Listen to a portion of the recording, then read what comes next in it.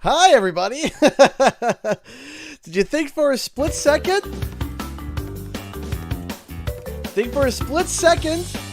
That I had something kind of funny going on? What's up, guys? Canadian Guy here. What you heard at the start is a sneak preview to a new music track that... What you heard was a sneak peek to a new music track that will be coming to the channel that we will be using for Crash Team Rumble videos. So we are back with Crash Team Racing. Thank you so much for everyone tuning in. Give me a minute to finish getting set up and then we shall begin.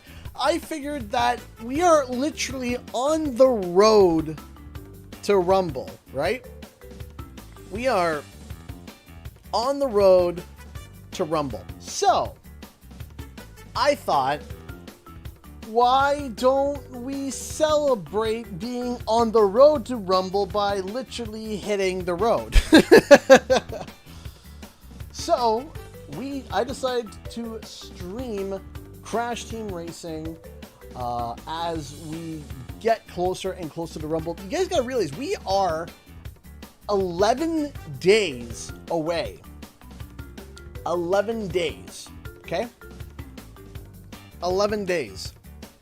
And depending on what your time zone is, it might even come out on the 19th, depending on the time zone. So, it's getting crazy. We're getting close. There are, including this stream, or after this stream, there is 3 more streams before Rumble is released. 3. That's it. That's it. 3 more streams after this, and Crash Team Rumble comes out. We are leaning on the precipice of the game that I have been talking about since 2020. It is now 2023. And the game is right around the corner. There is a lot of feelings, a lot of thoughts, and I cannot wait to be able to finally play the full version of the game with everybody, to finally be able to sit down and be able to play. But of course, we're going to be playing some Crash Team Racing. Now, as we typically do, we are going to do a quick warm-up race. And in celebration of us finding out that Ripperoo, we finally got confirmation of Ripperoo being in the game. Where are you? Flanny Man with the very first donation of the stream, and Gentleman Ripperoo, I think is good.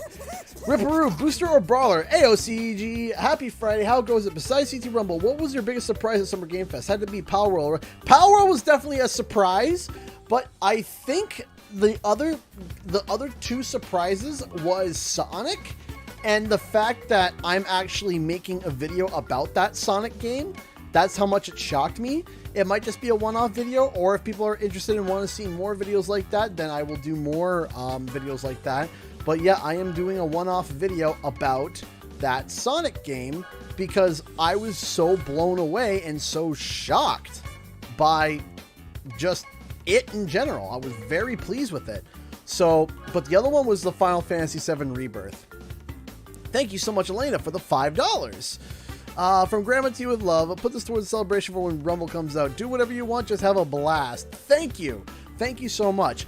Actually, over on Twitter, we found out that Ripperoo has been confirmed to be a blocker. That's right.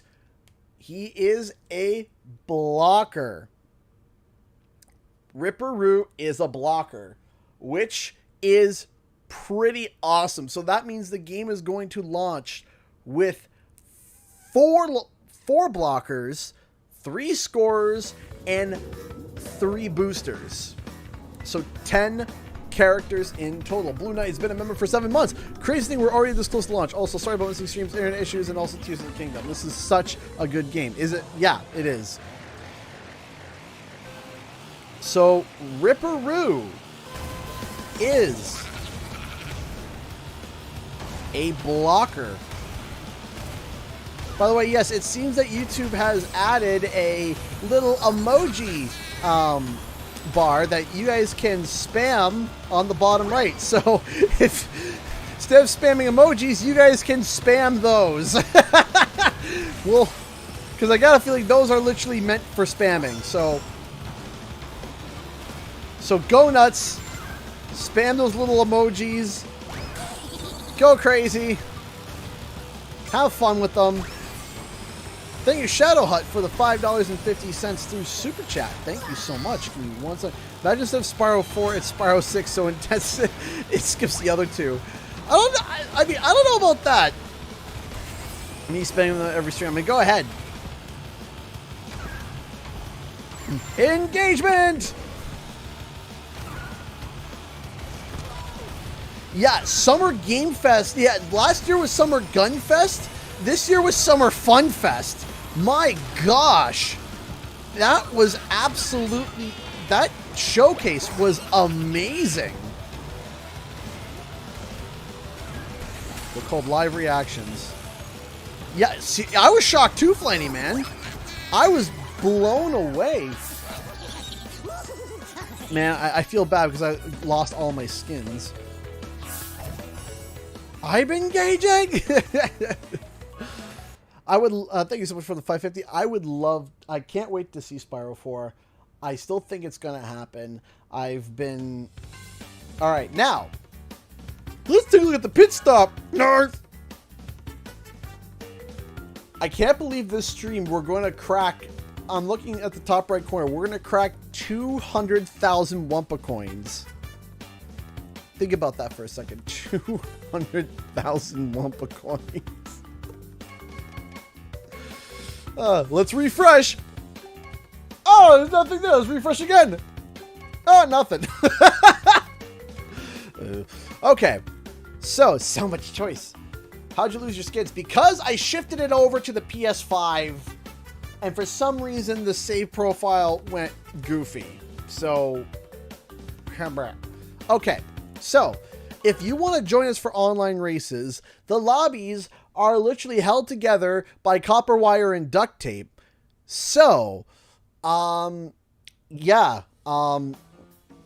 it's held together by copper wire and duct tape. So if you want to join, just hit matchmaking and hope that the gopher of a server will activate and get you into the lobby and have a stable enough connection to where it's not terrible. I'm going to get my Jeopardy music set up because, as we all know, that always is going to be needed because,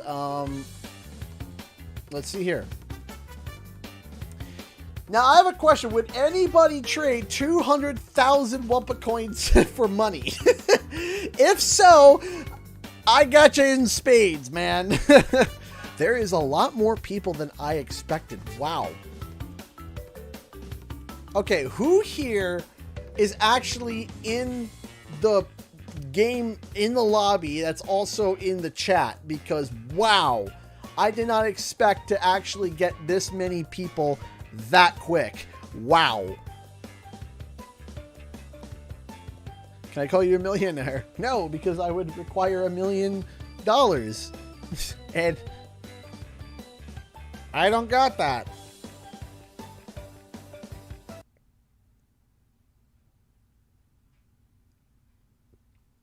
I'm just shocked that, you know, we were able to actually, like, I'm shocked that we were actually able to get this many people that quickly. I'm just curious. Me at level 99 CT Rumble once it launches. Yeah, basically, crap back. Thank you so much, $2. No, absolutely. Oh, I gotta turn the alerts back on. I am so sorry. I forgot to turn those on. I was thinking I forget something. So we gotta turn the stuff back on. So hopefully all the super chat alerts and donation settings will reactivate.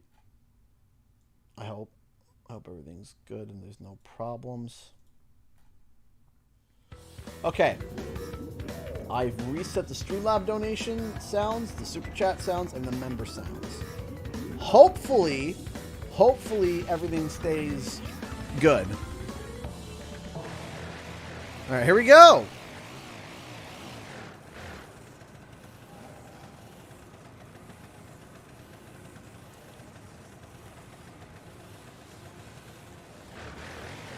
Oh no. No. No, don't do this to me. Come on. It's the first race.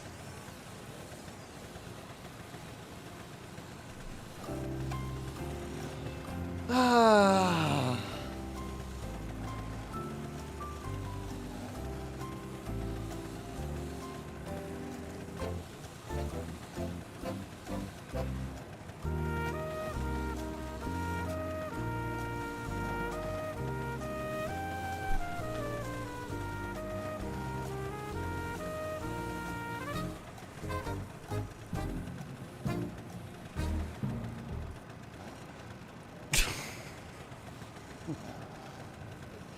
Test donation. Can you hear anything? Let's see when the alert goes through.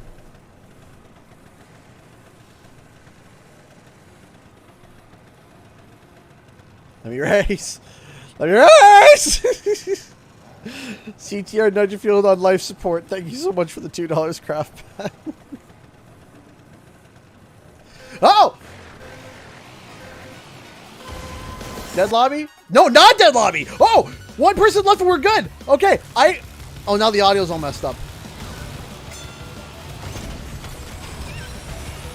No way! I thought it was a dead lobby. But we're good. We're racing. We're off to the races.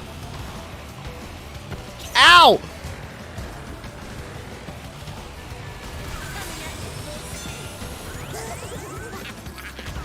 I knew you had it in your CTR.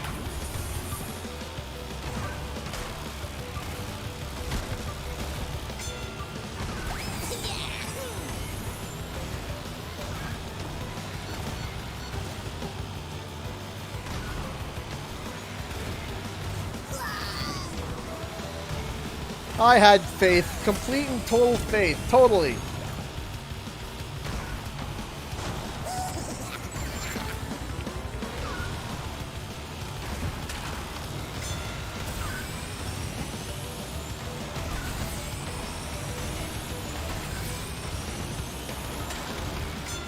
No! Ah! I was hoping that would snipe, but it didn't.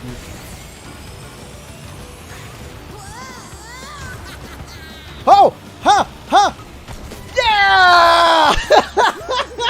I'll take second!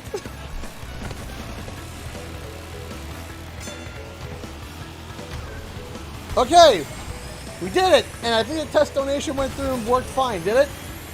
When someone donates to Streamlabs, we'll make sure that that works too.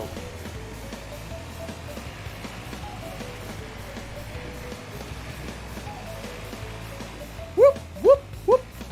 How you doing, Lonely Goomba?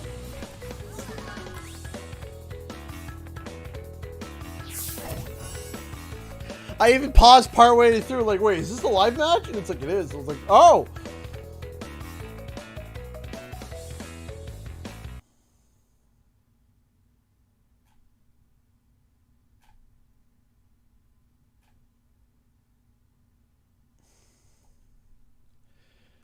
I feel fired up, Bob. Hey! Midas has been a 4-month member for, has been a 4-month member, with $2. Have any Spyro-related map ideas for CT Rumble?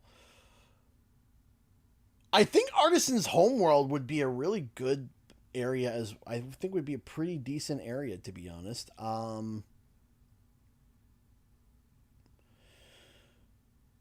But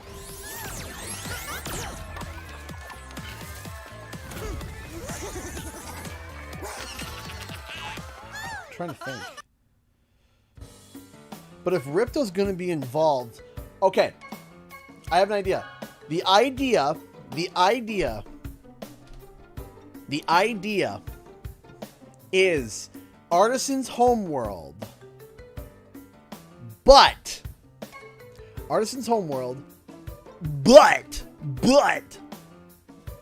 Ripto has invaded and destroyed part of it. And now there is a war between dragons and Ripto. That's the scene. So that would be the kind of the scene. I think that would be pretty cool. I think that would be a really cool idea. A whole bunch of people sending in test donations. Thank you. Thank you so much, Shadowhut, for the $2 test. Flameman for the $2 test testing. 1, 2, 3. Ah, yes, it works. And then Media Watch donated $2. They seem to have long-term plans for Rumble. Yes. Yes, we did. And we got a little donation train going. That's right. And then Crash Team Rumble donated $1 through Streamlabs. Ayo! Quick, someone write down that what these servers are doing so we can do the exact same in about 6 months or a year or so. Yikes.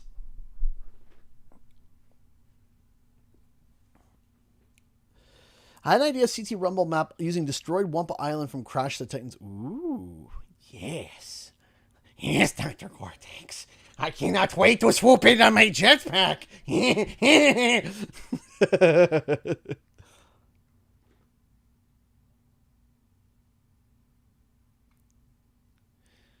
Break him. Y'all want to break the Canadian? Oh, no. Don't worry, I like being broken. Being broken means I'm happy. 2 years to follow my #1 streamer, L. Charlesy. Thank you so much. I appreciate the support for 24 months. I appreciate that, my dude. Thank you so much.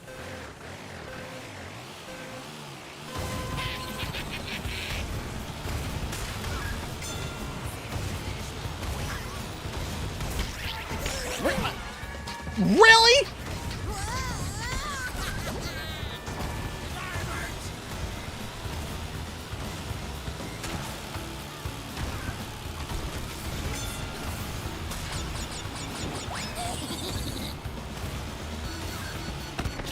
Ripperoo coming through. Or not.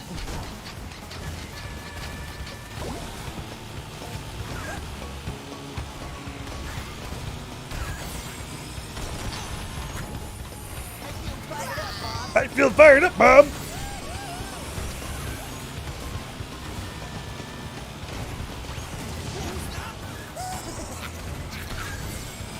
Okay, hold it. No, I didn't have enough juice because I wanted to avoid the Nitro crate and not die.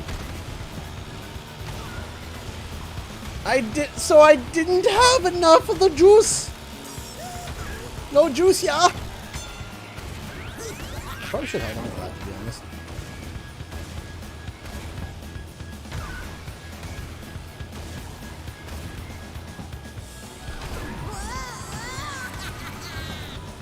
No juice, yeah. Let's do it. Let's do it. Come on.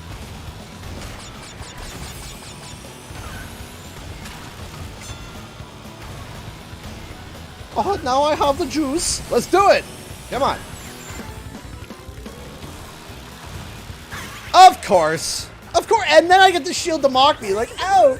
If you would have had this 3 seconds earlier, you would have been fine.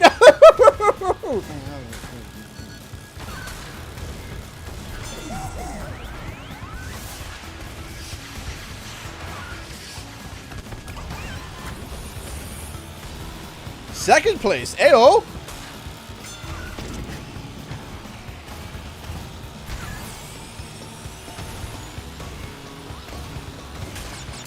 Get to stop. Yes. Do it.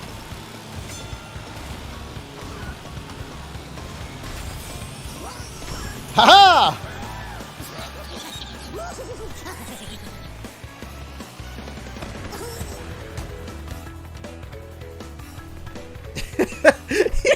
You know, Midas, you're not wrong. I would like to ask that question. Why was like, are you serious that they only had one blocker in the beta when we're gonna have 4 at launch? You couldn't throw one in? You couldn't throw one in. Like, I know they were all the characters that were playable in the original Crash 4, which, fine, I guess. But still, like, it would have been so cool. Like throw female Entropy in there. There. Dingo Dial and female Entropy. That would have been excellent.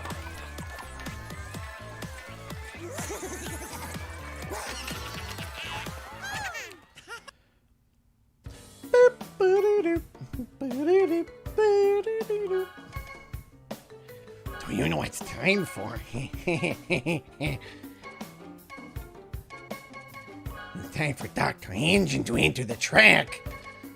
I'll be your Chef Boyardee. Someone has entire stream of Engine voice. I don't think I could do it. I think my voice would be so raw by the end of it that I wouldn't be sounding like Engine anymore. It'd just sound like a cry for help.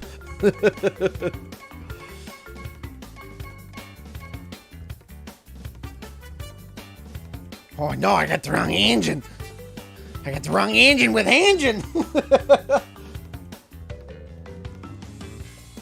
Dingadal was lonely. Now he's the most popular hero in the group. Yeah, basically.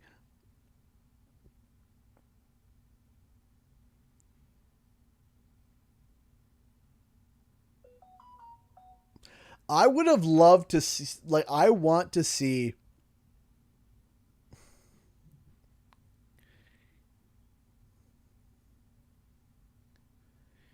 Engine zoom the ravioli. Ravioli, give me the formioli.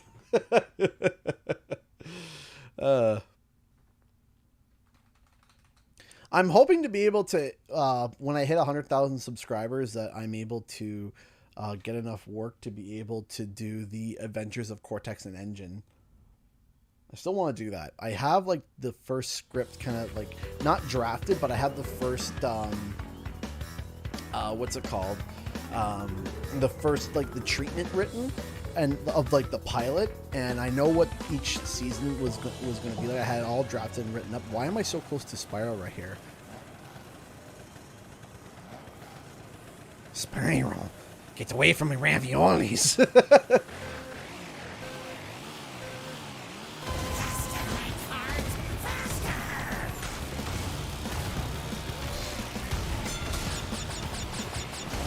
Get out of here.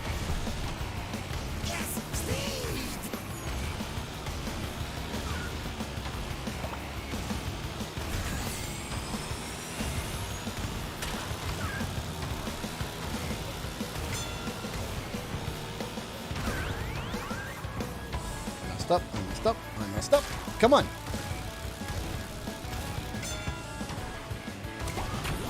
Well, I tried to get the Wumpa fruit, and I am just all over the track right now. No, I just got juiced up!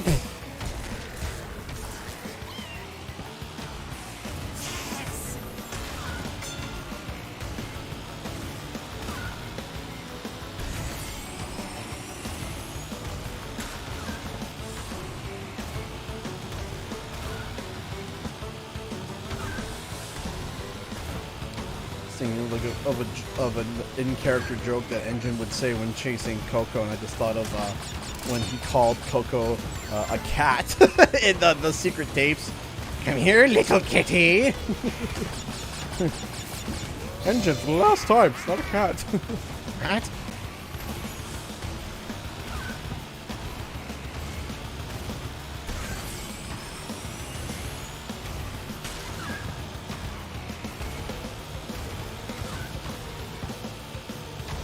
Man, I have been consistently second this entire, like, lobby. I mean, the fact that we found a stable lobby, well, mostly stable, you know, Spyro's looking a little close to my ravioli, but...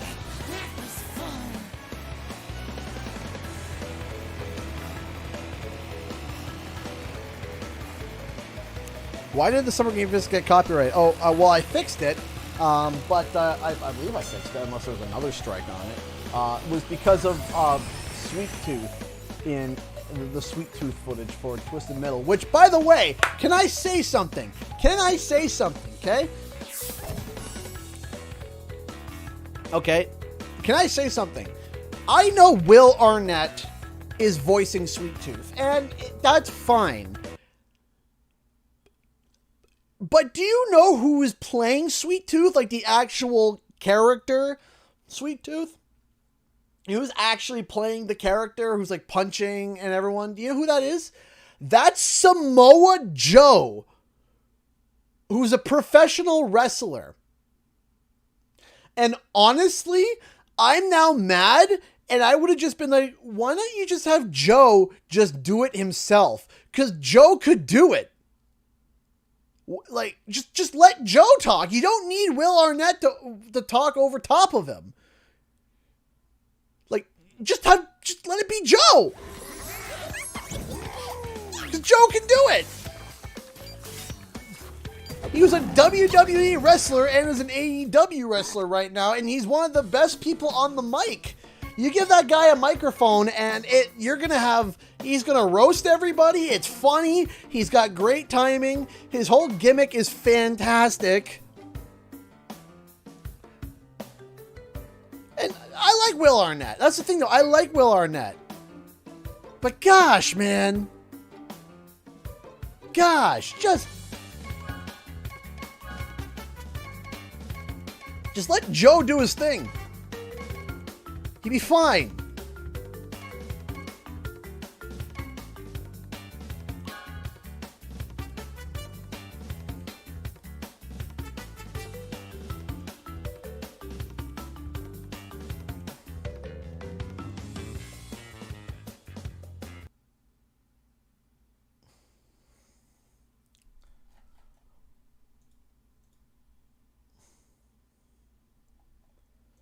By the way, any wrestling fans out there, Samoa Joe has one of the best entrance themes ever.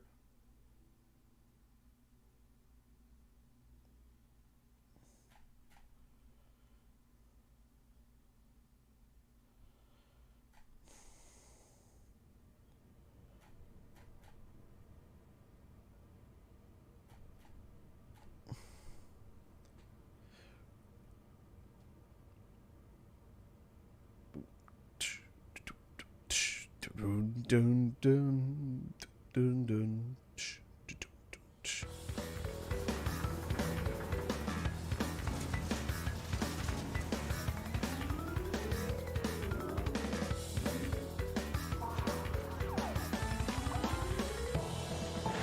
okay, why?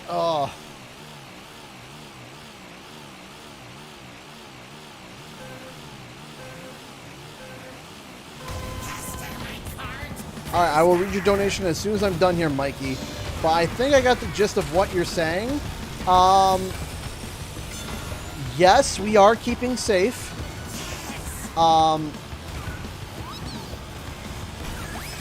We are keeping ourselves safe.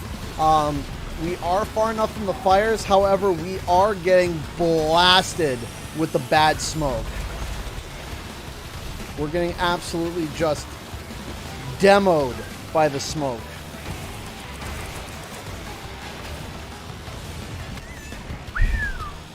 I thought I was about to eat that bomb hard. I'll double check to make sure that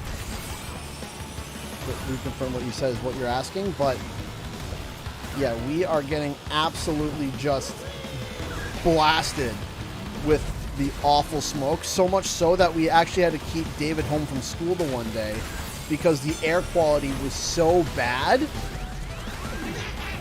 The air quality was so bad,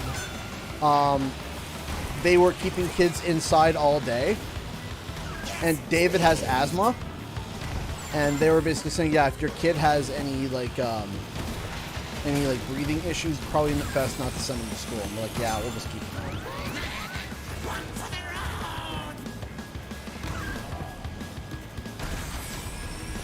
Hey, we got 2 super chats I have to read as soon as the stream is... not the stream. I read it at the end of the stream. No. As soon as I finish it... Oh! I'm in first? Since when? When did that happen? I mean, I'll take the W. Woo! First one of the night. That guy Mikey donated $5. Staying safe, CJ. Her Canada was having a real bad fire problem. Yeah. Yeah, no, not Dead Lobby. Yeah, we are. There is a lot of like fires happening, and it's like, good, great. It's not good. So we are keeping safe. We're trying to stay inside. We have central air, so we're able to cycle through the air really nicely. So we're okay inside. Yeah. So we're keeping safe. We're doing well, and yeah, we're doing okay. We're doing good. We're doing fine, and we're keeping ourselves safe. MD Switchy donated $10 through Super Chat. Cowboys can't shoot slower, although end up below. This is the double tap root beer jingle from the Call of Duty. That's right. Thank you so much for the $10. I appreciate that. Terrible way to start summer to be. Yeah, no kidding, right? It's terrible. So there was actually a hysterical thing that happened that was just kind of like a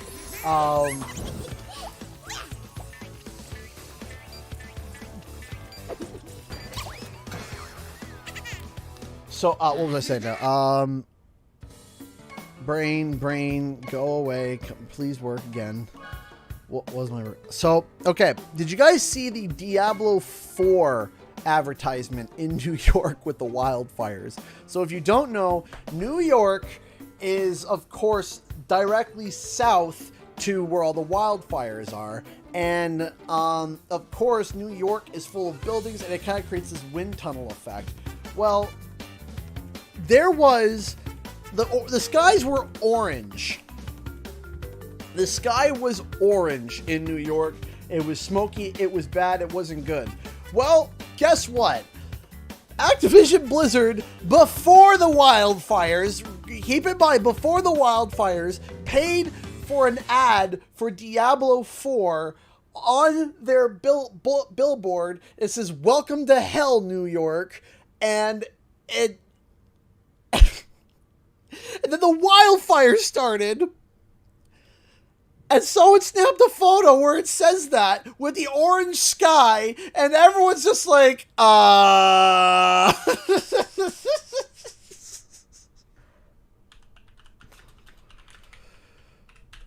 The picture is great. I'm going to see if I can pull it up real quick. I saw that and I was dying. Here it is. Here, the image is great.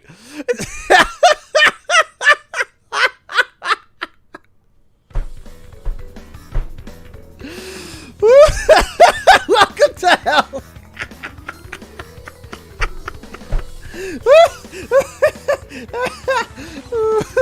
That was great.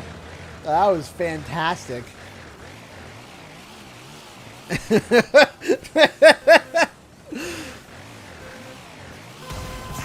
And somebody had to come out, and a representative basically said, "We at Activision Blizzard do not think that the the wildfires are to be joked about." And it's just, everybody knows what happened. Everybody knows it was just poor timing, and it was just so funny, man.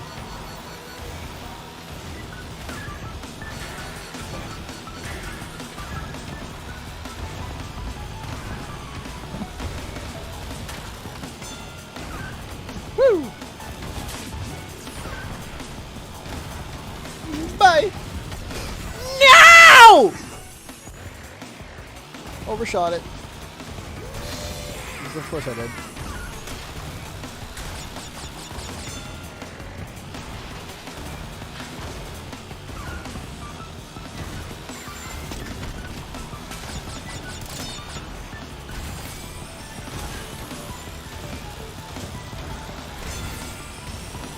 Another warp orb.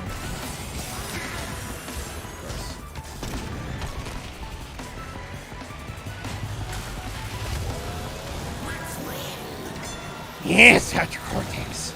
Let's win. Yes.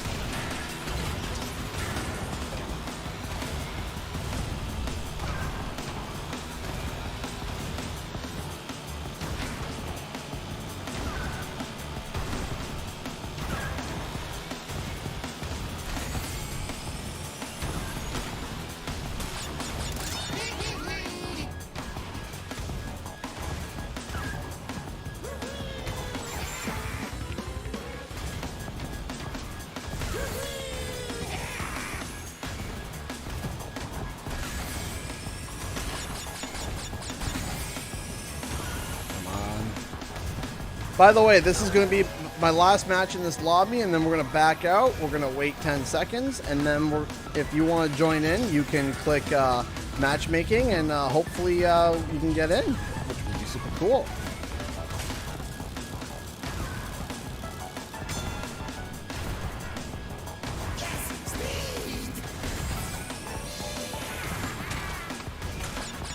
If only I didn't overshoot at the one time.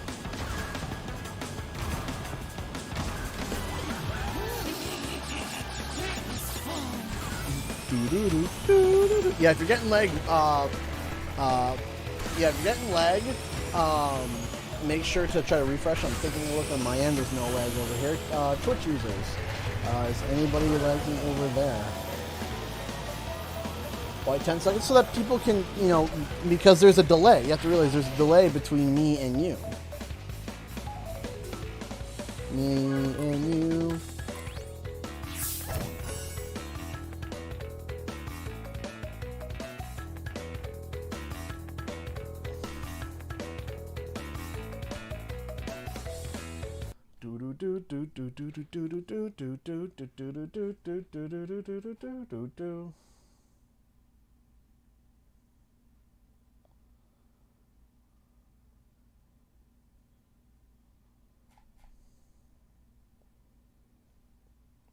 Hey, thank you so much, Dr. Rank, for the $5 super chat.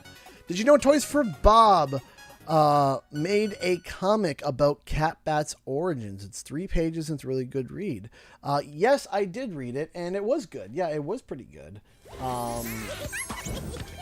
It was pretty good, and I liked it. It was pretty cool. 1 second.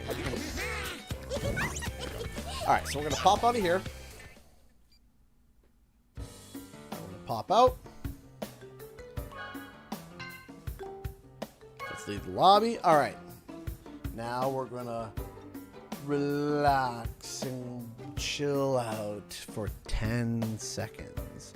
And then we're going to go back in and hopefully find a lobby that doesn't implode on itself. Alright. Here we go. 3, 2, 1, go.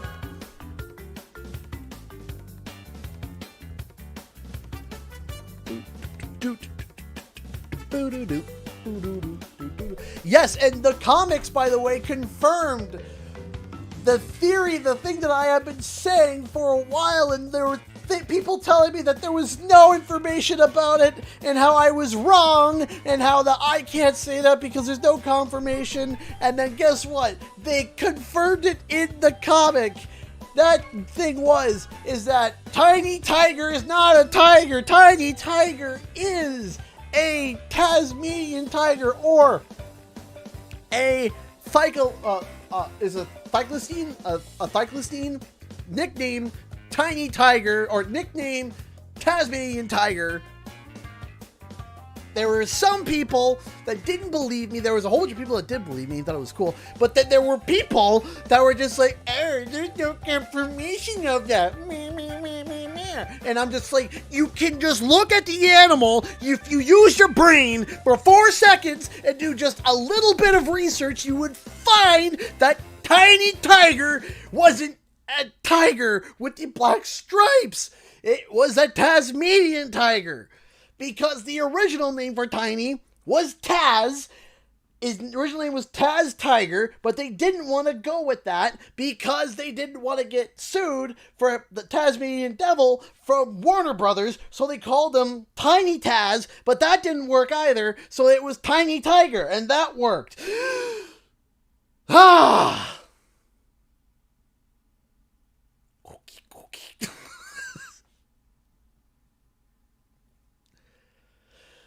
So, to the doubters, to the people that said that I was dumb for even suggesting that, all I have to say to you is...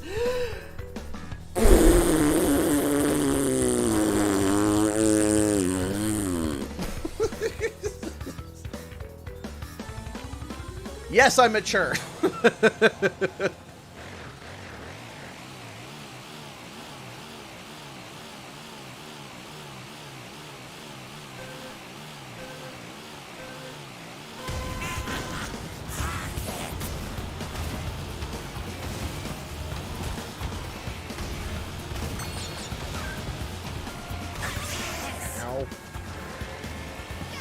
You came in on, once again, people saying that I was... What is happening? What just happened?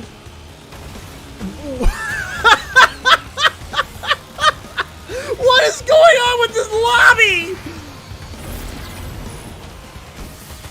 What is happening? What is happening?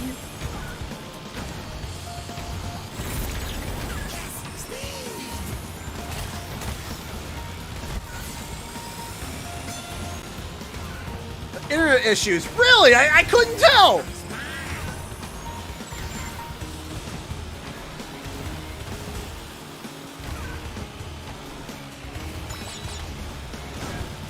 Is this why Pet the Penguin is just like morphing in and out of reality? I don't even know who's in front of me, man. But I'm just firing the rocket and hoping it hits something at this point. Because what is going on with this lobby?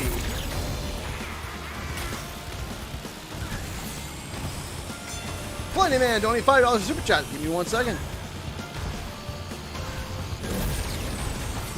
I almost ate it there. Red Flame Man, Red the Flame Man donated, and as I looked back, I was just nearly dodging a Nitro crate.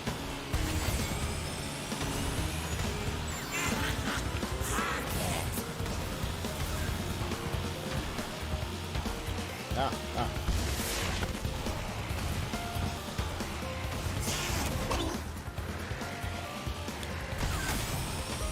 hate getting caught there.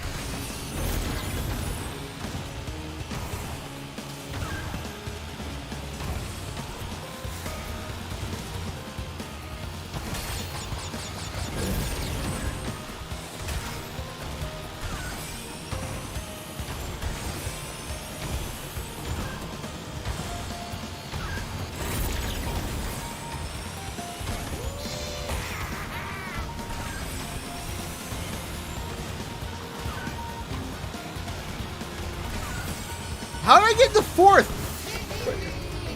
And then what is happening? After you're finished with the race, check Twitter. I'm not looking in this new direction for gaming. Oh no. What's the new direction for gaming?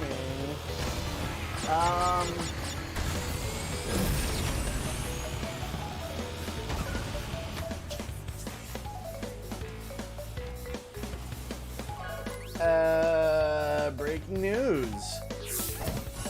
Like a Dragon Gaiden, the man who erased his name will apparently be digital only in North America. Alan Wake 2 was also previously announced to be digital only.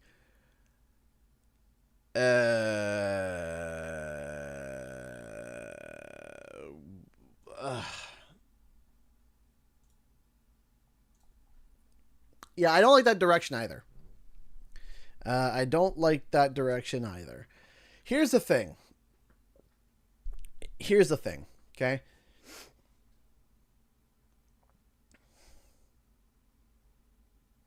I understand doing a limited physical run. I can understand that. I can understand turning around and saying, hey guys, we want to save some money because the digital space has been absolutely just taking over. So we're going to do 2 waves of shipments, but then afterwards we're going to switch to digital only. If they did something like that, I'd be like, that sucks, but that's better than nothing. But to turn around and say that, no, we're just not doing it, period, that bothers me. Now, I get why they're doing it, because it's a lot cheaper. It's a lot cheaper. And more money goes to... oh, no, I want to just... Right? More money goes to... more money goes to the developers, right? However,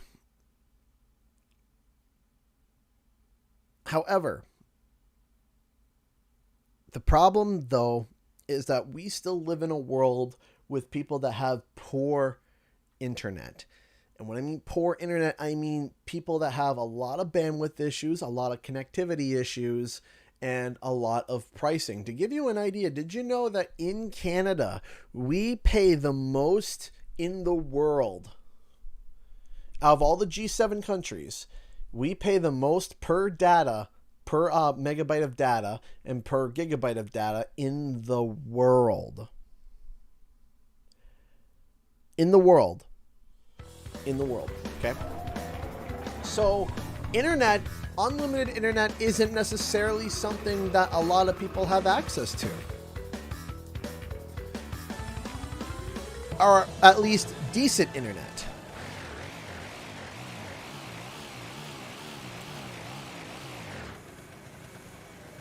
So, to not have access to a physical edition is not the greatest thing to do, in my opinion.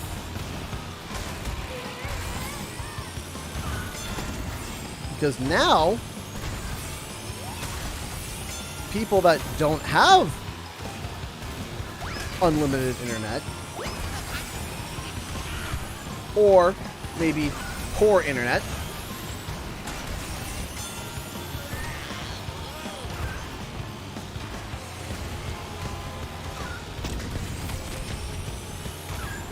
oh, come on, how did I lose the blue fire?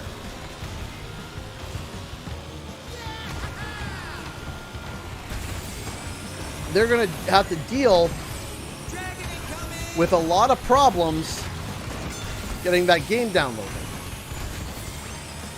And then, of course, there's the argument of game presentation. Hello! Hi, buddy! I'm playing some CTR. You here to say time to go to bed? Yeah? Okay, give Daddy a second, okay? You want to watch Daddy finish this race? Okay. There's the finish line. Okay, it's... There we go.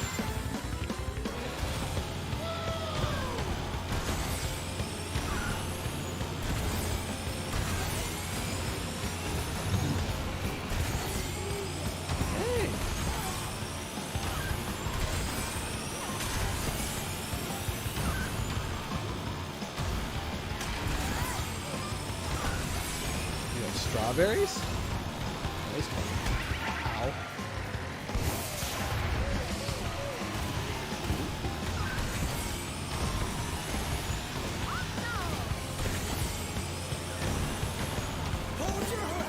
Okay. Come here, buddy.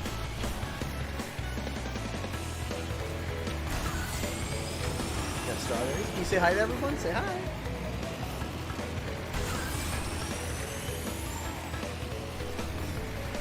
I'm gonna scare you guys. He is going to be 5 in 4 days. Can you believe that? He's gonna be 5 on the 13th.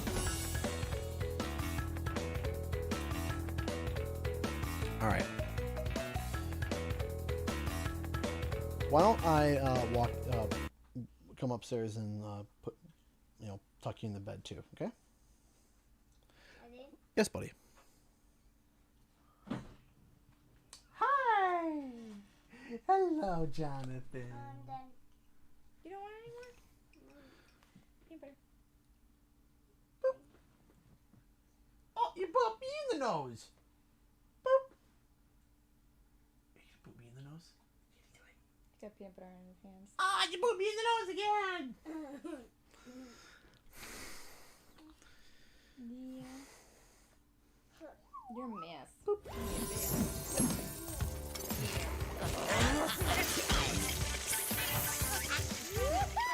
Is that funny?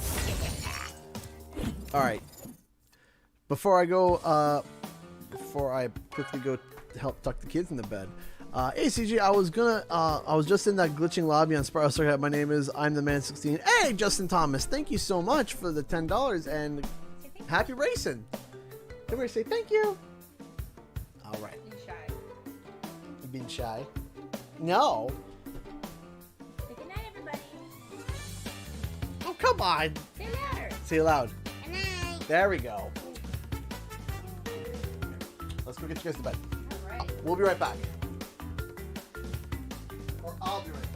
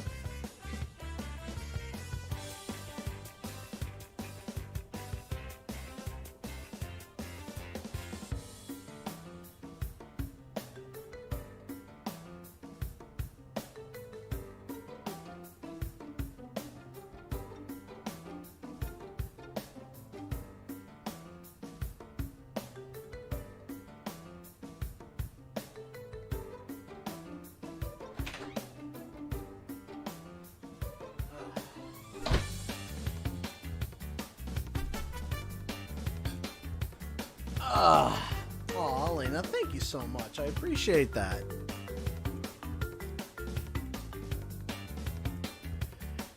For David's birthday present. Aw, thank you. Release donation train on board Donation Express. All right, here we go. Nope. Kids absolutely destroy my glasses. Okay.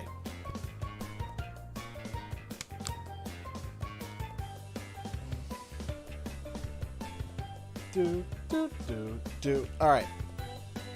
So if you want to join in some lobbies, make sure you click go to lobby and hit matchmaking in 5, 4, 3, 2, 1.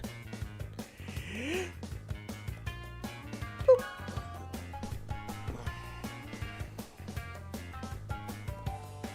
That was fast. Wow.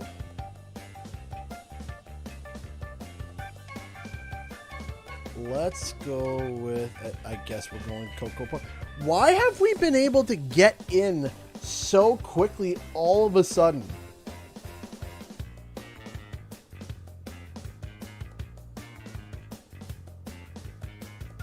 Like, how?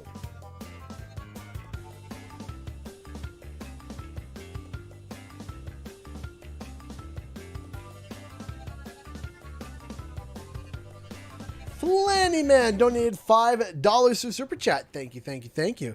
Crazy to think David will be 5 already. That's nuts. Also crazy to think him and I are a day apart. Happy early birthday to David. Aw, thank you so much, Flanny Man, for the $5. I appreciate that. Thank you, thank you, thank you so much for your kindness and generosity. Thank you, thank you.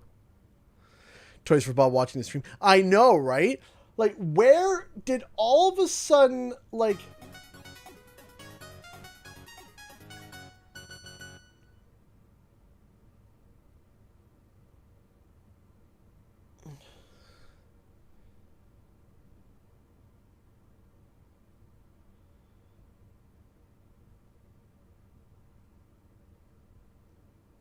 Like, what is going on?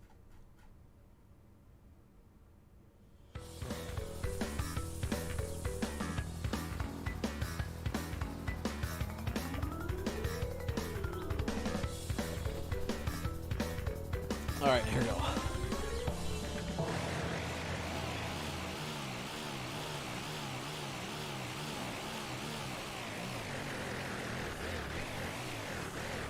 Do you think it's for the hype of Rumble? Do you really think? Oh, no.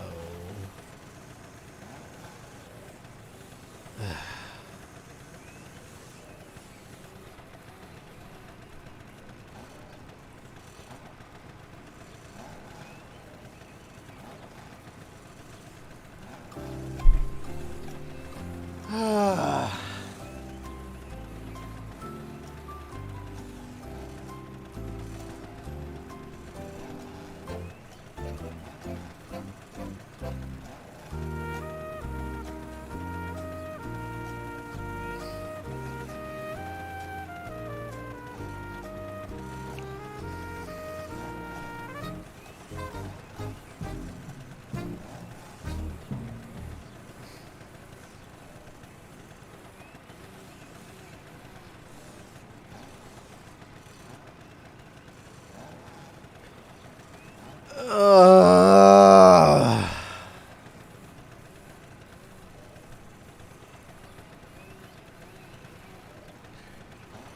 Hey, Shay, let's go in the server room and hear what the BNOC servers sound like. Okay, well, no, it's still bad. Yep, that sounds about right. Mm-hmm. Yep. Still going. Yep. Yep. Mm-hmm. Sounds like this would be... There we go. I don't know if this is a dead lobby or not. There's like 4 people driving in circles. Yeah, dead lobby.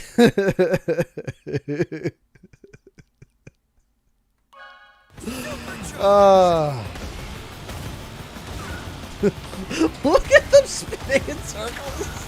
They're like, wee! The lobby lives? No. It just amputated itself from everyone else. Ring around the rosy. Oh, we win.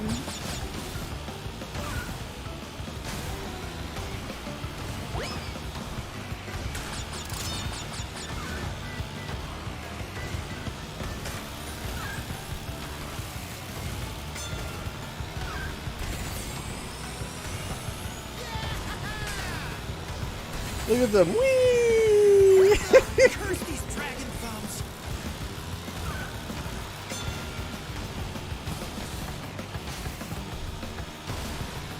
Oh yeah!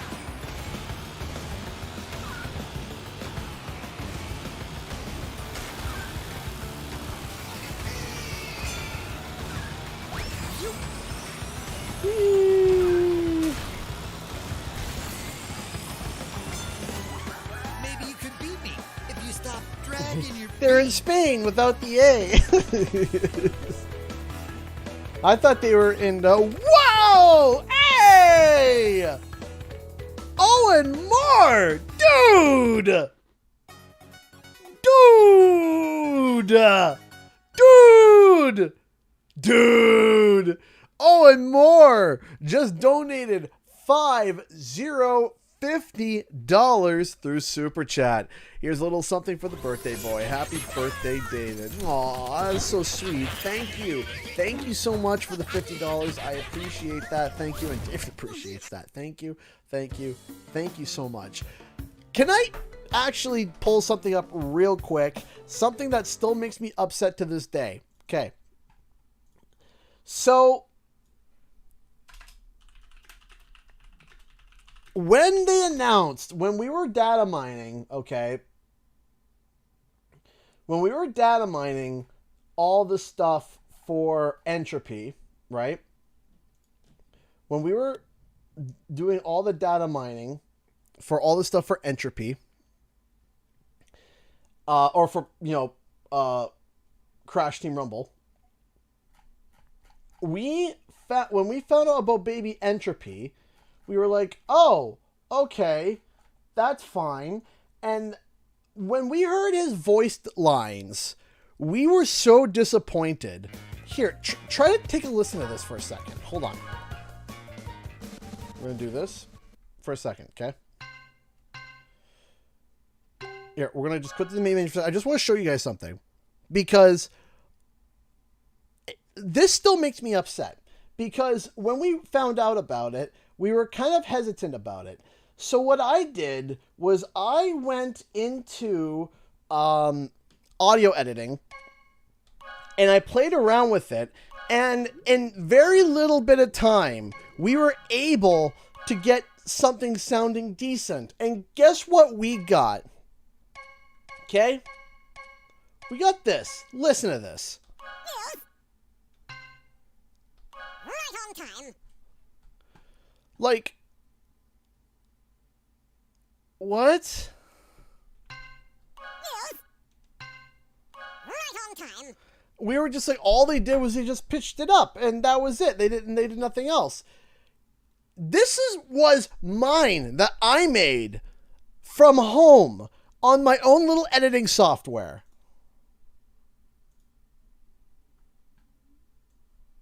Hold on.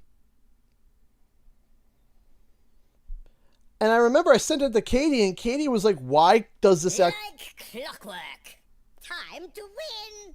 Move it. Right on time. That was mine. Right on time. And here, that was theirs, and this was mine. Right on time. Now you're on my time. Bow before the master of time.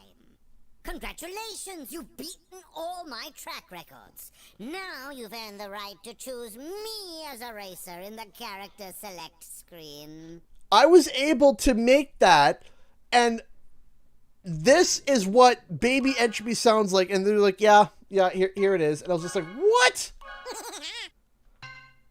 Right on time. Yes. And I couldn't believe that. And I'm like, how?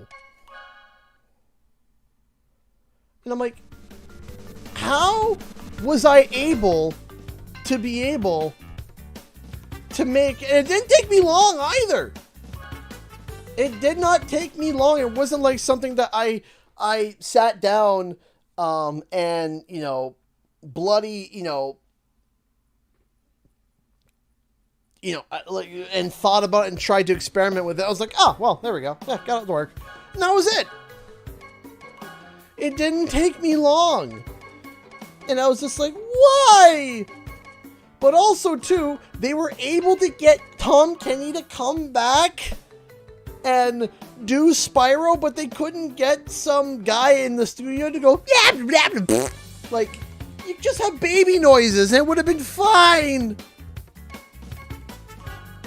I don't know why. I don't know why. There's like, that's a question that that's bothered me. And it's such a small thing. It's something small and silly and stupid. But I digress. It still bothers me. It still bothers me, man.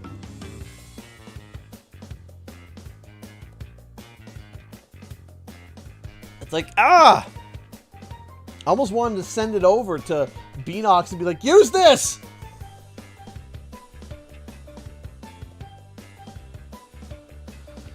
I also remember when what's his face?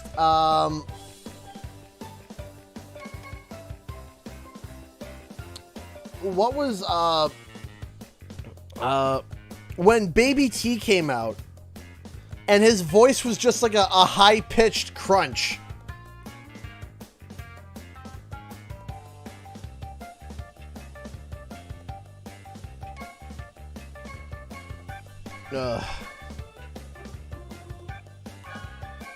I remember it was just a high-pitched crunch, and then the following patch they fixed it.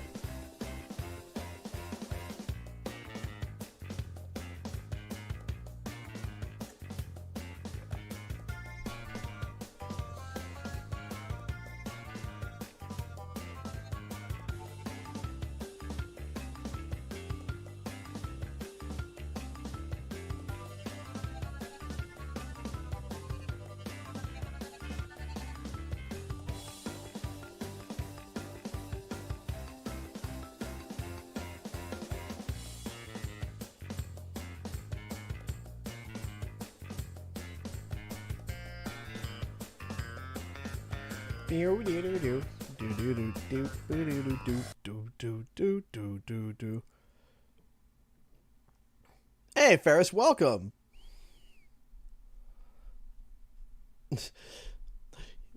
Oh yeah, and then we did the fixed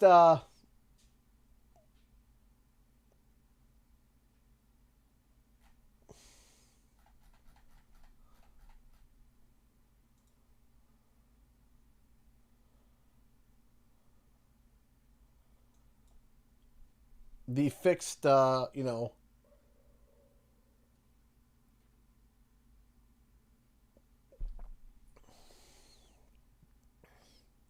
when they fixed Rillaroo, that was hysterical. And I remember I was like, okay, you guys ready for the fix? And he just went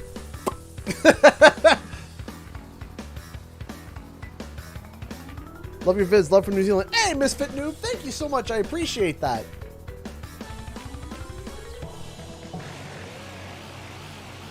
I do have to wonder, though, like, not directly at you, Misfit Noob, but there's been a...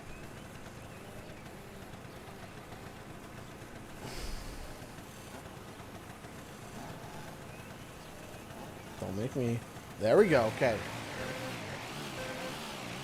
Hold your horns. Here comes Spyro.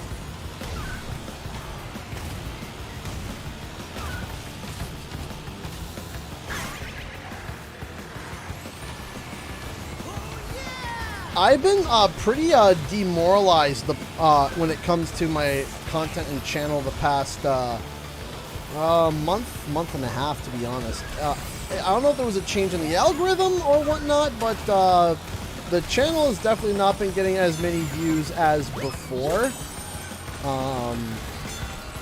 So that has definitely gotten me concerned. You know, ow.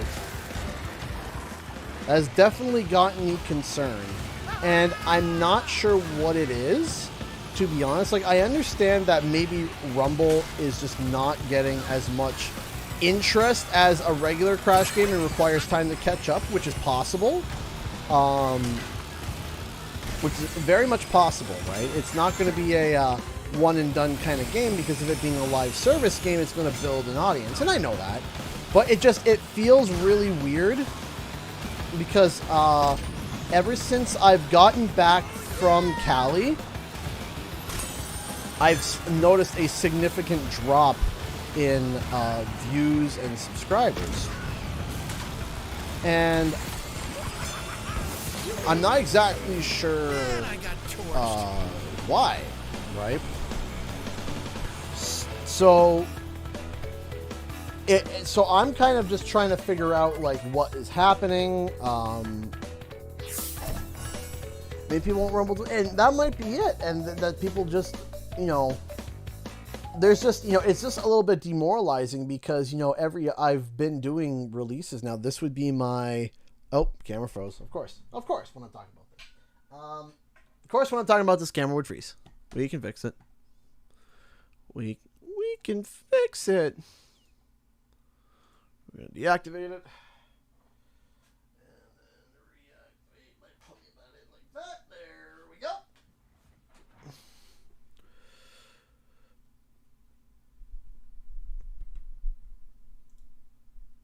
And there we go. We're back. So, but yeah, no, it's been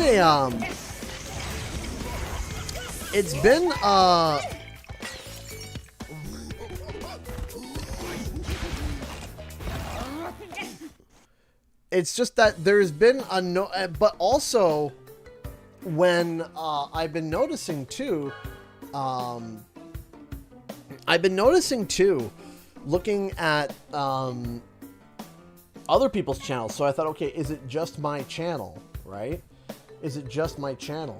And the answer thus far was no, it's not just my channel, because I've been noticing a lot more issues. I've been noticing a lot more issues with other channels too. Miharu's is dropping down. 250 Crash 250s is going down. Just not getting the amount of views that is typical to our channels. And I'm just kind of like, okay, what's going on, right? And I don't... At first, a part of me thought that maybe it's because we're not talking about Rumble, or because we're talking about Rumble, yada, yada, yada, yada. But then I started to notice that I was looking around and I'm like, to use an example, the biggest Crash channel right now in the world is a Brazilian channel, I believe, 250 Crash 250. And they're getting about the equal amount of views as well around Rumble's content, between like the 7,000, 8,000, 9,000 views. And that's where I'm at too. And I'm kind of just like, what is it going on? What is happening? But then the one video that I made that wasn't, the two videos that I made that were not related to Rumble, all cracked the 10,000 view mark, which was the Crash Bandicoot movie and the Toys for Bob Teases Spyro 4 and Crash Bandicoot 5. Last one there's a North. Those videos, they're doing fine. They're not doing great, but they're doing fine. So I'm just sitting there, and I'm trying to make heads or tails out of it. I'm like, what is happening, man? Like, I'm trying to figure it out. I'm like, what is going on? Because again, it's not just my channel. Because if it was just my channel, then I would say, boo-hoo, woe is me. But I'm not the only channel that's kind of dealing with some problems right now. So I'm like, okay, what's happening here? And I would have thought that leading up to the launch of Rumble, that why did I lose Blue Fire there? That leading up to the launch of Rumble, that it would be, you know, doing really well. And, you know, as we get closer and closer, the views are getting higher and higher. And for some reason, it just feels like it's not being pushed or recommended enough. So I'm just kind of like, okay, I guess.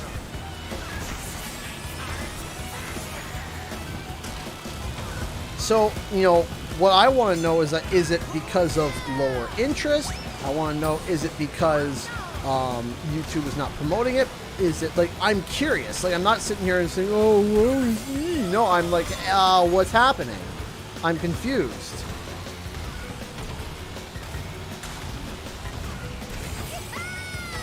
Or I want to know, can you show me? I want to know what is happening. And that is my Rumble content going to even be... Because if it's YouTube that's just kind of shoving it down, then how am I going to be able to get my Rumble content out there if YouTube's denying it? If it's sheerly interest-based, then as more people play and they're looking for more guides and more content, the channel will take off again. And then YouTube will be like, oh, maybe this game is cool. And then they just continue talking about it. I don't know.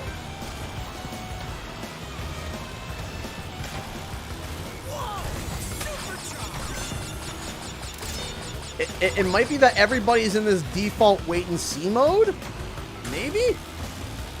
Maybe everyone's just kind of like waiting and seeing like, hey, is it actually good? Waiting for the first season to kind of start up, and then from there they decide whether or not they want to do it. I don't know. Hey, Andrew, good guy for the €2. Thank you so much. I appreciate that. Thank you. Scrat Ice Age for Crash Team Rumble. That'd be interesting. Thank you so much for the €2. Yeah, it was... It's very weird.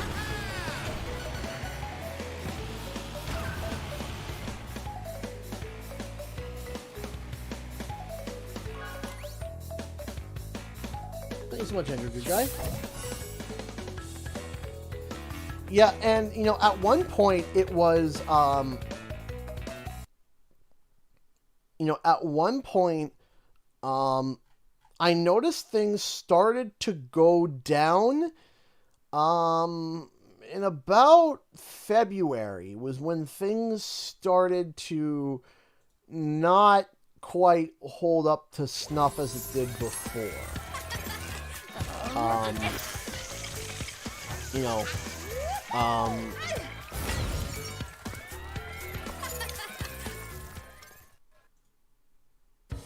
you know, I noticed that things were not... Hey! There's Midas.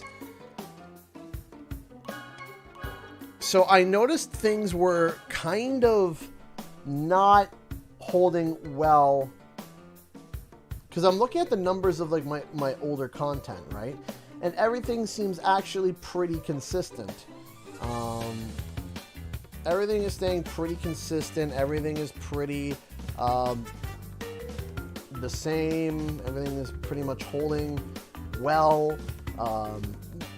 And then we hit... So January was fine. Let me double check on January. January was fine for me. So December... yeah, January was fine. I did 3 videos in January and they did just fine. And then January was fine. February was fine. And the first video that I noticed that something went weird was on September or February 17th. That's the... I draw the line for my content. Okay, something's weird here at February 17th. Right at that point, I was like, okay, what's going on, right? And then after February 17th, my highest viewed video is 45,000 views after February 14th. Or 17th, whatever it is. 17th. I just got booted. I'm sorry, Midas. Last one there's a Nork. From that point, I haven't had a video crack 50,000 views. Which is really weird. Now, I noticed another YouTube update, and I want to ask you guys, too, a question. So, have you guys noticed that now, when you go to a YouTuber's channel and you click the video tab, instead of being by default being shown what's the latest, you're being showed a For You tab? Like, hey, we think that you would be interested in this video by this creator. Instead of the latest of what they made.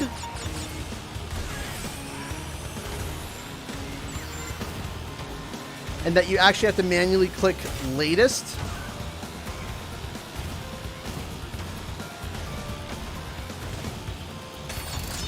You see, that doesn't work great for channels that do news reporting, right?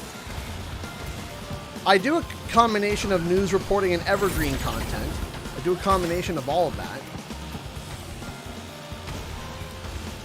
Right, I do a combination of it all. I do news, I do content. I do all of that stuff. So, typically with my channel, you want to kind of stay up to date as with the latest content. If you want to look up my channel. But instead, people are visiting the channel and they're just seeing the channel, like, they're just seeing, oh yeah, For You. These are videos that we think you would like from this creator. And while that's great for, you know, evergreen content. Oh, come on, I was gonna...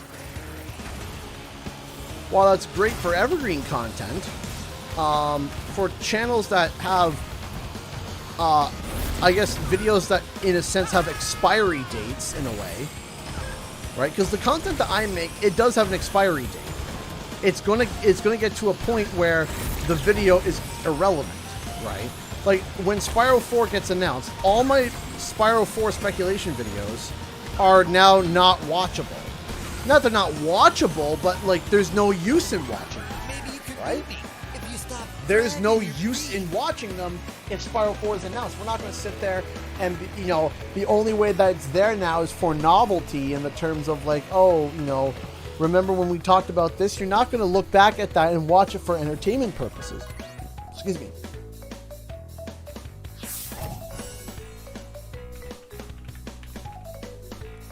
Some people might, but not all. So the question is,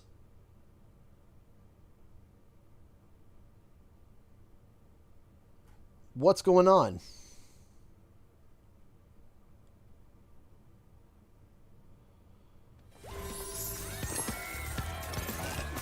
Right? What is happening?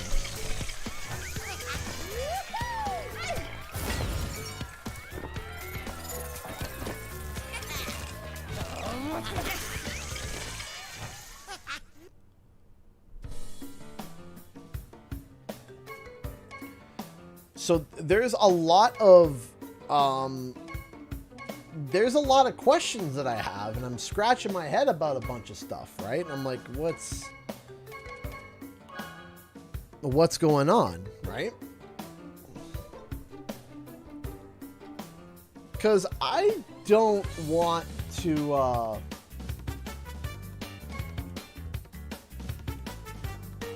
you know, I don't want to sit down, invest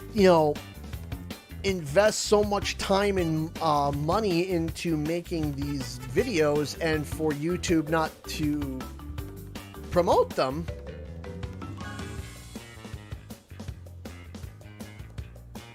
You know, it's possible that you know, and I wonder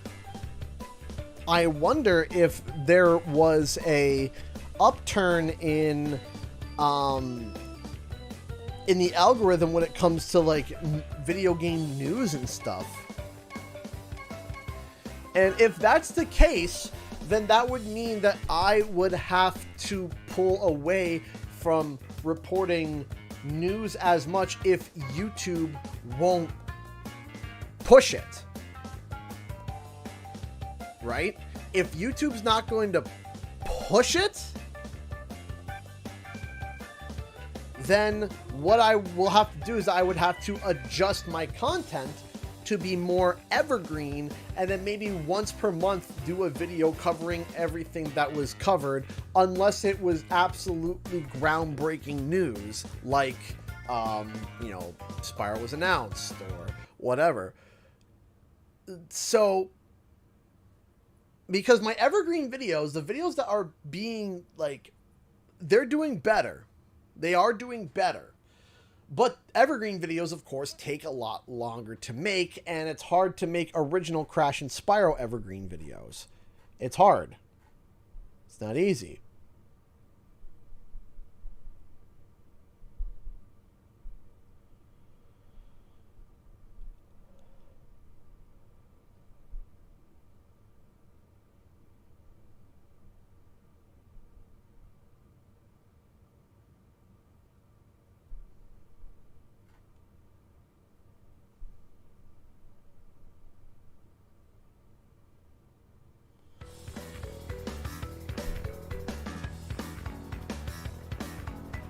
And it's not that, oh, my channel is done, oh, my channel is dead, it's over. No, it's not that. It's okay. I would just have to adjust what I make. That's it, right? I would just have to adjust what I make and what my focus is on.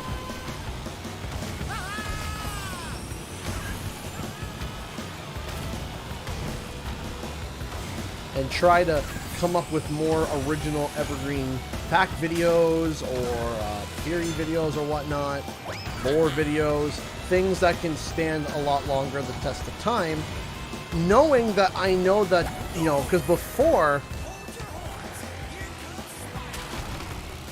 because as a creator and doing it full time, I have to balance between doing content now and stuff in the future, right?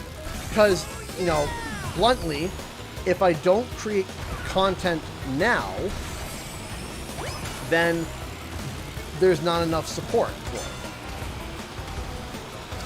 There's not enough support for it, and it would take a lot longer between videos, and, you know, it would be a significant set of growing pains. Now,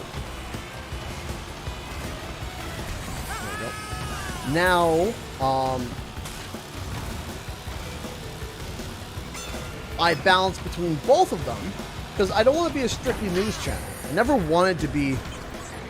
We believe in our favorite Canadian. Oh, thank you. You know, never have I wanted to just do strictly news videos. I like the idea of kind of the channel being a combo of everything Crash and Spyro. Fact videos, we got you. Theory videos, we got you. This channel's got you covered. If you love Crash and Spyro, there is something here for you. Live streams, playthroughs, we got you, right? But if YouTube is not promoting the news videos at all for whatever reason, then we might have to adjust. But if it's simply interest-based, where it's like there are people that are, you know, it's just that people are hesitant for the game, and if the game comes out and it does well, and then all the news videos takes off and everything is fine, then fantastic, great, amazing, 10 out of 10. We'll be, you know, then we're fine. We're just going through a rough patch. But if that's what it is for now on, well, then I'm going to have to make some adjustments to the channel.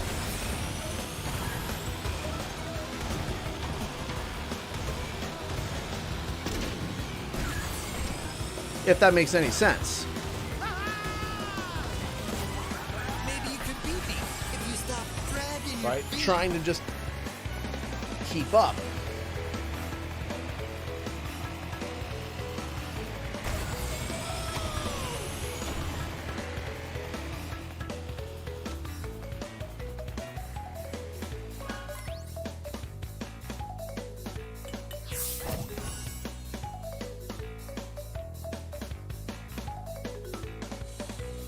How do we know the answer? We don't. We don't know the answer. We don't really know the answer at all. We don't know the answer. We don't know. We don't know. It's the only way to, like, the only way is to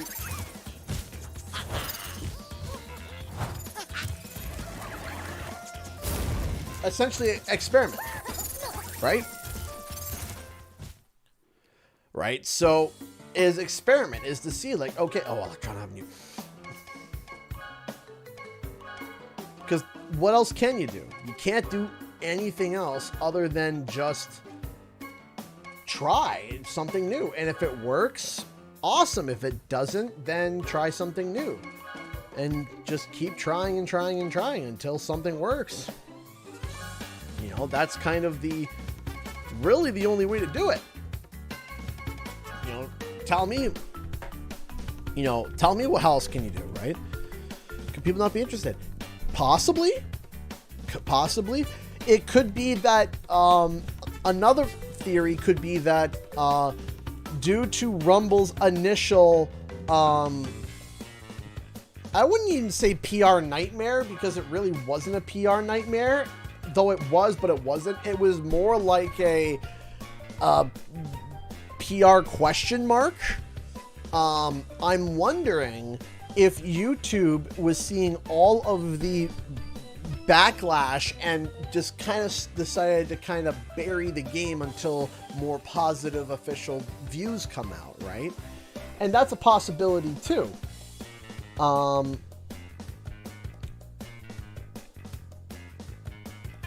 Right? That's another possibility as well, where it's like, okay, maybe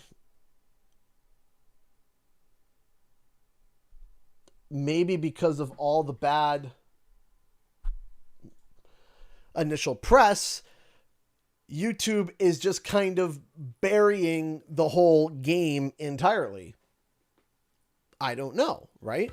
Because when I did the Spyro 4 and Crash Bandicoot 5 video, that one was doing better than all my other Rumble videos. Almost by double, right? So again,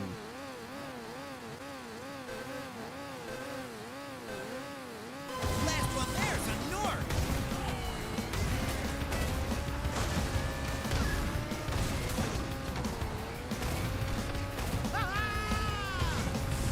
and again, Rumble is a sticky game. It's a game that you try, and once you try it, you kind of just fall in love with it, right? You try it, you enjoy it, you're like, wow, this game is really fun, I really enjoy this is good, right? A lot of people really enjoyed Rumble, especially the beta. And I'm excited to be playing it in 10 days. And I think what's going to happen is that it's not going to do crazy numbers at first. It won't. There's no way it will. It's not going to do crazy numbers at first. It's not going to be like, oh, Rumble had 10 million downloads in 12 hours. Whoa! No, it's not. It won't. It will not do that. It won't do numbers like that day one. Because just looking at what everyone's talking about it won't do numbers like that. However, what will happen is that you're going to get that surge, it's going to settle, and then it's going to find a really soft comfort zone, and then it's going to start slowly growing as word of mouth continues to spread about the game, and as more and more people start to play it. And as more and more people start to try it. And the best part is, Rumble has room to grow. So if they wanted to, if they turn around, they're like, okay, you know, we keep it paid for a year, and then we go free to play, right? Or whatever, right? And they can do that, Dragging your feet. right? They can do that. They can, and that's what people are not realizing with Rumble. Because here's the thing: if they turn around and they say, okay, Rumble's free to play, okay, and it comes out to, let's say, lukewarm reception, right? What can they do? Okay, well, we're gonna put on Game Pass. It's free to play. You can't start charging money for it. So what do? So you release the game at $30. It gives a nice betting ground. All the people that want to try it are going to try it. So now you have a nice betting ground of cash, right? To keep you going, to create a whole bunch of new seasons, fix the game, get it rolling. And then let's say, okay, you take a look and you're like, okay, we've had the game out for 6 months. We're noticing this, and this. What can we do? Well, if they turn around and say, okay, well, let's make it free on PlayStation Plus for a month, right? They do that, and all of a sudden, bang, it takes off, and then the $30 start rolling in, and it's fine. Okay, great. Okay, they try that. Maybe it doesn't work so well. Okay, let's do Xbox. Let's do it on Game Pass. They throw it on Game Pass. They watch the numbers, and they can go all the way down to free to play, right? The last thing that they can throw at it is, okay, free to play. But if you open with free to play, there's no way to be able to climb back up. You can't climb up. You can only go down, right? When a game comes out, it would be like, imagine if they released a new Spyro game at $50 and then 3 months later they increase it to $70. Would that make sense? No, it wouldn't. That wouldn't make sense, right? Hey, Conky, how's it going? Right? Does that make any sort of sense? And the answer is no. No, it doesn't make sense. It makes 0 sense to be able to do that. So, you start at 70 and then you go all the way down, right? You start at 70 and you go down.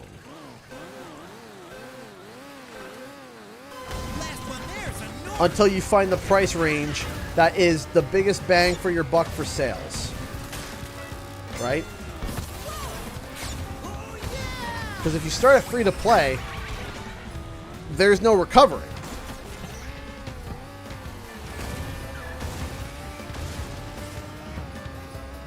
Shoot.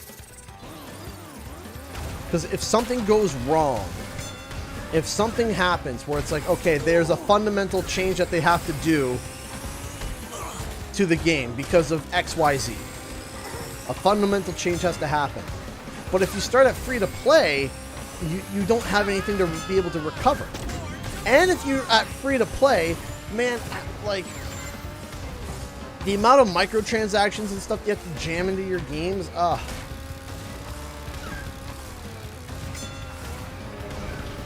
like, good gravy. Not knocking if you like Call of Duty. Not knocking you if you like Call of Duty, because, you know, I once in a while will boot up Call of Duty and play a match or two. But good golly, every time I pop into it, the first thing I see all the time is just literally currency. Like, literally, it's like, oh, microtransactions, buy this, grab this, download that, do this.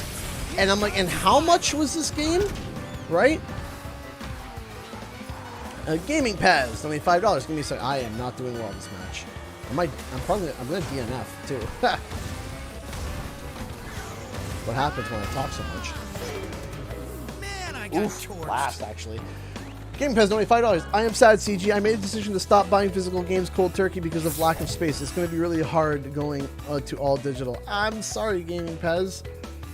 I'm kind of 50-50 right now. I'm 50-50. I'm 50% digital, 50% physical. I'm 50-50. For games that I really, really, really, really want, I get physical. For games that, for other games that I really don't care about, for games I'm just like, yeah, we'll see how it goes, I usually grab digitally. or if it's on sale.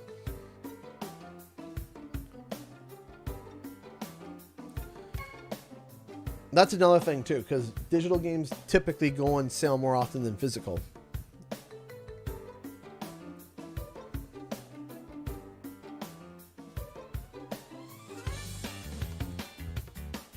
Ooh. Yeah, after this match, I'm gonna have to go turn up the air conditioning.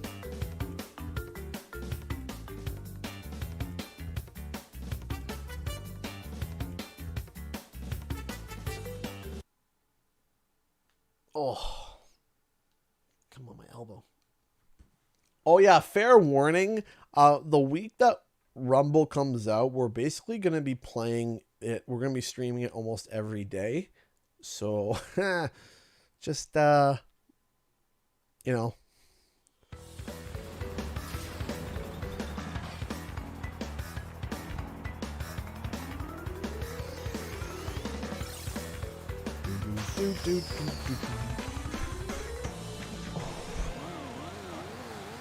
Tuesday to Saturday? It might be Tuesday to Saturday, maybe.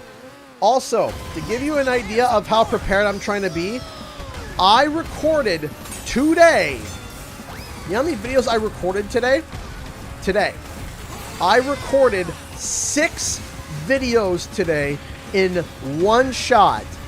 That is the most videos I have ever recorded in one sitting or in one day. 6 videos in one day.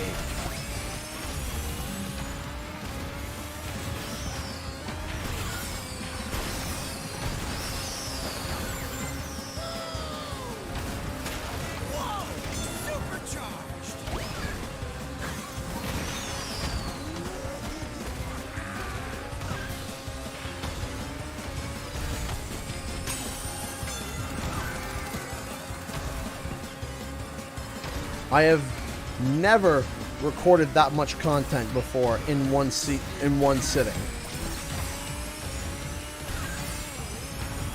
Ah, shoot.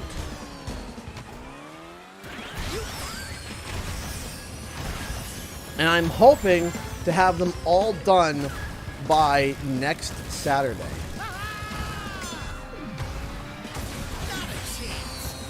I have a lot that I have to get done. I have a lot of work I gotta do.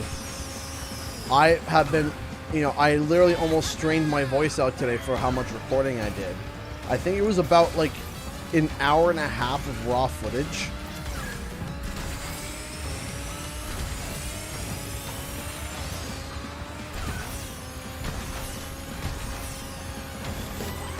Maybe you could beat me if you stop dragging your feet.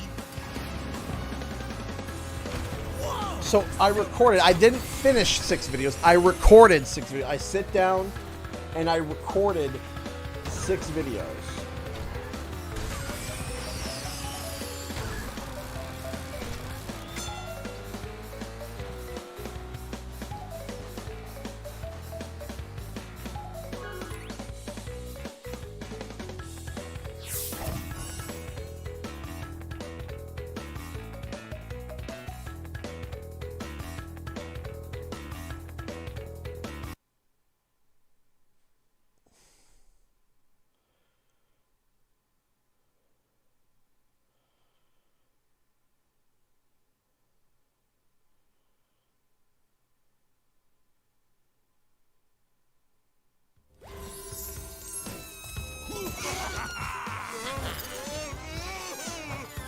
Okay.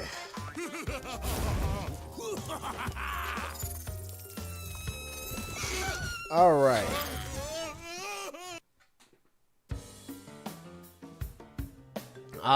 Okay, we'll do Electron Avenue, and then I'm going to take a quick break, grab some water, take a stretch, take a la break. But yeah, I am hoping that this year we can hit 100,000 subscribers. I want to hit 100,000 subscribers this year. Will I do it? I don't know. I don't know. I hope I can. I'm going to try to. I'm going to try my best to hit that 100,000 subscriber mark. Because, gosh, do I want to hit that 100,000 subscriber mark. Because there is a weird sense of...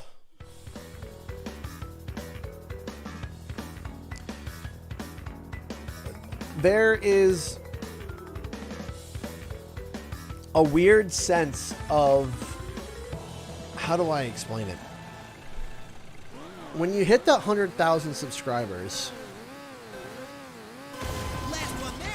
To have that plaque as a symbol of like, hey, you did it, kid. You know what I mean? You know, no one can ever take that away from you. No one can ever take that achievement away. You know?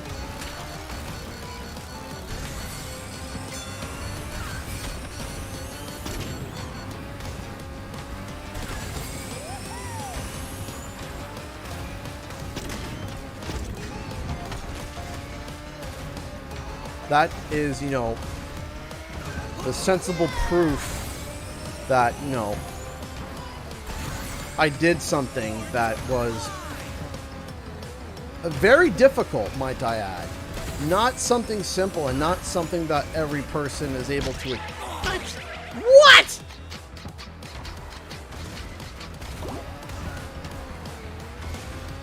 You know, that's something to me that is very... very difficult to achieve. I know that 75,000, or we're not quite at 75,000, but we're close. Is there a plaque for 10K? No. First plaque is 100K. It's 100K, 1 million, and then 10 million? Yeah. 100K, 1 million, and then 10 million. And then after that, it start like, if you're someone with 10 million subscribers, then basically you, for someone with 10 million subscribers, then after that you start getting custom stuff just sent to you.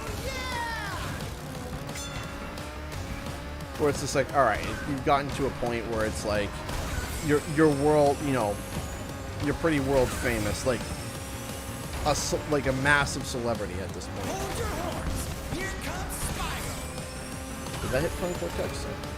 Couldn't tell.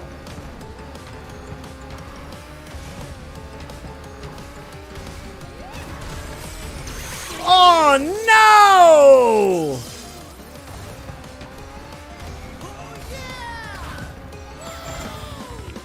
No, it's silver plaque is 100,000.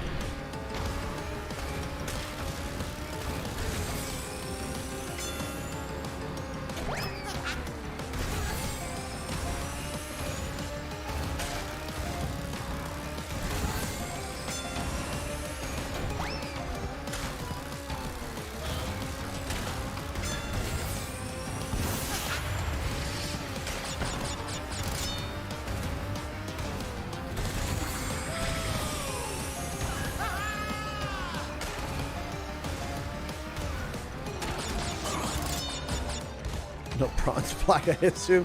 No bronze plaque, no.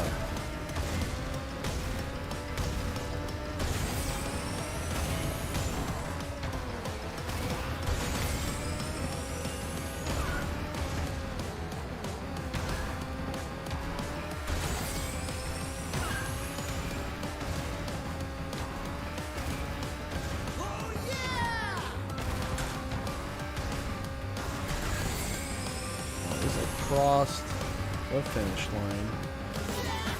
Hey! Maybe you could beat me if you stop dragging your feet. That guy Mikey donated $10 super chat.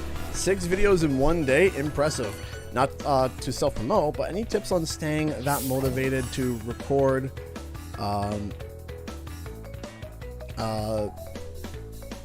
any tips staying motivated to record and especially edit videos for my own channel? So first off, thank you so much for the $10.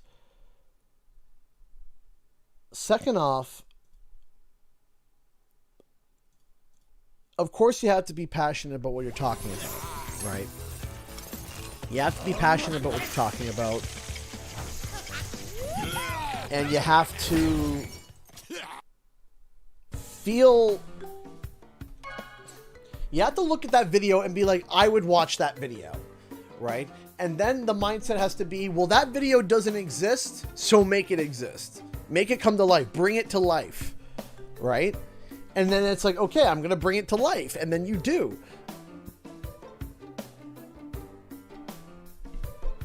Right?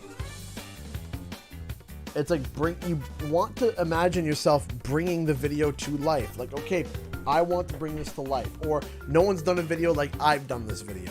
And that's how you get motivated. You get motivated by doing something that you believe in yourself. That's something big. Silver.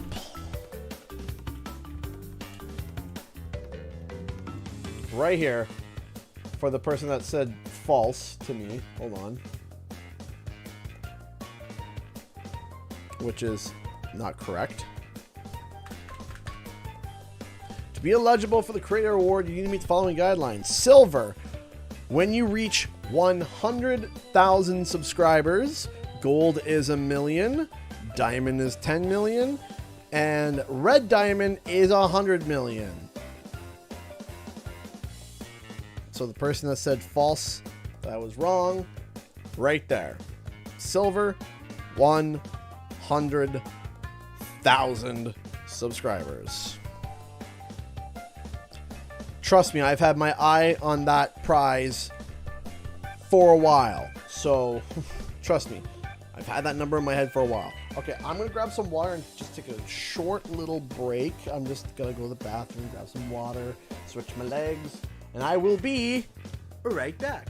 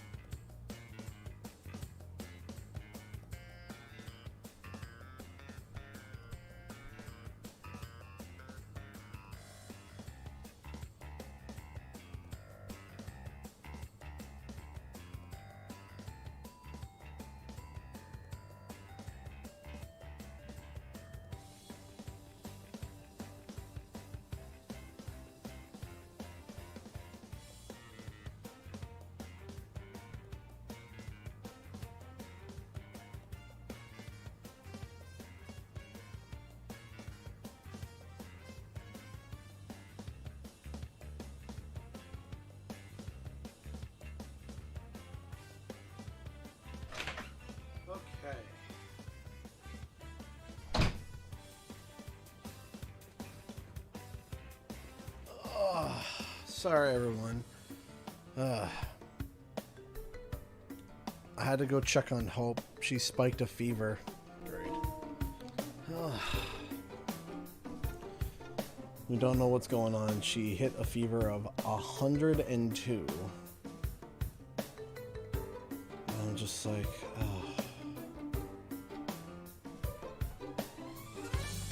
which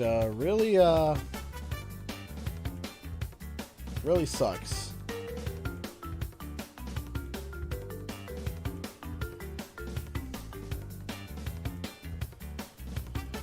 Okay.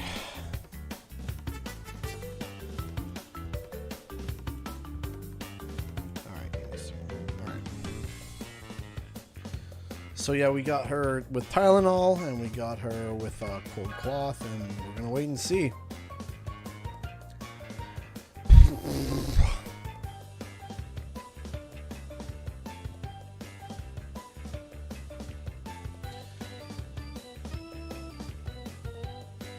Thank you for the $2. I appreciate that. Thank you, Alina. Thank you. Thank you.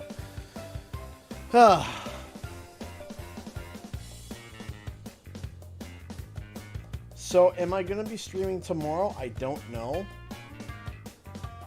I would like to, but I don't know. I'm not sure.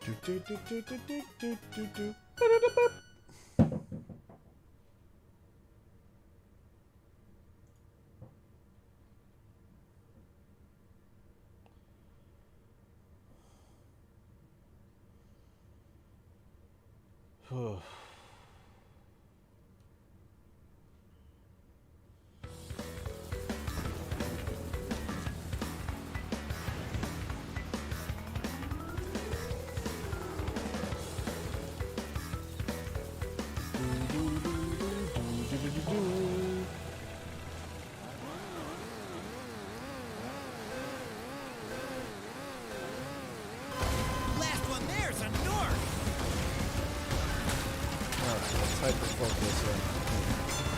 I never like doing that shortcut off the side for this map. I typically always lose this map because of it, because everyone else knows it. For some reason, I just can't get it right.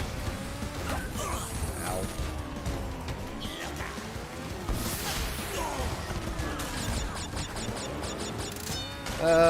Enjoy getting Mario Karted.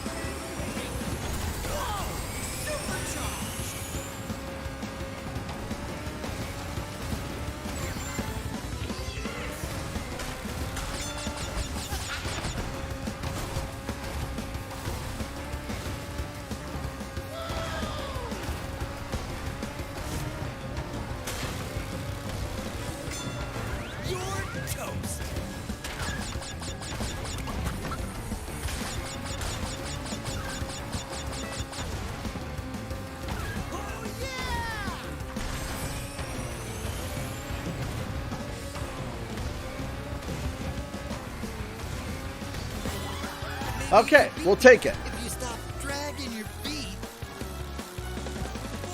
Oh, are you playing on Xbox and it's full over there too? Really?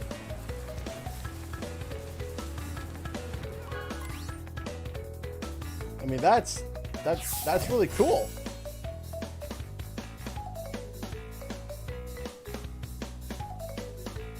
I had no idea.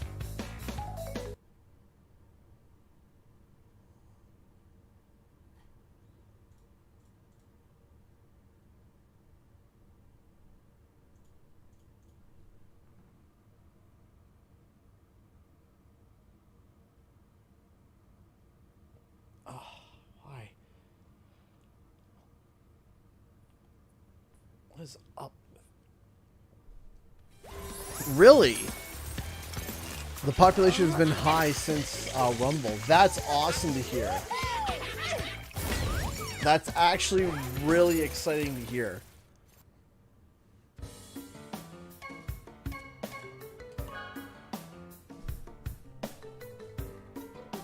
Have a good night, Flanny, man. Thank you so much for stopping by.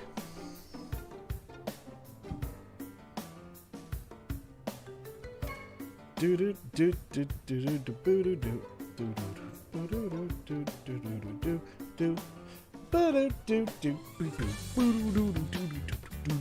do do do. You know, there is something though I do want to mention. I do want to kind of talk about real quick.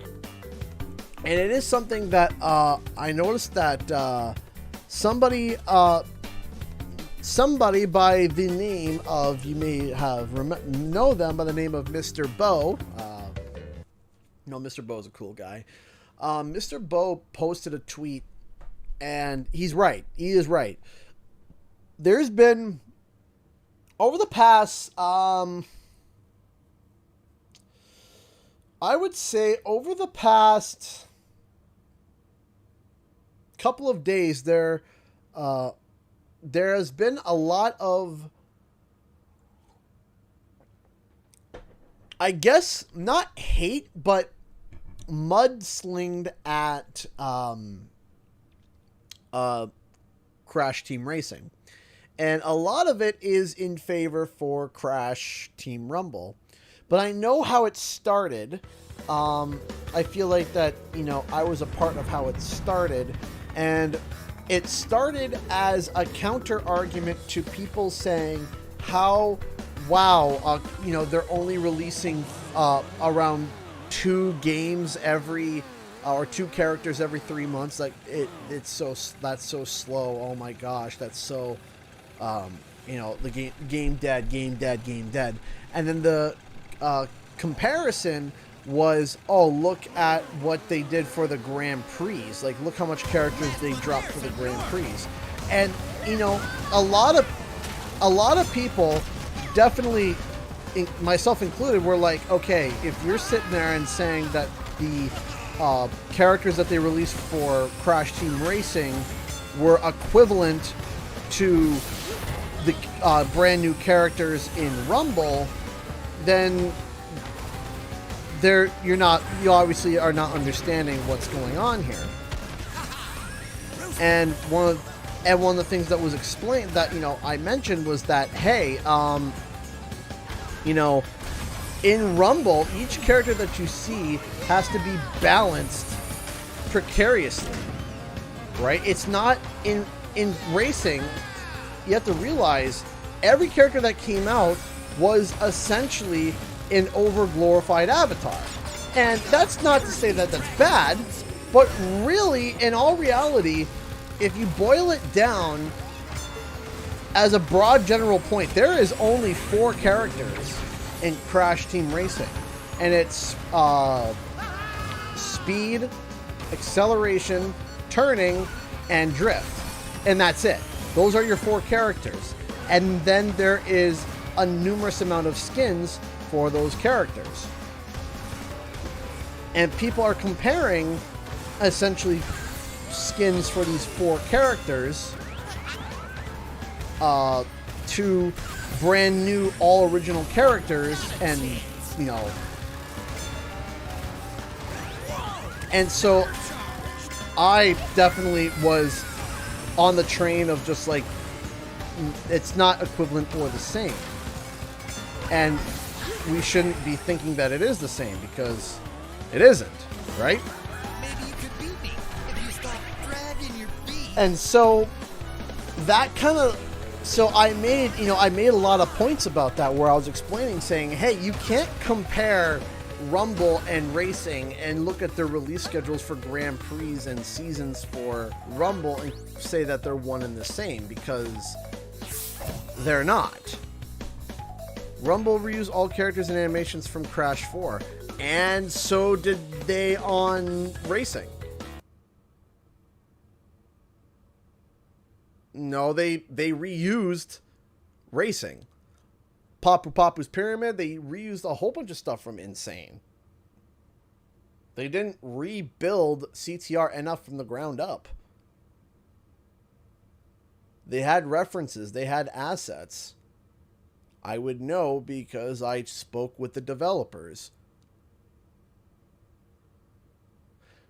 I would know because they had the original assets from Vicarious Visions for all the additional levels that they made that came from Nitro Card.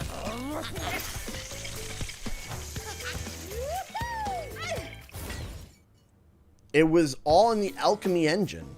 It was all from the Alchemy engine. All of it was from the Alchemy engine.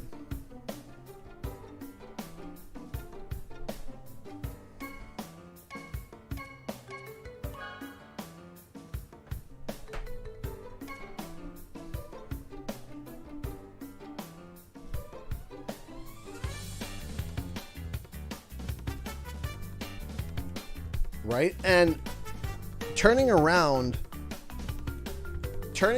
and saying that, oh, well, that racing did more work than the, based on that assumption, which I'm kind of confused about, is stating that the work that was put into racing was more than the work that was put into Rumble because Rumble reused assets from Crash Bandicoot 4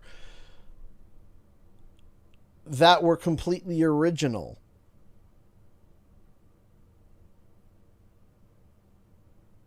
Right? Everything that they've...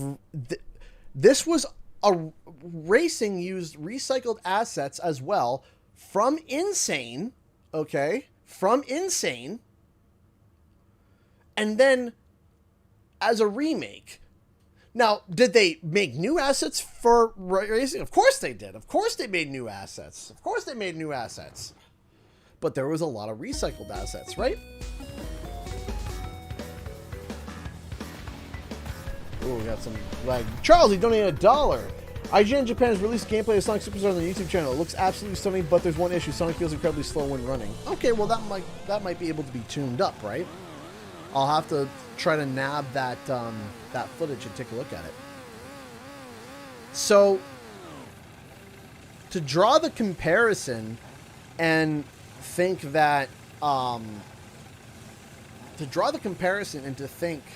that Rumble was less work because it reused themes and assets from levels from Crash Bandicoot 4, which were completely original, even though there were a lot of recycled assets in racing, and it was a remake of another game that also recycled assets. Right? So I'm not sure what it is that you're trying to get at.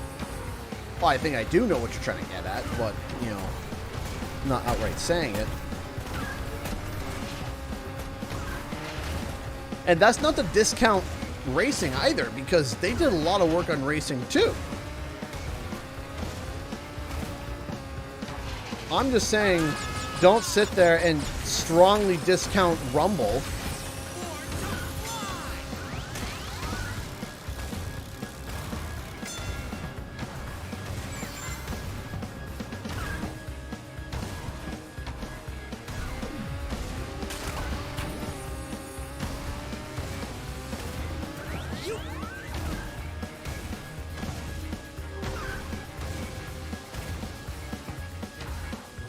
They remade the CNK stuff. Okay, they remade the characters. They're still skins. They're still skins. Again, when you boil it down, Crash Team Racing has 4 characters with a menagerie of skins that have different animations for each character.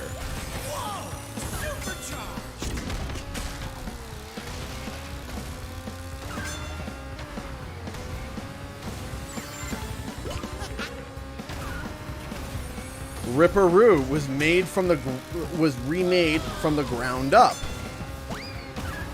right?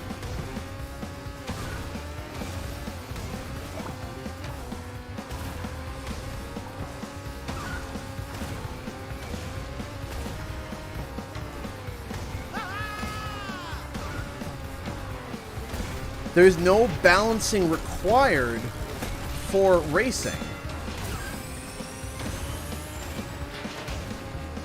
Right? There's no balancing required for racing in terms of each individual character.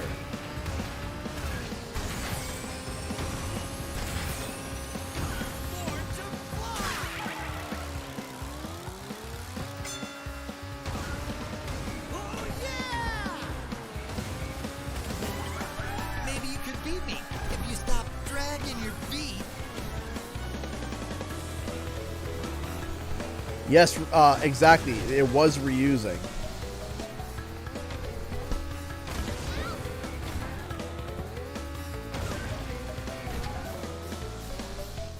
No, they all look different. So many animations, hitboxes, voice lines recorded, and so much more. Rumble's reusing even voice lines and adding a few moves and call it a day. Adding a few moves and calling it a day.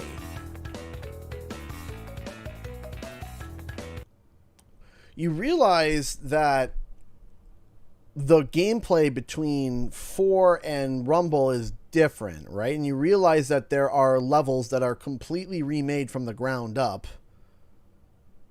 in Rumble using assets from 4, but the hitboxes and the animations and everything is completely different.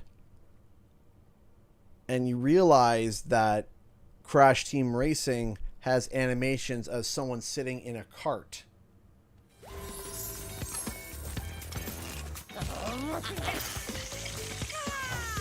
And while they're racing in CTR, it's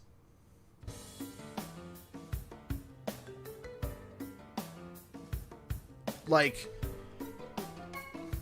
not to discount racing.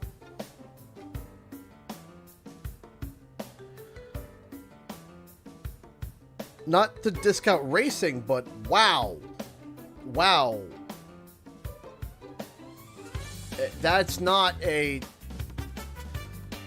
To say that Rumble was just a quick slap together is coming from someone that does not understand game development.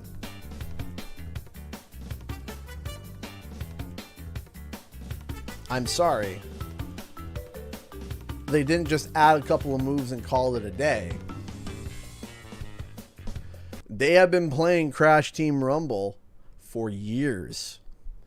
Balancing it, tuning it, fixing it, adjusting, experimenting. How many ideas do you think they went through and were scrapped to get to the final ideation of, hey Chapman, of Rumble? You think that they came up with that in 5 minutes? You think that they just slapped a couple moves in and just kind of sat there and spitballed and had one good meeting and made a prototype and called it a day? You think that's what happened? Was it being developed during Crash Bandicoot 4 development? According to what I know, yeah.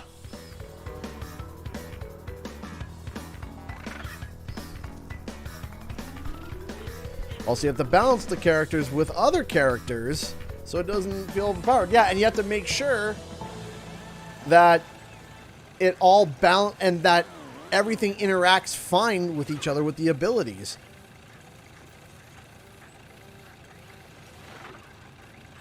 Like, oh yeah, Crash's slide worked just the way it was fine from the original game into Rumble. And when you know it came to it in Rumble, it just worked.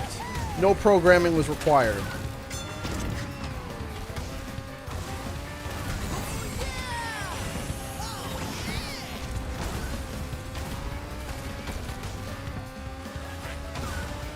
Like, what?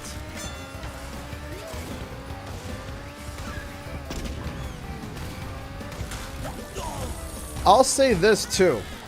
Okay? Ready for this?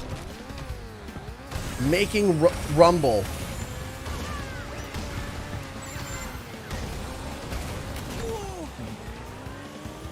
And what I saw in Rumble. Then were you watching Rumble with your eyes closed?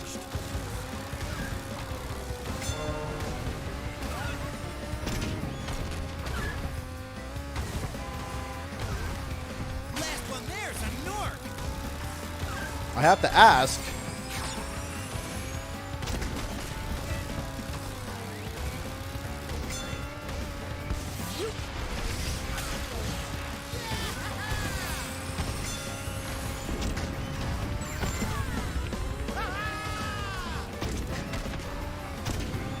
Oh, trust me. I've lost my patience when it comes to Rumble. I've lost my cool. I've genuinely had enough.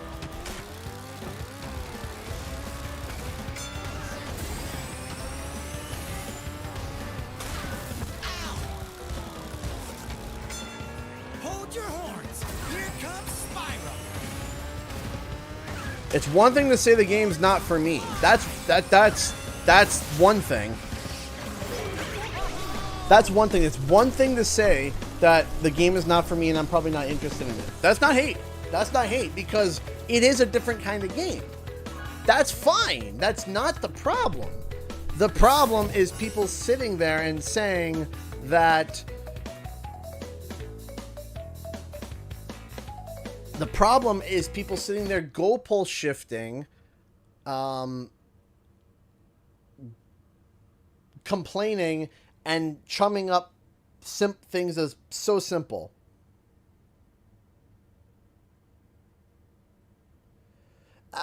Every game reuses assets.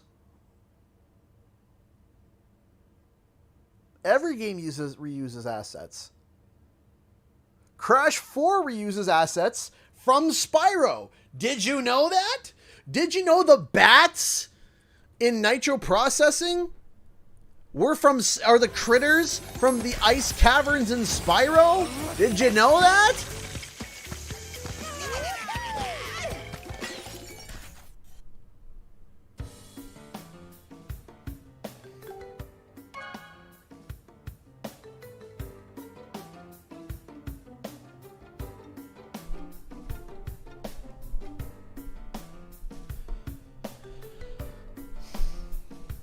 Here's something. I want to show you something. What does that say here? Can you see? How many hours have I put into Rumble according to the PlayStation login screen?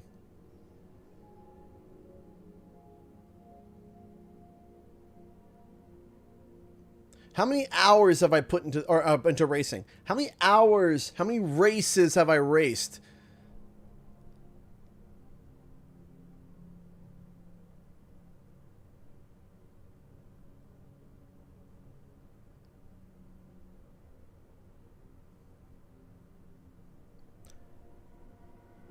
I know a lot about Nitro Fueled. Am I the best player ever? No, I'm not. And I'm not claiming that I'm the best player ever. But you best be sure. You best be sure that I know this game inside and out. I know this game really well. And I'm telling you,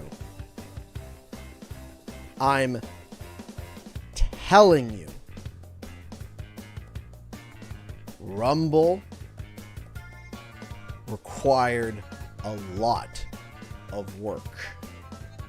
Coming from somebody that has sunken in over 1,200 hours into this game.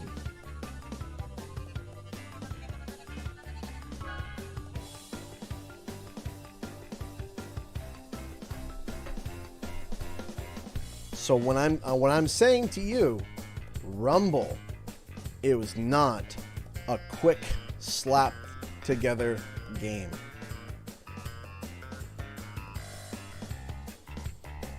I was one of the few people. I reached max level in Rumble over the beta. I hit level 40. I sunk in as many hours that I possibly almost humanly possible without that I've sunk into the game. I sunk in so many hours into Rumble, and I've sunk in so many hours into racing. I've sunk in so many hours, and I'm telling you, Rumble cannot release the same amount of content as racing did. It can't, it won't, and it shouldn't. Do you understand? Every character has a hitbox, movement speed, Wumpa capacity. It needs to be bug fixed. It needs to be tested. It needs to make sure that every character's ability works fine in every stage, in every level, and every future level, and every future character. And they have to come up with a unique kit with every character. You say, was Catbat just slapped together?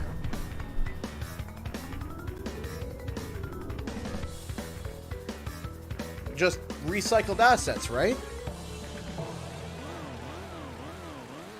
How about Cortex?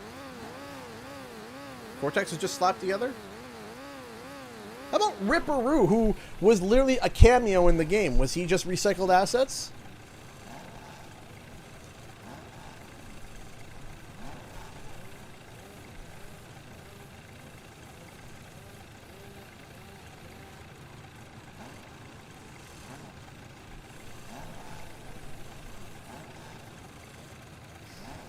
I'm okay with not thinking that the game is going to be...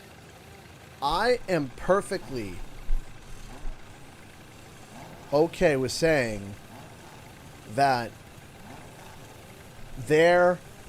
someone's not interested in Rumble. I am perfectly okay with that, and that is perfectly okay and valid. It's not my kind of game. Valid. I don't like these type of games. Valid. I prefer single player. Valid. All valid. I don't like multiplayer games. Valid. All of it's valid. That's fine. And I'm not complaining about that. It's the forced hate and the goalpost shifting that just because it's not something that they expected, they are just so forced to hate it. And that makes me rattled. It rattles me. Especially when it's been nothing but complaining since December. 6 months? 6 months. I feel fired up, Bob. Chapman has been a member for 35 months. I don't know how some people would say Crash Team Rumble is slapped together since it's a new concept game in the series. Absolutely.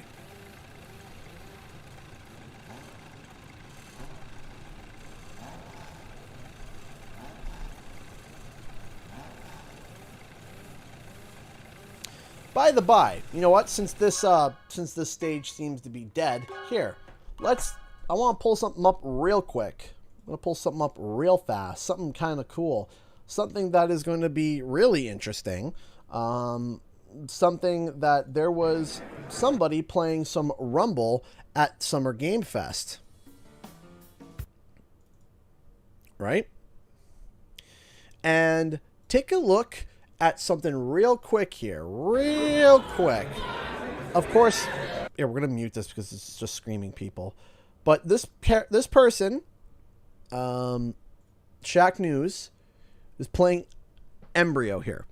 I want you to take a look at something.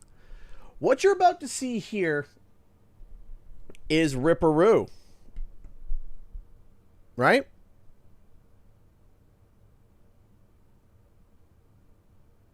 Ready? Ripperoo is booting Embryo. And look, Ripperoo literally, it's hard to see because it's a TikTok, but if you take a look here, Ripperoo is literally jumping into a cannon and blasting them away.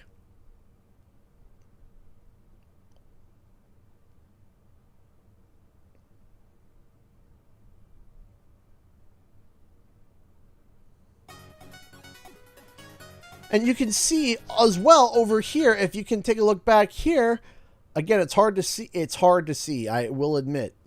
It's hard to see.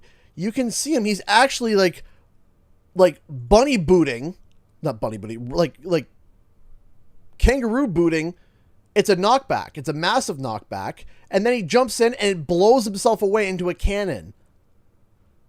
Then you see Brio drink his thing, and then he's able to turn to Monster Brio for about 3 or 4 seconds. Here's the thing. I am not downplaying Beanox's work.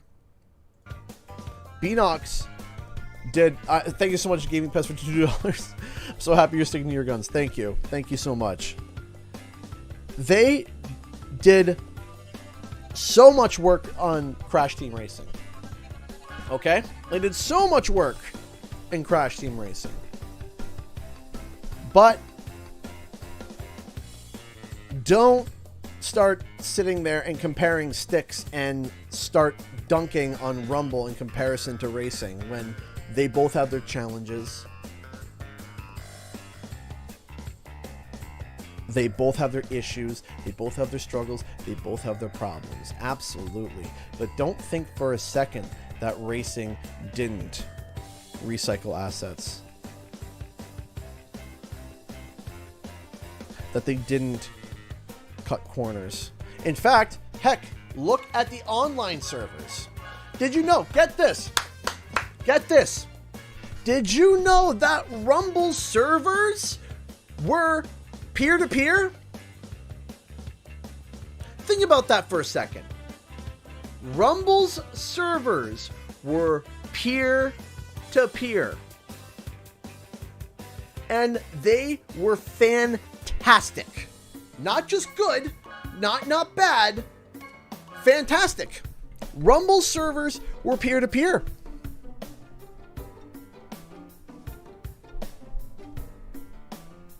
And you think, wow,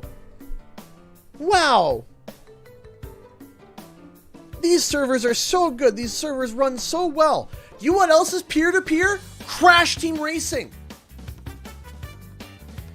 And they're garbage. That is the one thing that I can say is Crash Team Racing's online is garbage. It's garbage. It is hot garbage. How much work do you think Toys for Bob went to make sure that Rumble was stable with peer-to-peer?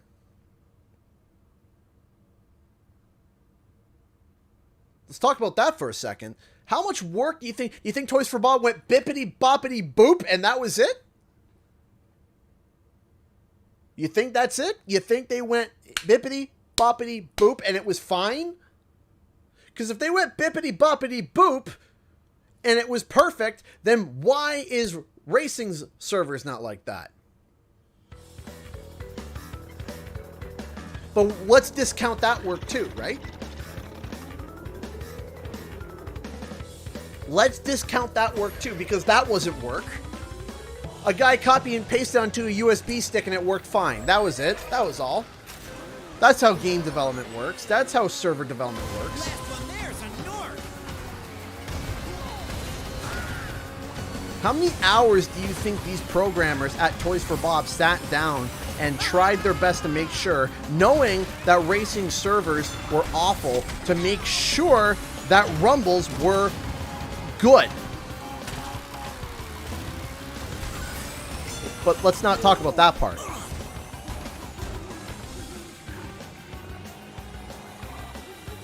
Stuck. Wrong way. Wrong way. Ugh.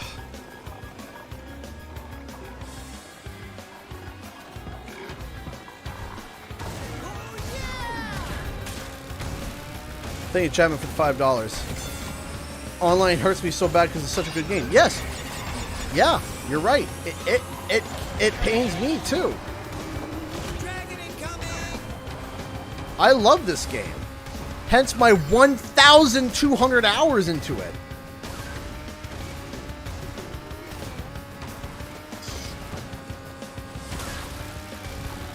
But we ain't going to start sitting here and start discounting developers' work, acting like it was easy.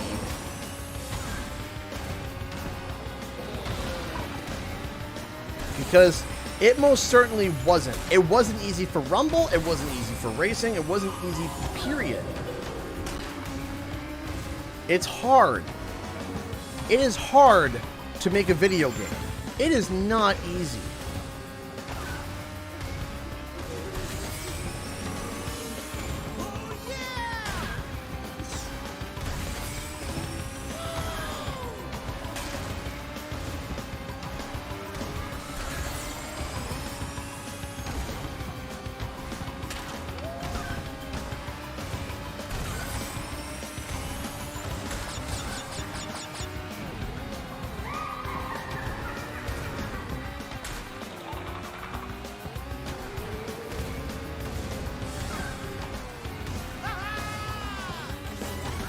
Maybe you could beat me if you stop dragging your feet.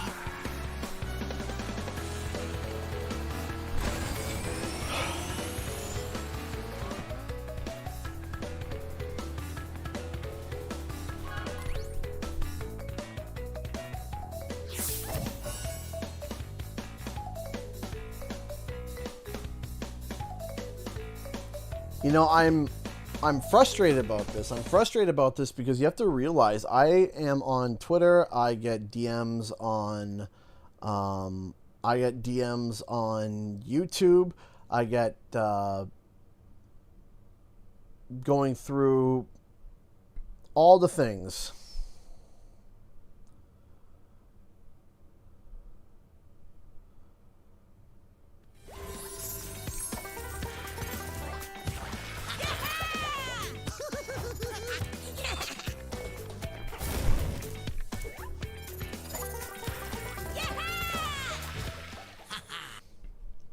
Like here, I'm gonna do, let's do something real quick. Thank you so much for $5. Do you think CTR's online suffered because of the time crunch when it may have needed another 6 months to get online where it needed? No, from what my understanding was that there was just basically Activision didn't have enough money in the budget. They just threw in. It was just like, okay, yeah, you know, we'll throw the game online and call it a day. But also, it's potential because it was in the Alchemy engine. That's possible. I'll get more into that in a second. I want to take a look at something. Okay, rebuilt assets. Let's take a look. Crash Cove. You think all those assets were original? No, I can tell. A bunch of these stuff is from different levels from Crash 3 and 1. How about Mystery Caves? Nope. Those remakes from the dinosaur level. Sewer Speedway? Nope. From the sewer levels from 2. Ruse Tubes. Nope, that's the underwater. That's the shark from Warped. Right? Slide Coliseum looks original. Turbo Track looks original. Coco Park. Don't think that one's original. Maybe. Tiger Temple is not original. No, that's 2 and 3. I'm still unsure about Coco's Park. Papu's Pyramid. Yeah. Not original. Right? Dingo Canyon. Not original. Warped. Polar Pass. A lot of the polar bears and stuff, again, 2. Not a lot of it was original. Tiny Arena. This one might be pretty original. Dragon Mines, not original. Blizzard Bluff, not original. Hot Air Skyway, partially original. There's some aspects that are brand new, but half and half. Cortex Castle, not original. Medieval, that's right. Engine Labs, not original. Oxide Station,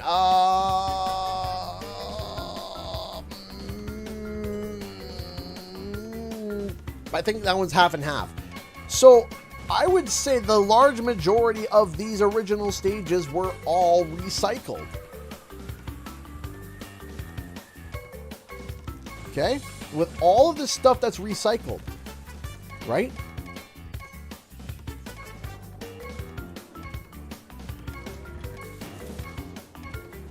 And that drives me nuts. Right? That drives me nuts. And it makes me mad that people turn around and act like as if that, you know, Rumble, everything was completely rebuilt from the ground, or Racing, everything was rebuilt from the ground up. It wasn't. But guess what? Racing reused assets, Rumble reused assets, there's nothing wrong with it.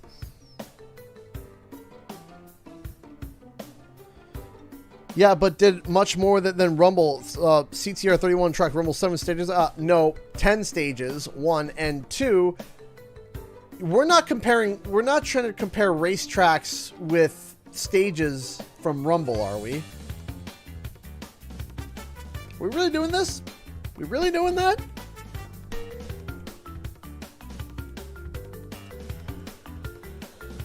Oh, it's right behind my eyes. It's right behind my eyes. Okay.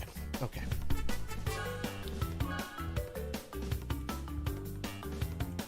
Interactive environments, racetrack, going the same directions over and over again, compared to a free-form, walking around, free cam.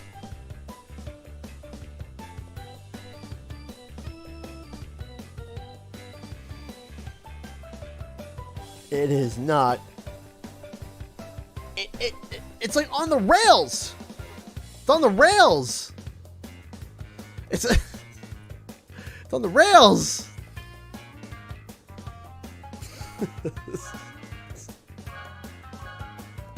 It's a track. It's a race. It's literally called a track. It's literally called a racetrack. It's a track. It's the same direction. Did you go? Charles donated £2. Did Beanox use Vivi's alchemy for it? Yes, they did. They did. They did use alchemy. They did. That's why Spyro doesn't look the same, which is something that I have been saying. That this was something else that this is something else that drove me up the wall. Is when I said it looks like Unreal Engine, and people kept telling me stop saying that. Stop saying that, stop saying that, stop saying that, stop saying that. I'm like, no, you don't get it. When I say it looks like it's an Unreal Engine, it means that Unreal Engine has shaders, has lighting differences. It's all different. It's different than what was compared to Alchemy. That's why when I said when we saw the stuff first come in for Crash 4, I was like, hey, this kind of looks like it's going to be an Unreal. And I was told that I was stupid. And then when they released Spyro for racing, you can tell that he looks different. His colors aren't sitting right. It's the same model. It is the same model. They look like, yeah, it's the same model. But the light hits them differently. The shades aren't quite the same as Reignited. And the reason why is because it's a different engine. Different lightings, different gradients, different setups. It's all different. It's all different. It's all different. Anyway.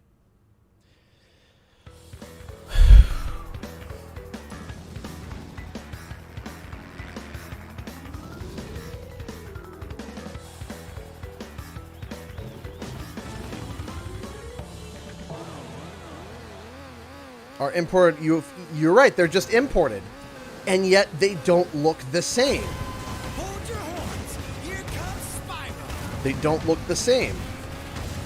The colors aren't quite right. It's not that they're bad. Just Spyro has almost like a plastic look to it. Almost. He almost looks like a bit like a toy, and there's nothing wrong with that. But it's not quite the same. But, like, look, this is a track. It's a track with walls on the side of it. It's not the same as a platforming stage.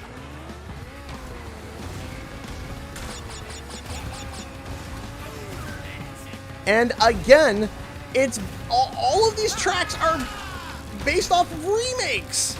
They already had the design for the track. Like, they already had the design of the track was done. The design for the track was already done because it's a remake. You're like, okay, we got the shape of the track and we also got the art direction for the track. We already know the idea of what we're doing with it. We just need to expand on it. And that's hard. That's difficult to do because you're expanding on someone else's idea. But the foundation of the track was already there. Rumble's stages are all original stages. The hit markers are different. The hitboxes are different. Yeah.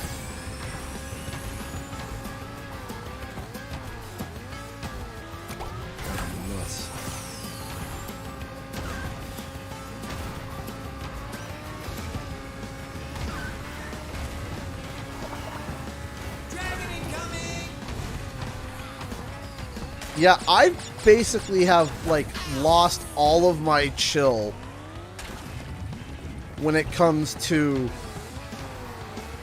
the unbridled hate for Rumble. I just, like, my eyes start to cross at this point now. Like, I remember someone saying, if this game doesn't launch with 6 maps, it's gonna die. Okay, they turn around and they're launching with 10 maps. And people are like, yeah, game's gonna be dead. And I'm like, you literally just said it needs to have 6 maps. They just announced 10.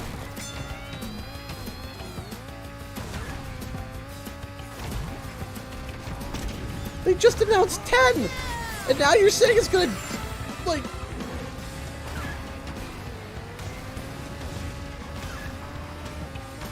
Yeah, again, when I shifted over to my PlayStation version from PlayStation 5, for some reason, all my progress went goofy. Also, and some people were trying to say, well, it's not really a comparison. No, I'm comparing it. Someone said, don't compare it. I'm like, oh, I'm comparing it. People are complaining about Rumble, right? People are already complaining about Rumble. They're complaining about Rumble. They're complaining about Rumble. Overwatch came out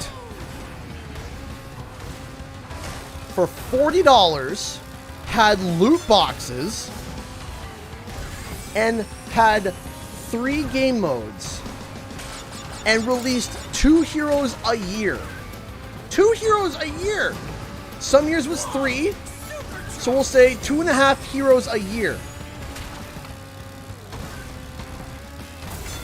And went on to become one of the biggest online multiplayer games to ever exist, ever. So Chapman for the $2. Small brain goalpost movers can't be argued with. Yeah, I know.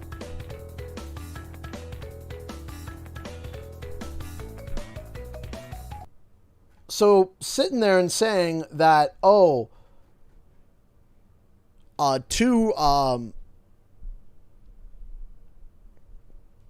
then Overwatch 2, it's now 4 characters a year.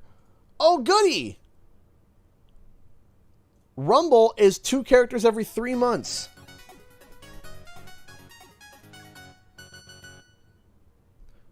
So 3, 6, 9, 12. 2, 4... 8 characters a year. Oh, yeah. 8 characters a year. And launching with 10 characters.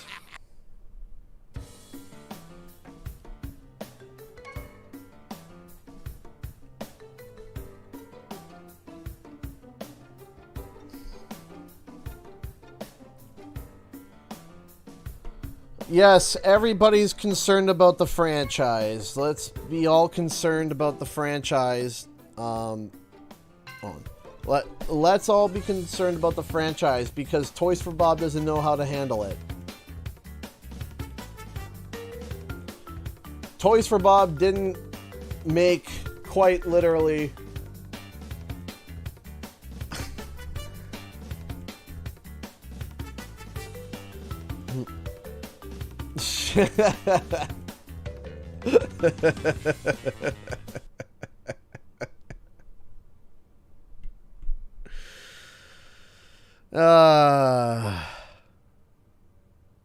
That is hilarious.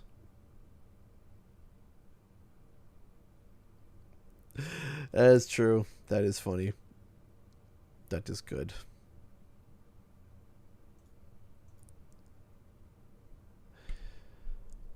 Oh, I'm concerned about the franchise.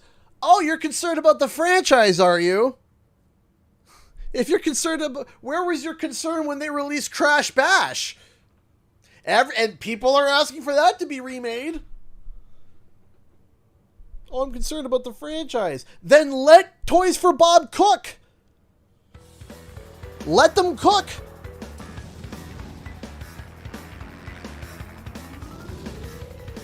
They released Spyro Reignited, which is absolutely amazing. They are the first modern day company to make a brand new Crash Bandicoot game that is in the spirit of the original Naughty Dog franchise. And not only did they do well, they matched the scores of the original Naughty Dog games critically.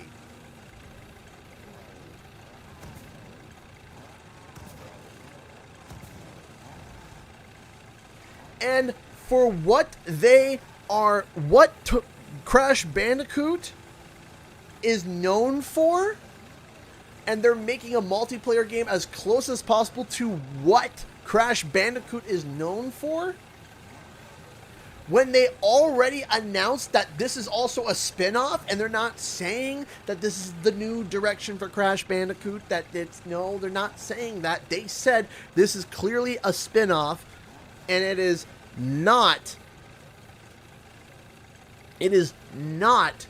the end-all for the game. It's a spin-off. For goodness sakes. It's a spin-off. Dad jokes don't need a dog. Let's get some positivity going. There's a brand new quiz game coming to platforms where all your friends can join in. It's called Crash Bandicoot. Bandicoot.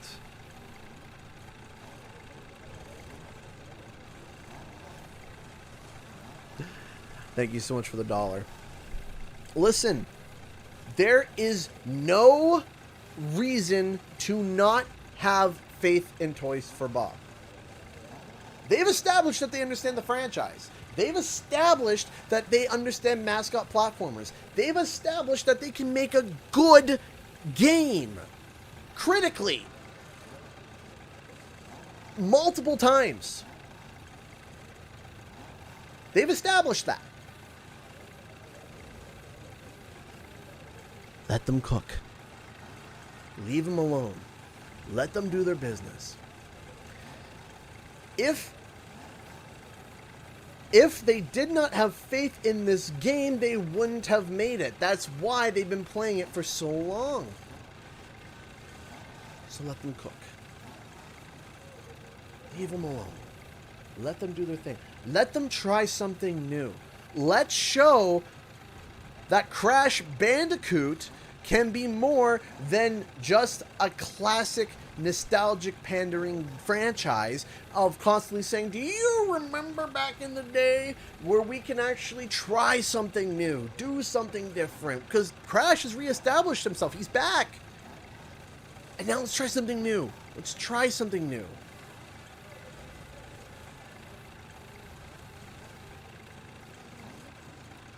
Leave them be. Leave them be. If the game was bad, do you really think that they would let them work on it all these years and let it cook and let it develop and let the flavors percolate? If anything, if this was handed to somebody else other than Toys for Bob, I would be like, yeah, I'm worried about the franchise. If this was handed to some schmo studio and then they came up with Rumble, yeah, I'd be terrified.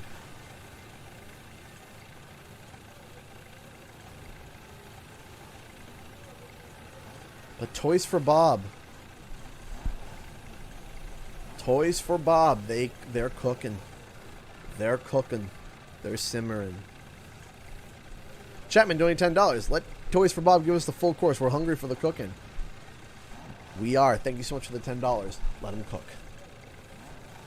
Let them make something. Let them experiment. Ignore the haters. Let's just wait the 10 days, set up a 12-hour stream, and get ready to rumble. Thank you so much for the £5 super chat. I appreciate that.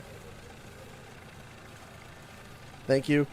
Thank you. Thank you so much for the £5 super chat. I appreciate that. Thank you. Thank you. Thank you. I know I'm kind of riled up. I get it. I'm riled up.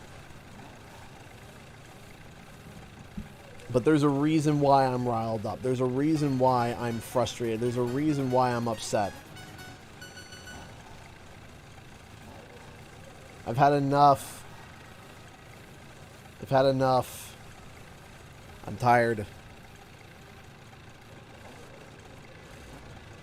That's okay, Crash. Don't worry about that. Just, I've had enough.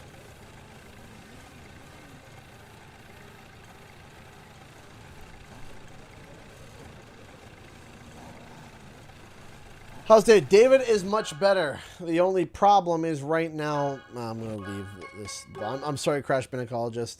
I'm disconnecting from the lobby. I'm just a little bit upset because right now Hope just spiked a fever. So I'm like, great.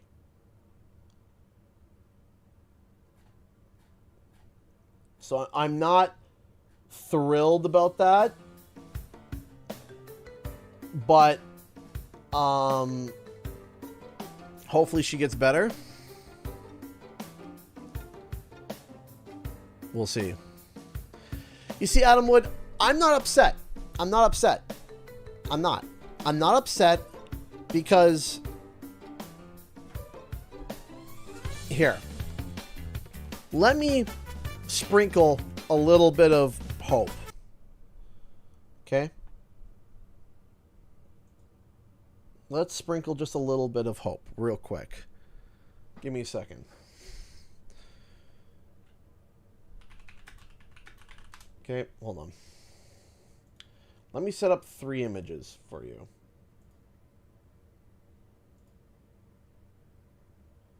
Okay, so we got this.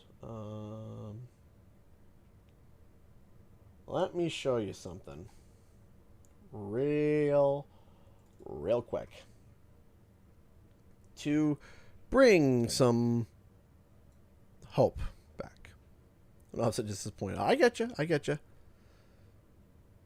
Thank you so much, Elena, for the $2 donation from Crash. Aw, thank you, Elena and Crash. Okay, so we got that open. Give me a second here. I gotta pull something else open. I'm gonna pull this open. And what is it that I'm looking for? I'm looking for the Toys for Bob tweet.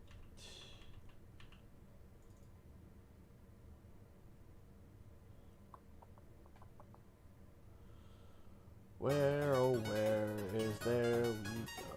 There's that. Okay, and we're going to pull up one more thing. One more thing. One more image, and I'm just going to quickly, very quickly break it down. Take a look, see at this. Okay. Okie dokie artichoke. Let's take a look real quick. Okay, so here we go. What we have here is a litany of logos from what we found in the background of Crash Team Rumble. And months ago, and I do mean months ago, right? Months ago, we theorized that each logo represented something. And it turns out that we were right, right? We found out that this ringlet here belonged to Catbat, right? The tablet belonged to Coco. And as each character came out, Cortex, Shorts, and then female Entropy. Then we found male Entropy. So we predicted, okay, male Entropy will be coming. The Leaf, we're still unsure. We think Papu Papu. The Beaker, Embryo, right? The Rocket, Engine. Now, this was all before they confirmed any of these characters. The TNT Crate, which is Ripperoo. They just announced Ripperoo. And again, these are from months ago. And I mean months ago. Okay. I'm looking here, date modified. December 12th. Like these, like when I made these images, it was created on December 30th. Modified December 16th. That is weird, but you get the point, right? You get the point, right? December, okay? So this was when, like, the game was just recently announced, okay? So, again, we have Ripperoo, and then looky here. A wing. And now some people were saying, hey, that's probably Catbat's wing. And I said, no, it is not Catbat's wing. That is Spyro's wing. And we confirmed it, and we matched it, and showed that it matched Spyro 1-to-1. And if you didn't believe that, well, that was Ripto's amulet, and we matched that 1-to-1. Okay, cool. So.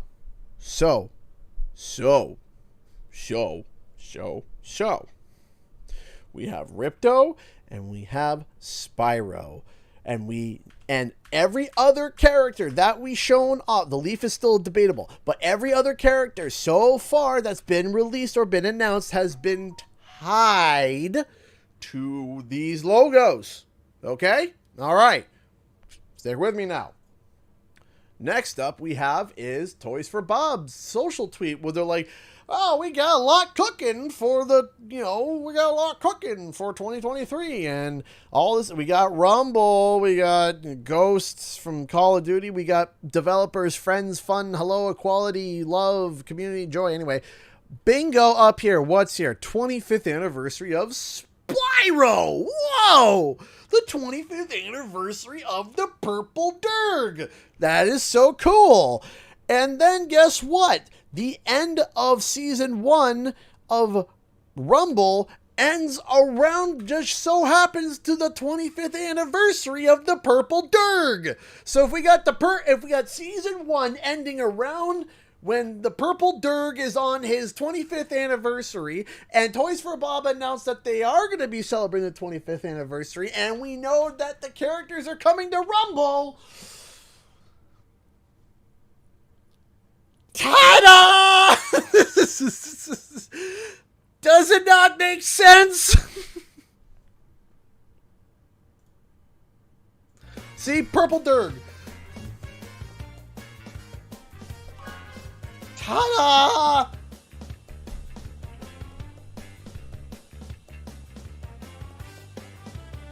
And then, on top of that,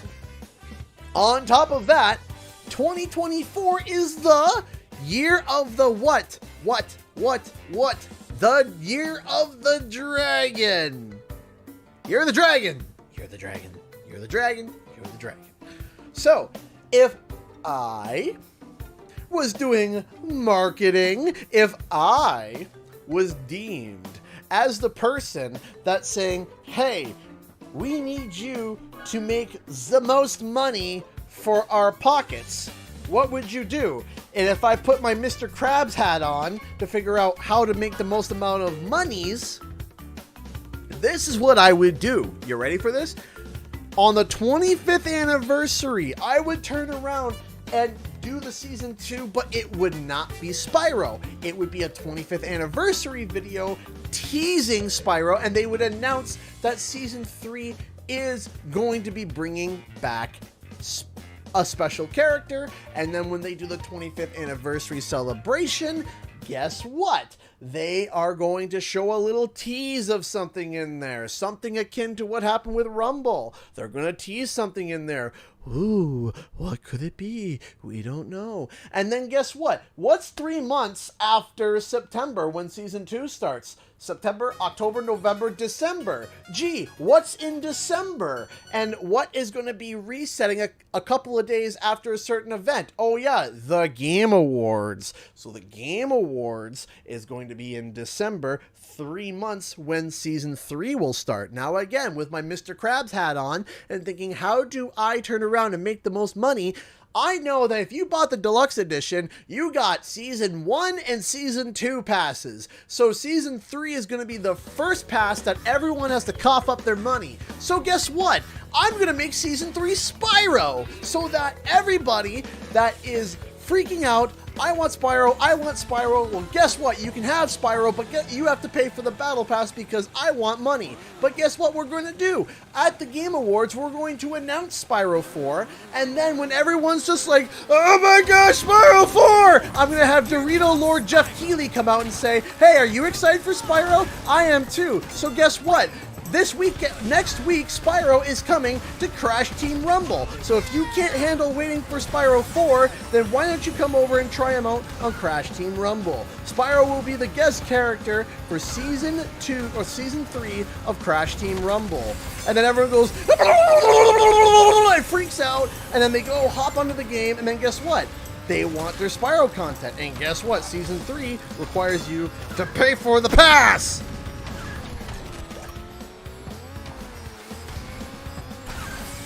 It's there. And then guess what? You announce the game during its 25th anniversary, and then you release the game during the Year of the Dragon. and then you cross-promote Rumble with it. Bada bing, bada boop. The marketing is already written. Thank you. I'll sign my checks, Activision, for my idea. You're welcome. It's there. It's there. It's already there. It is like, it is so like if they don't do it, I would be mad because I'd be like, wow, it's already there. I am giving money to Activision on a silver platter for this plan. Thank you so much, Chapman, for the $5. They took our derg! Yes, they did. Shout out, donated $2.20. December is Christmas. Santa confirmed for CT Rumble. Oh, yeah. It's all coming together. Oh, and the reason why Ripto is a character, which, come on, let's figure this out. It doesn't make sense. Why would you make Ripto one of the playable characters? There has to be a significance to it because you have Hunter, who literally has a bow and arrow and literally goes pachoo, pachoo. You have Agent 9, which literally is a playable character. You already have his model, you already have his moveset, and he's got a gun. Just make him work like Ratchet and Clank, and you got a great character for Rumble. Done. You got all of these characters that you can have for Rumble. All of them. And yet you choose Ripto. And the only reason that you would pick Ripto as a playable character is because he has a significance in Spyro 4.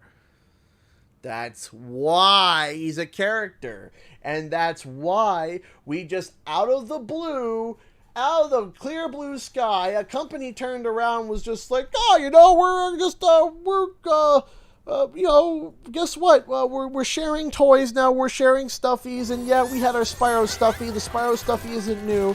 But we just decided that out of the blue, that, hey, we're going to throw Ripto in there. Let's throw in a Ripto plush. For no reason. Just a Ripto plush. Out of the blue. No other character, just Ripto. No reason.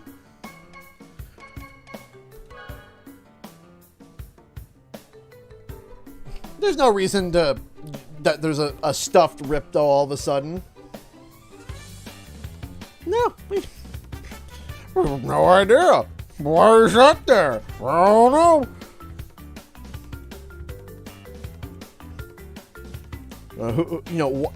Why Ripto? So you have Ripto coming to Crash Team Rumble. You're having Spyro having his stuff come out literally during the 25th anniversary. You literally have everything all lined up. It's all there. It's all there. It's all lined up. The Gaming Pass $22. Spyro 4 is a Dragon Fly remake. The world will burn. Hey, you know what? If Toys for Bob's doing it, go for it, man. It just means that they have to add 4,000 things to make it playable. And guess what? It's got the Toys for Bob charm for it. So you know what? Go for it.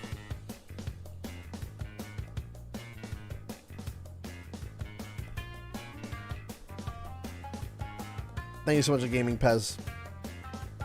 Though it would be a great meme. I will say it would be a great meme.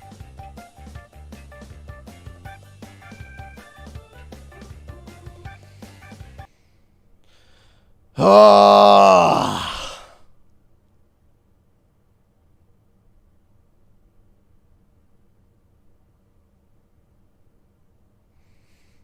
His pent-up rage is the perfect insulation. I thought you were talking about me for a second there, Mystic Moon. Because of just... This last hour and a half has just been an extended CGE rants. That's it. That's all it's been.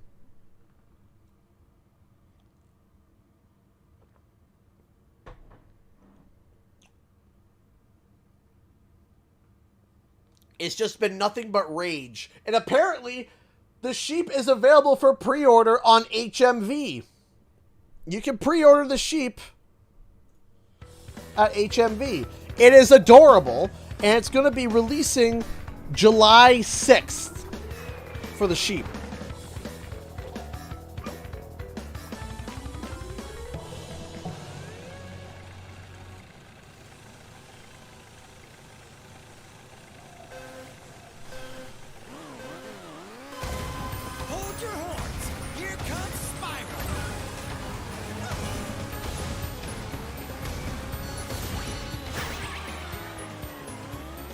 Welcome to our special 4-hour edition of Q&R. Yeah, basically.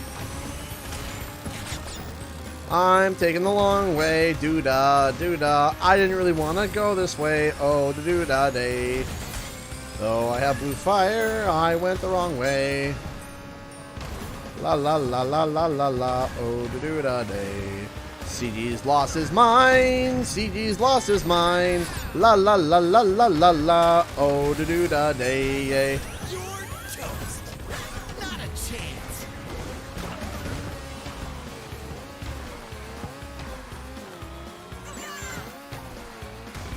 CG's lost his mind. CG's lost his mind. La la la la la la la.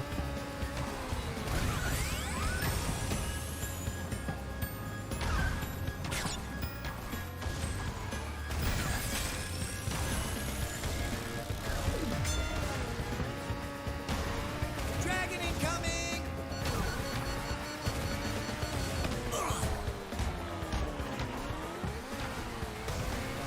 Whoa! Supercharged.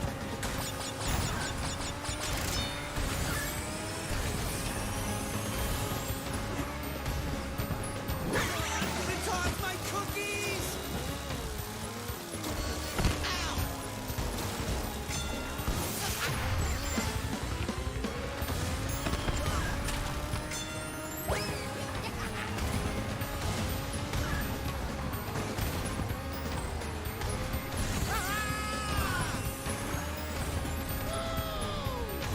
Oh, come on!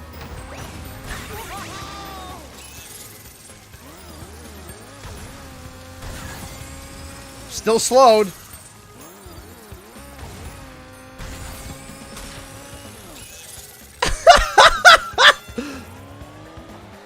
Can I go? Okay, thank you, game, for allowing me to go. I appreciate the permission to be able to go.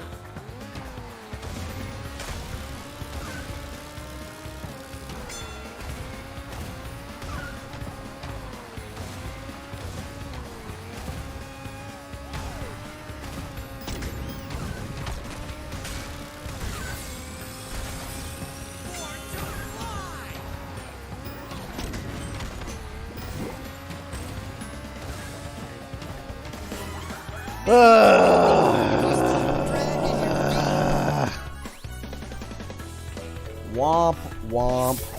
Anyway, yes, you too can buy a sheepy plush for 20 pounds.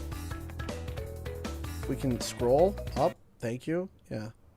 There we go. HMV, 20 pounds. Let's type Spyro and see if anything else pops up.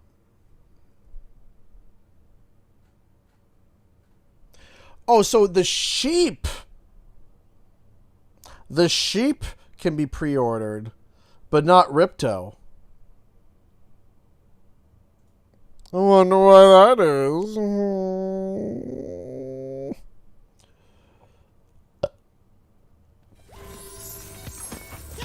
Rumble does need to do better marketing. I do agree with that.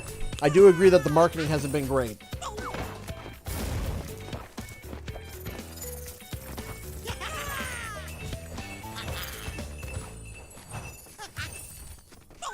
I do admit that they could be doing a lot better with the marketing.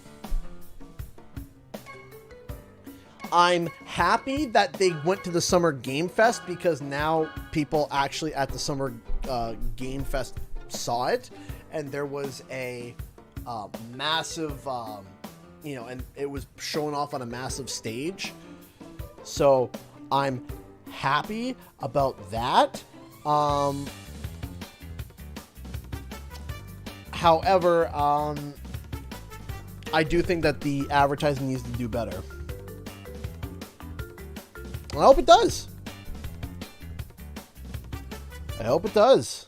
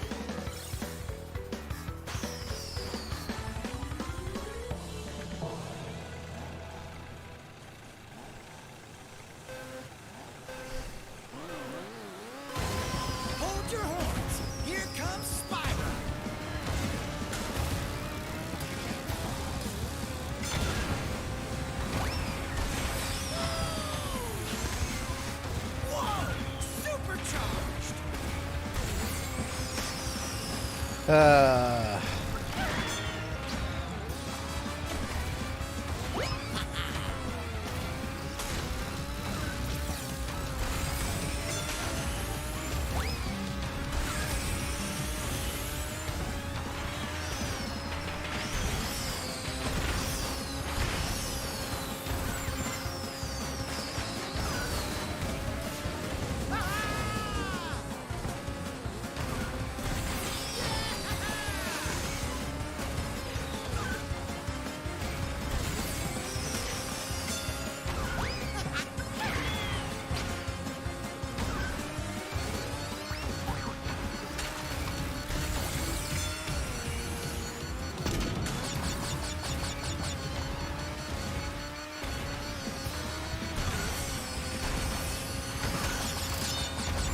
Jeez.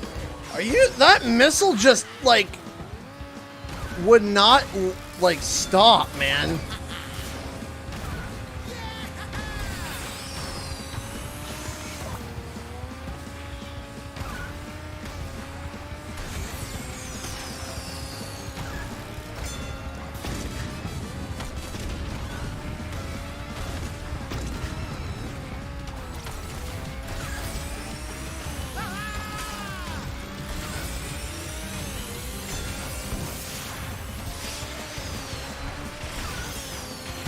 Yeah, that missile just would not let go. Ugh. Maybe you could beat me. Oh, definitely the little green monsters coming out to play. A little bit upset here. All right.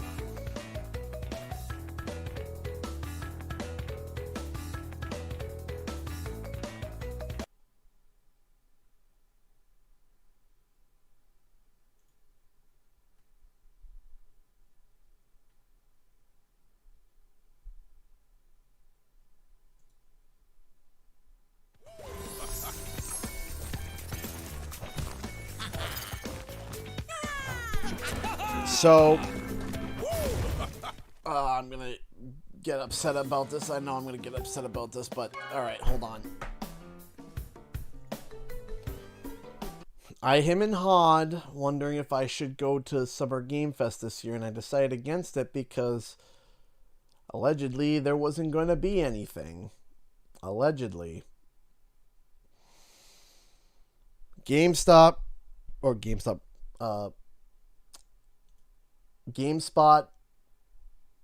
just shared this. It is gameplay of Bogged Down. We can see a skin for Embryo. It's a caveman skin, which is absolutely hilarious. But they also posted 8 minutes of Bogged Down. So why don't we review it together? All right. Let's take a look, shall we?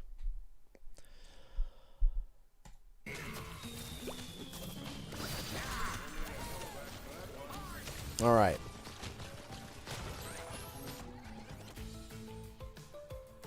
All right, so let's take a look here.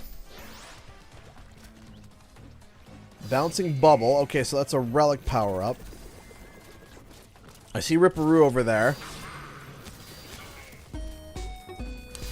$. Thank you so much. I appreciate that. One of the few Streamlabs donations tonight. Thank you. And thank you for evening out the bar to $40. I appreciate that. Thank you. All right. If you guys got lag, refresh. It's not on my end.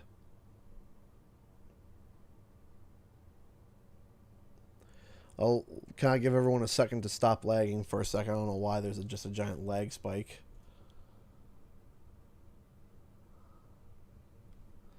It's working now. We good? We good now? I'll even come back. Okay. Yeah, refresh worked. Okay, we're good now. Okay. All right. Again, thank you so much for the $5 from US. I really appreciate that. Just in case you didn't hear my answer because of the lag spike, I do think that there's going to be rewards. I think it's going to be hard to comprehend a leaderboard unless they do like competitive teams. like pre-made competitive teams. All right, here we go. Let's get back to.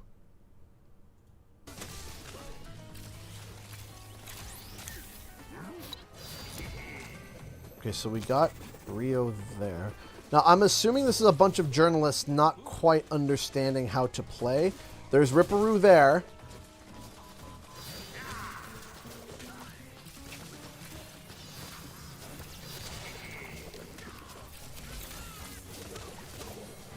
Man, female Entropy, she's got a giant projectile. Like, when she comes down and smashes the ground, all the orbs that come out, jeez, man.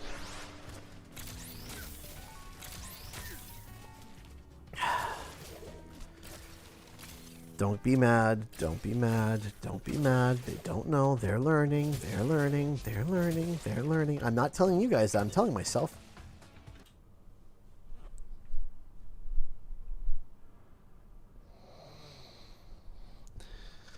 I'm having flashbacks of Crash Team Racing.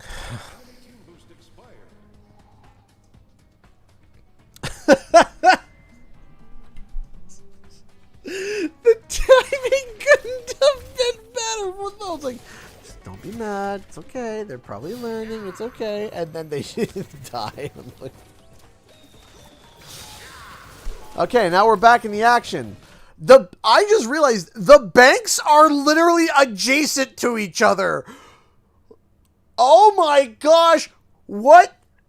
Who thought this was... Oh my gosh. I just put two and two together. The banks are adjacent to each other.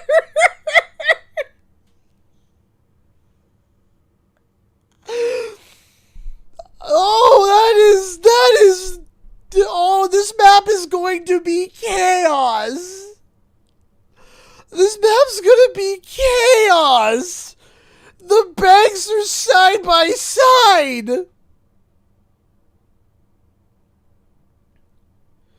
You can literally throw Greg into the middle and it's going to hit both banks. What is happening?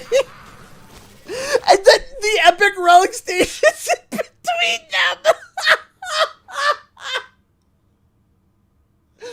I just put that together too. So you have the banks, dense in the middle with the epic relic station. I am dying. Oh, this is...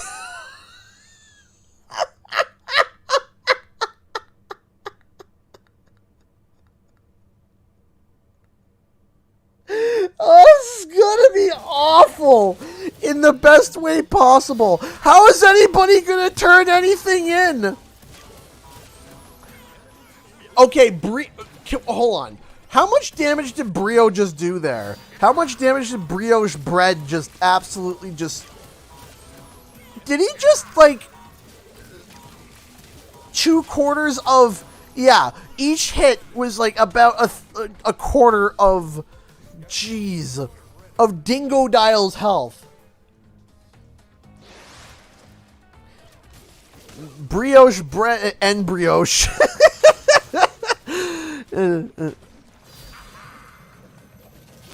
Yeah, Greg, there you go.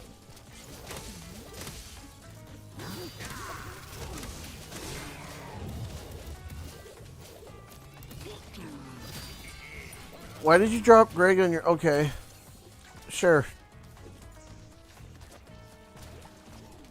Please. I am trying to be... And we got the pixelated skin there. Okay, enemy Wumpa Bat. What is it? What is this thing doing? Wait. Enemy Wumpa Bat. Okay. Is it coming to deliver 1,000 Wumpa Fruit to the bank? So that's how this is how you win. And then you hit it and it reduces the amount of Wumpa Fruit.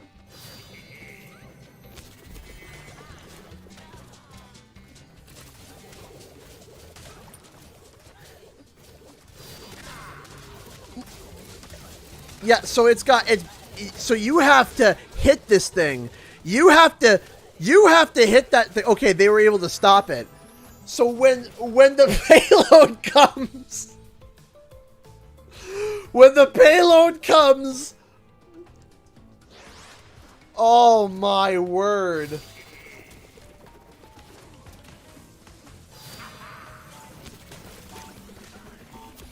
Don't touch! I can't say anything.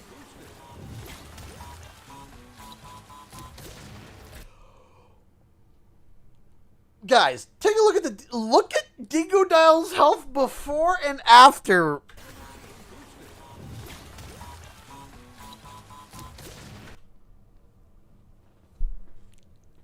Ow!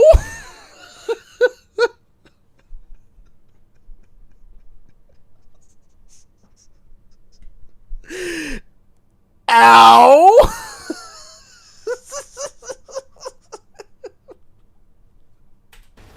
That's a lot of damage.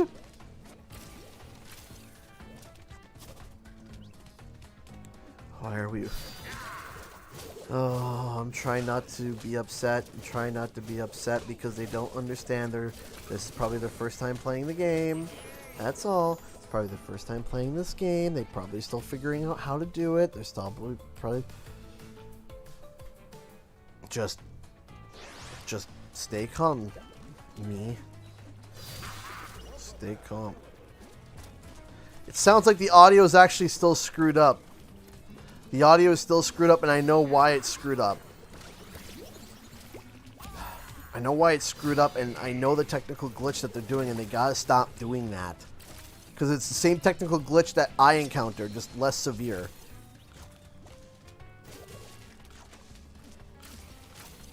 There, okay, now we're kind of exploring.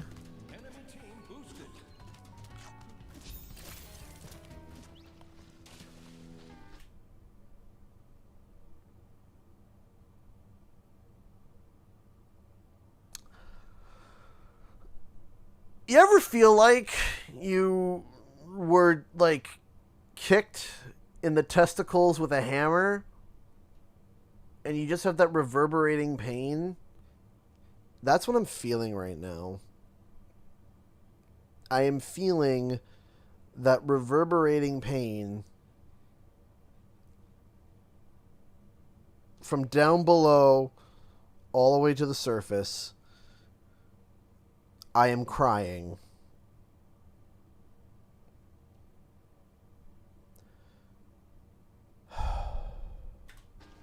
Okay.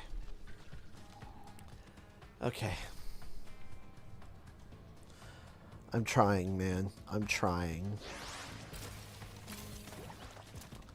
I am trying.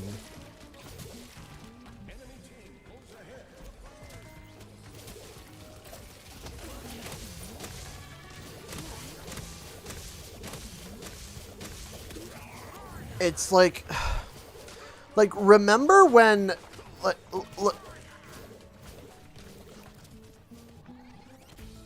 we couldn't have get footage of anybody else on the team, anybody. I would rather be in the point of view of the gunk running around of Embryo.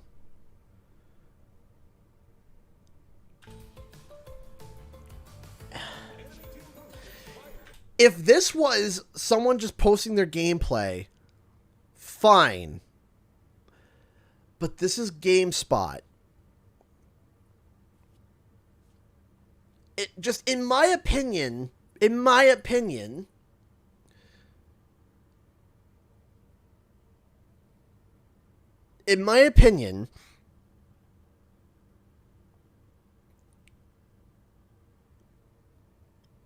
wouldn't you want to try to make sure that you got the best looking gameplay? Wouldn't you want to make sure that you're like, yeah, we want to make sure that before the game comes out, that okay, we just saw on. Okay, whoa, what's going on here? Hold on. So let's take a look here. Fresh baked cookies. I think I need a half a dozen of those to stress eat about this one, Elena. Thank you for the $2. So, okay. Watch Ripperoo. Okay, I just want to see this fuzzy marsupial launch himself. To the right. Look how far he goes. Did you hear his little laugh? Oh, did you hear that? Listen. Did you hear his little laugh? Did you hear his little laugh? Take a close listen.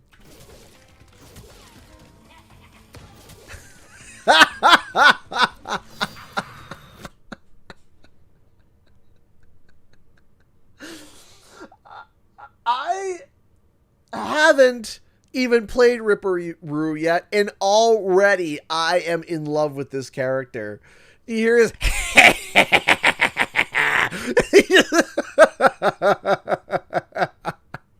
and then he just launches himself.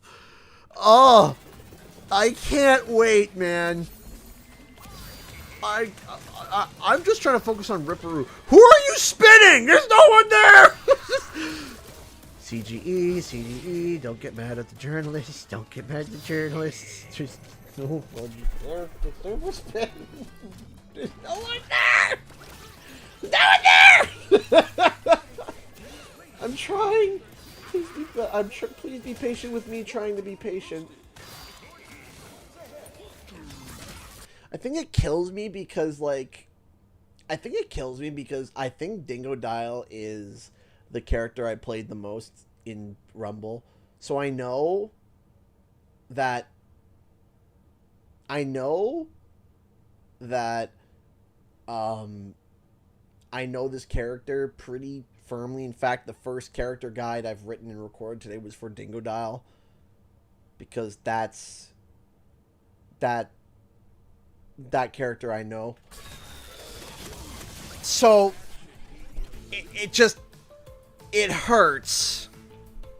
It hurts. And also, by the way, this is the longest Rumble match I've ever seen.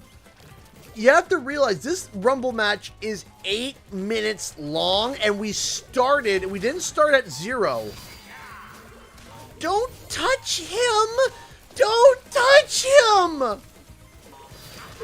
There we go. No. Okay. When someone's got the TNT crate on their head. Also, new power. That it's a dumpster can that literally just starts raining garbage. We now need Danny DeVito. I'm the trash man! I show up and I throw garbage.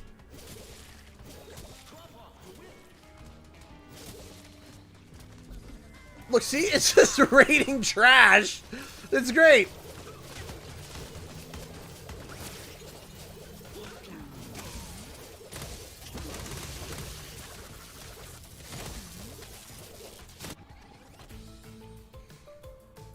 It's raining garbage. I mean, that'd be a pretty good counter to Greg, wouldn't it be? Like, you know, when you summon Greg, you just start raining trash.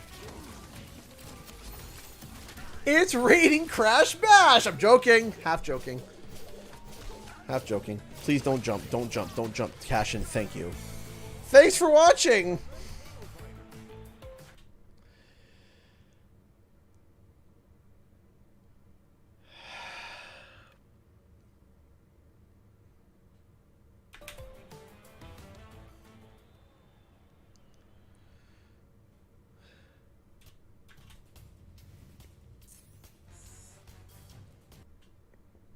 I wonder if they changed anything here.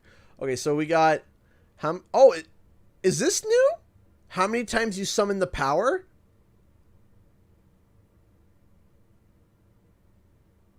Is that new?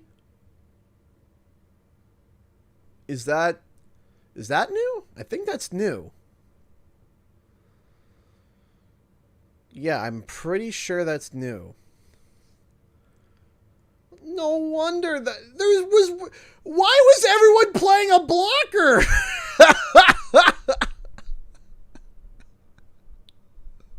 Okay, so Brio over here carried with 19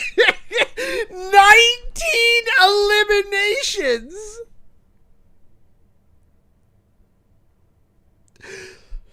Did this Brio really just walk around with 19 eliminations? 19 eliminations! The team's total was 24! And Brio got 19 of them! Like, bro, diggity dog! Jeez! That's terrifying! That is terrifying. And how did Ripperoo, who's a blocker, cash in 1,100 Wumpa Fruit? 1,100! We have no idea, QC, we have no idea what the cooldown is. We have no clue.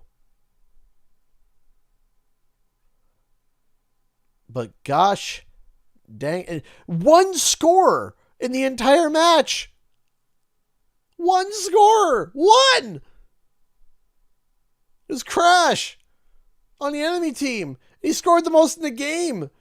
This guy's back is literally broken for how much he's trying to carry. How did they lose that, though?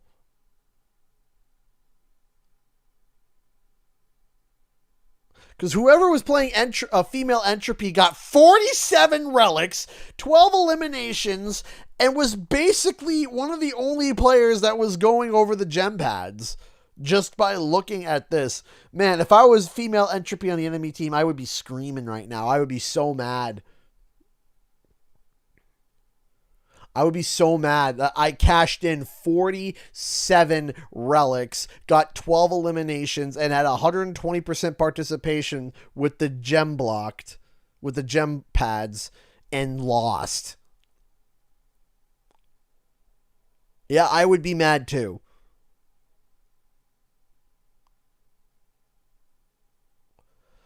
But you have to realize where this game started. The match started. The game was already started 500 to 334.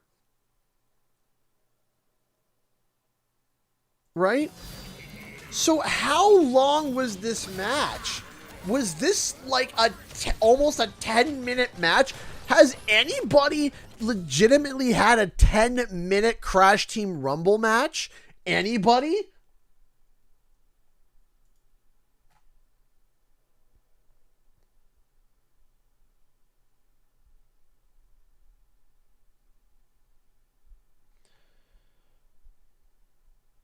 Oh no. Oh, already. So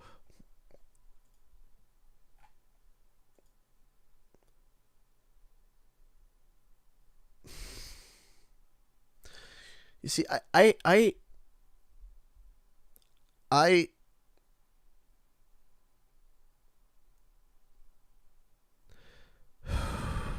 okay. I hate being diehard fans sometimes. Crash Team Rumble is an upcoming online multiplayer game. The game is being developed by Toys for Bob, who were behind Crash Bandicoot Insane Trilogy.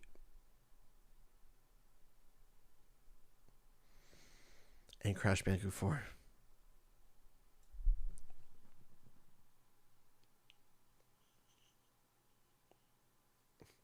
I hate being a diehard fan sometimes of things. Because small little... let me find the... No. Where's the... There it is. Small little things like that kind of just... No, with the wording, the game being developed by Toys for Bob, who were behind Crash Insane. They weren't behind it. They ported Insane, but they weren't behind it. When you say behind it, it means they created it.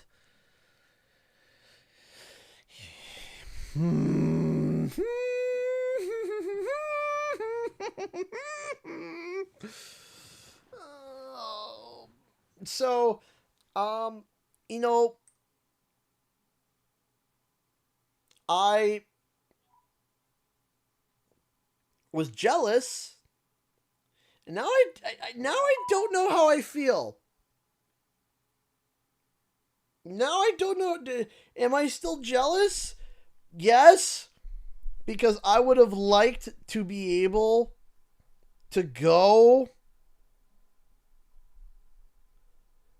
and record and be like, hey guys, here's the gameplay. And then the only gameplay thus far that we've gotten from a journalist. And I know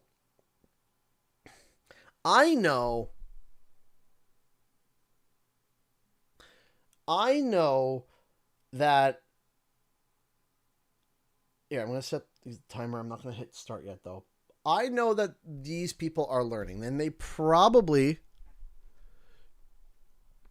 and they probably didn't try the beta, right? And I get it. I totally get it.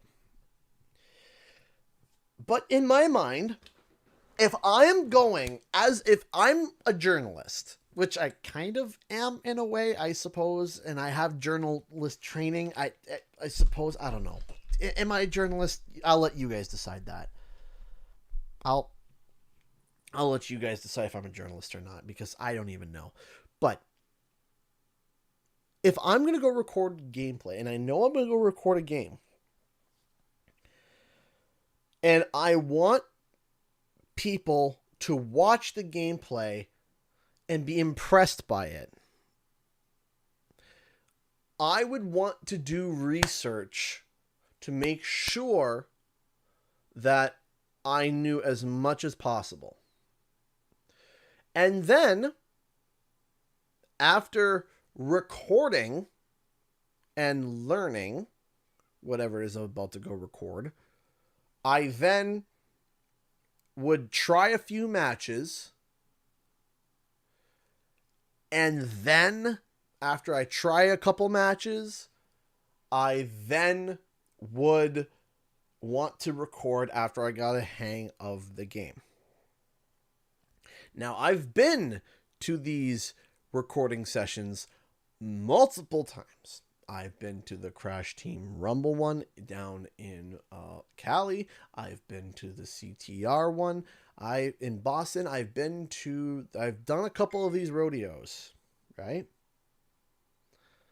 I've done a couple of these rodeos. Before I went to each showing, I tried to do research and tried to play a game that was similar or as close to what I was about to play as possible, so that when I recorded it, I knew what I was talking about. Before I went to Toys for Bob to go record Dino Mines, I played Spyro. Even though I played a whole bunch of Spyro and I knew Spyro like the back of my hand, still before the trip, I played Spyro. I just wanted to make sure that I had it locked down. Before I went to go record for CTR, I played and streamed the original CTR over and over and over and over again, so that I could know how to power slide and I know the mechanics. Before I went to go record for Crash Bandicoot 4, Crash Bandicoot, before I went to go to record for Crash Bandicoot, Crash Team Rumble, I played Crash Bandicoot 4 over and over and over. I streamed it. I played it. So when I got there, I was warmed up and I was already ready to go. And then, even when we did the virtual session for Crash Bandicoot 4, do you know how many times I replayed Dino Dash and the Frozen level? I can't even remember the level name anymore, but the Frozen level, the two games that they let out for the demos. Do you know how many times I replayed those levels so that when I could actually show the gameplay, that it was the best possible. Shit happens. You guys should see, I probably had about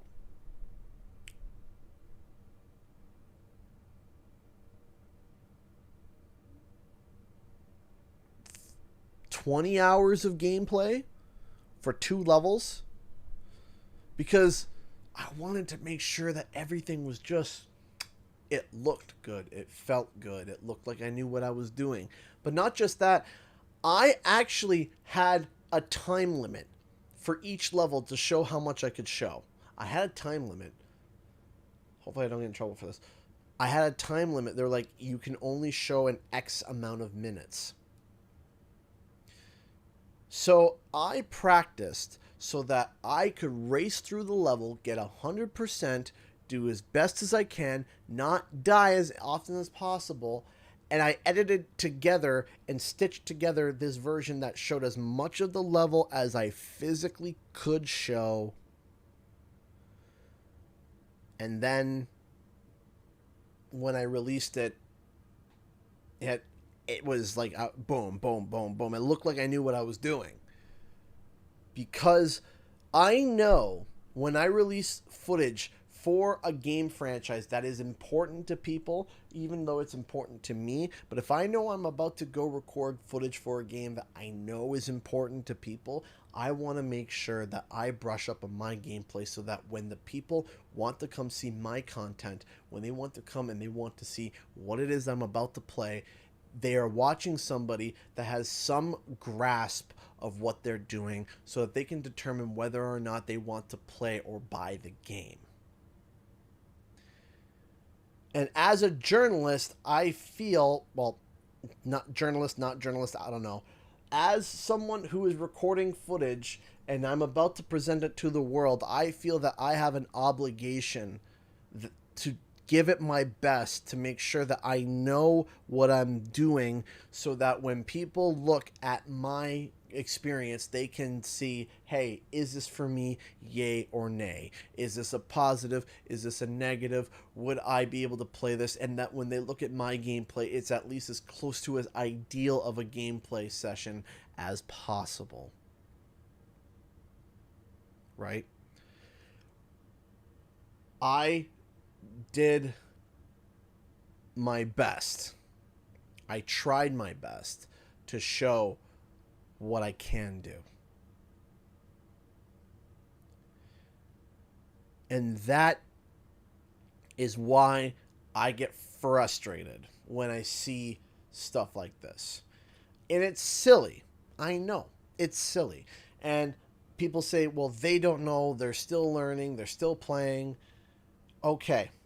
I get that. And I understand that.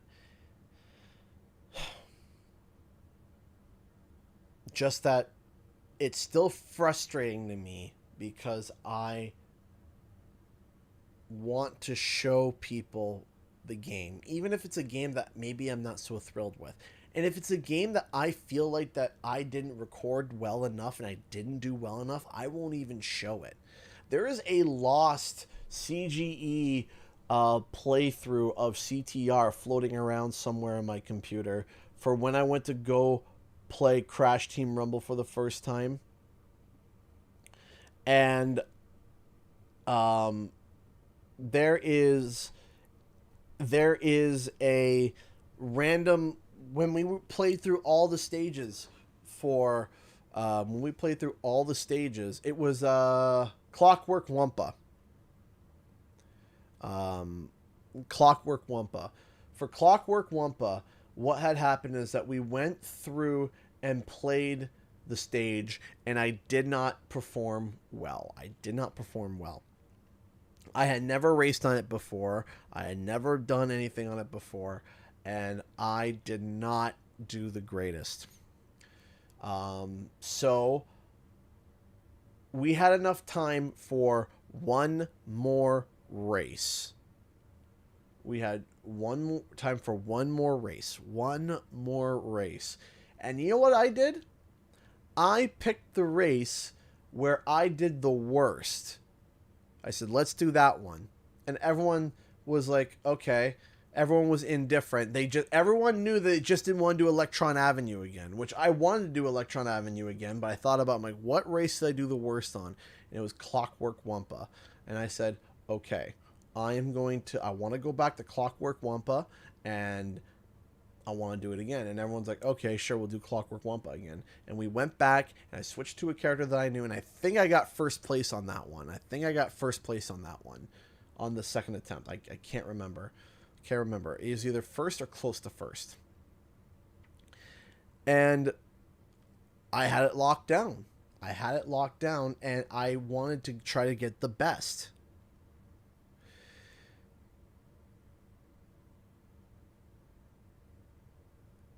You want to relearn, you want to get familiar, you want to do your best so that when you are going to go preview this game, because this is a privilege. It's a privilege.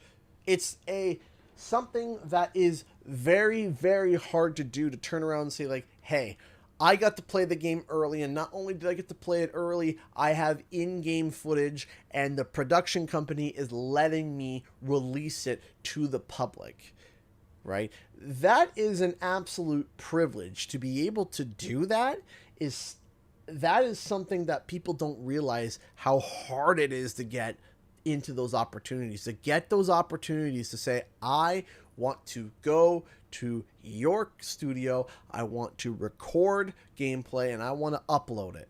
And the game's not out yet.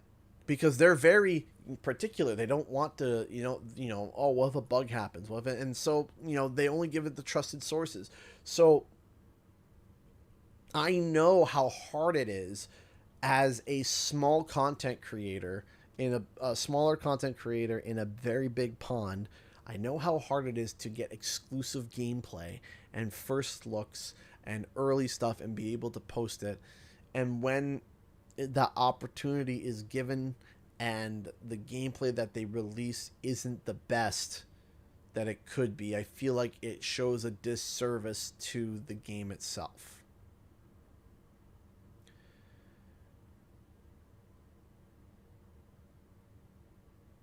And that's frustrating, right? That is frustrating. It's frustrating.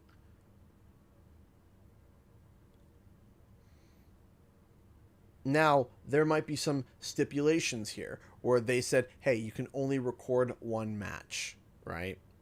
You can only do this. You can only do that. And maybe there are some stipulations that we are not sure about. And if that is the case, then my anger is not at the journalist. Then my anger is at the producer that saw this footage and just said, yeah, whatever, send it out anyway. Because if I was the producer and I wanted to make sure that the game looked good, took care of it, was good and everything, then I would see like their gameplay and be like, hey, it seems like that you had a bit of a hard time. Why don't we try that again? And maybe we'll do something so that you can play a little bit easier. Maybe we could do a warm-up, right? And I don't know. Again, I don't know the stipulation as to what happened. But watching that Rumble gameplay was difficult. It was difficult. It was difficult to watch, but I understand why it happened. But it's difficult to watch.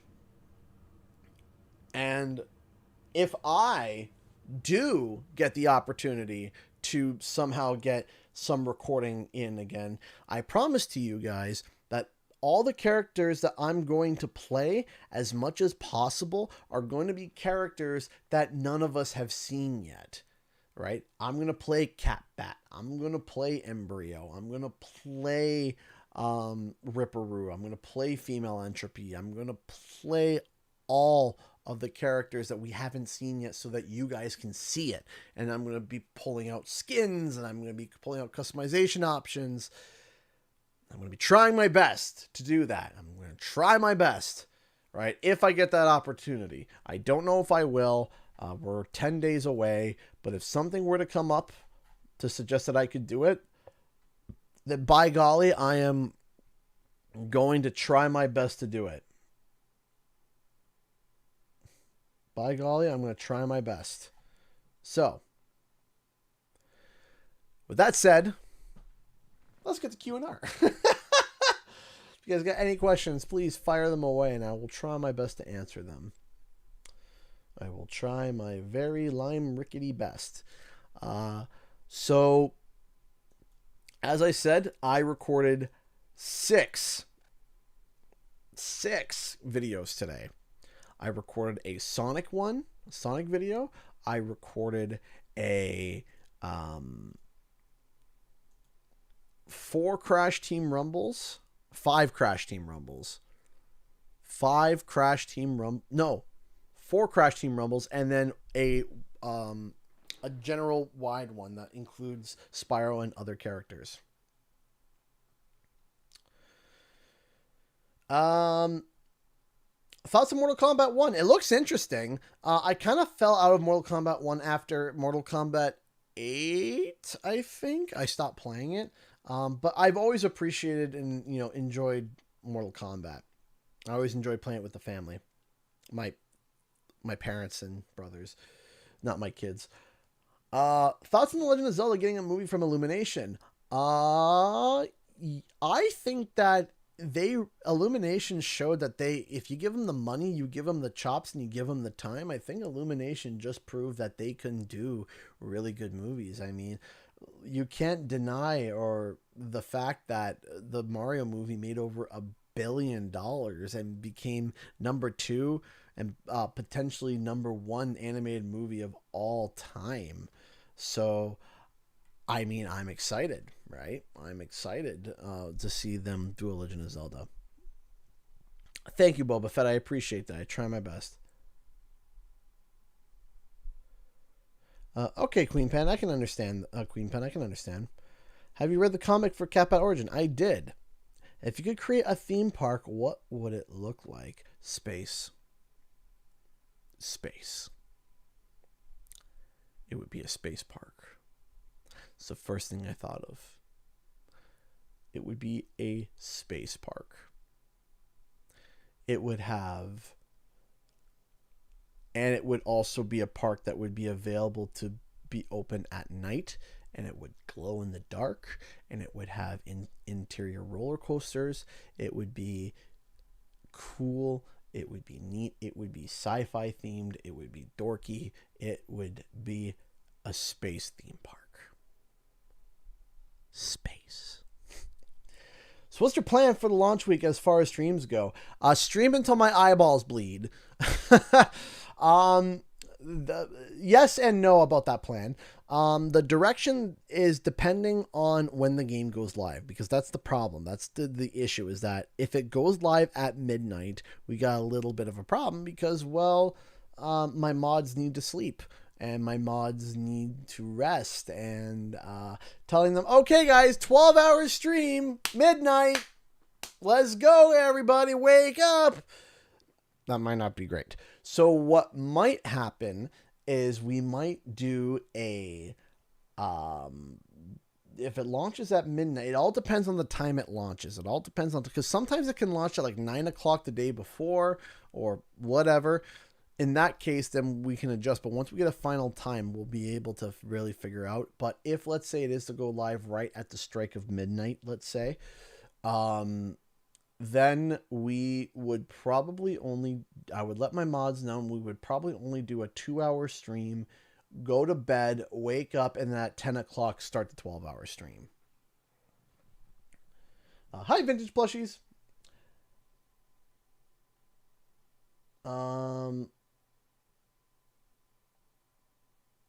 How long do you think Rumble will last in terms of player base in the beginning, and how long do you think it will take TFB to get players back? I really hope this game lasts for years. Every game like this is going to have this. It's going to happen. You're going to have times where there's going to be peak players, and then down, and then up, and then down, up, and then down. And the reason why it's going to do this is because all they have to do is cross-promote whatever the title that is coming soon is going to be released in, and the game can continue. So honestly, if they do it smartly, they can last as long as Activision and sees value in Crash and Spyro. They can keep it going and going and going and going for years, as long as Crash and Spyro are still considered as valuable IPs. I think Rumble would die when Activision decides that either sells the IPs or they no longer see them as valuable. So over the years, just keep, you release new content, you release a new map, new characters, etc.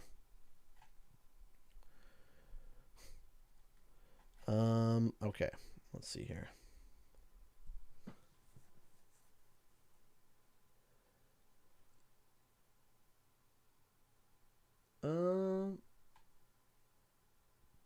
What are your thoughts about the Sonic Superstars price point? I didn't even know that there was a different price point. Is there,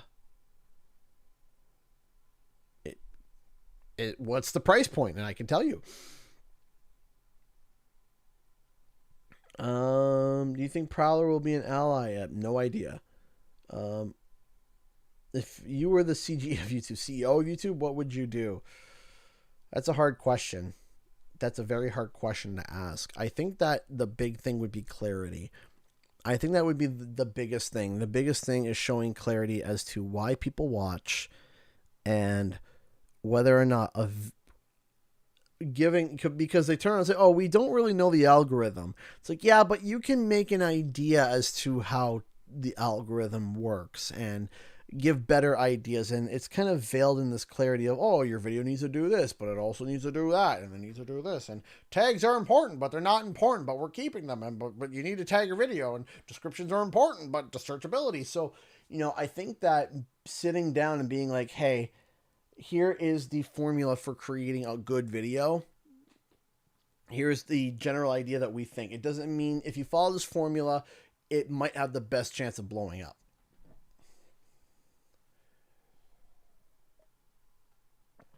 I think a comic book series of Crash Bandicoot would be cool. Oh, I'm happy to hear that, Boba Fett. Stanley!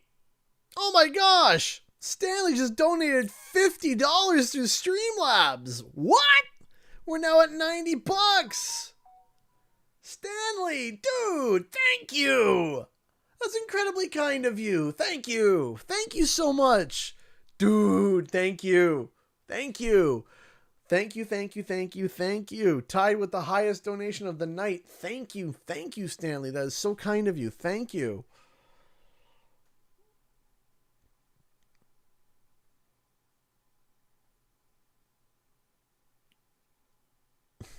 Family-friendly issues aside, what were the chances of BU of streaming Mortal Kombat games? 0. 0. 9. No. I think I already told the story before, but I can quickly kind of give a reason. The story of what made me change firmly. The last rated M game, if you guys remember, that I streamed was Days Gone. And I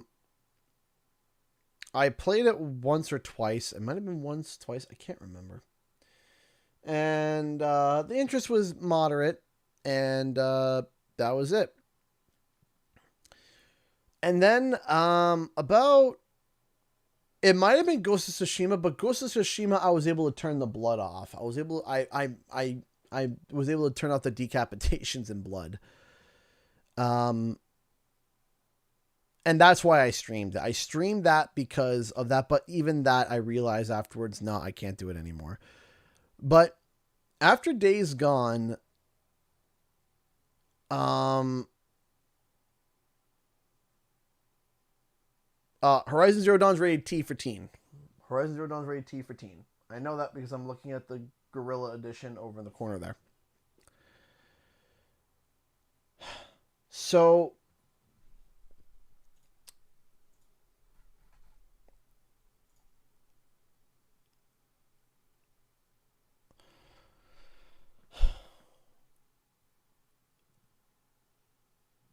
what happened was that I streamed Days Gone, and then a couple weeks later, in between all of that, I streamed Spyro.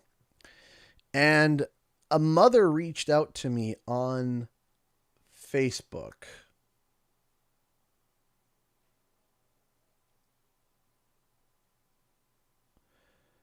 And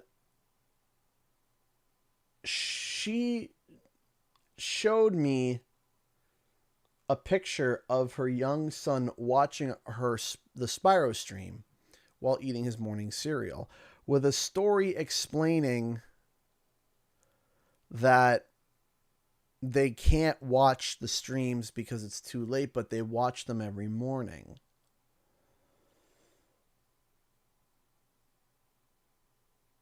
And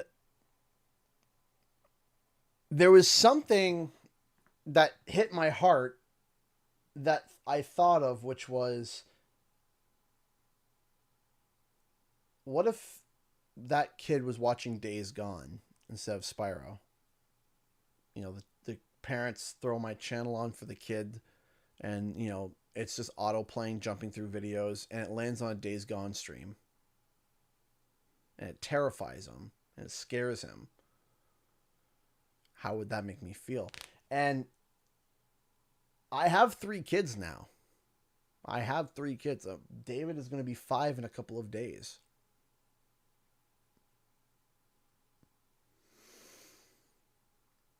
And it bothered me. It bothered me. It really bothered me. So I decided to just stop doing that. That was it. No more. No more. That was enough. Ghost of Tsushima, I did do that, but I was able to turn the blood off and do all of that. And that was okay. It felt like a rated T game afterwards, but still.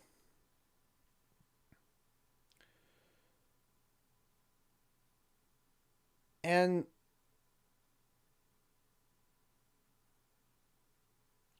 I couldn't do it.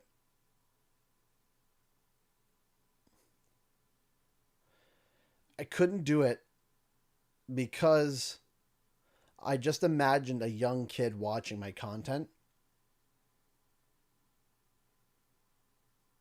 Because, well, I've become known for something. I've become known for a certain bar of quality, for a certain bar of entertainment, for a certain... And people know that when you're watching a CGE video, what you're going to get.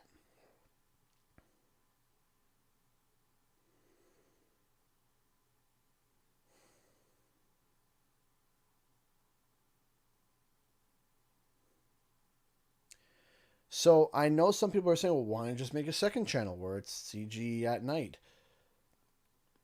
Is that going to stop the kids from coming over to watch my content?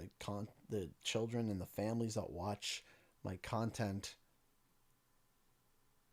on Canadian Guy A? Is that going to stop them from going over to go take a look?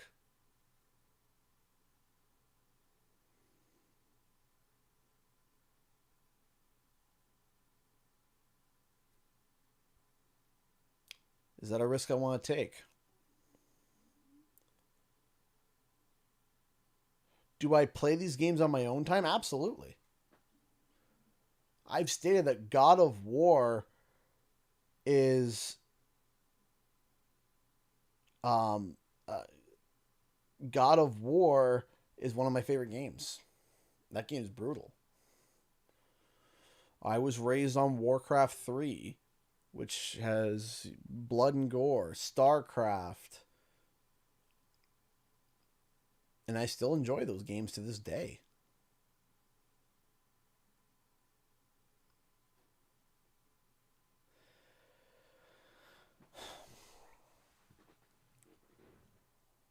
So,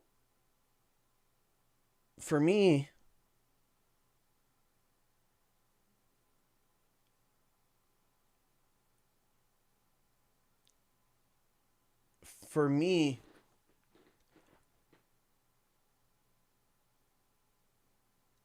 I really do enjoy what I do here. I'm not suffering because I'm playing family-friendly games. I'm not suffering. I'm not feeling like I'm forcing myself. I'm enjoying myself.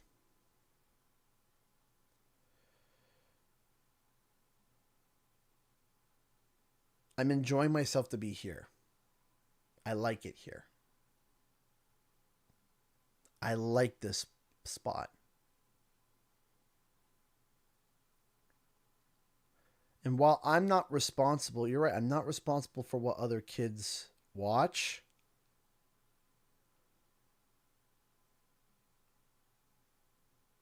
But I'm happy here. I'm happy here. Because I also know that there's, families out there that enjoy watching my content the way it is. And I barely have enough time to be able to do with what I have planned now. I have 3 part-time editors now.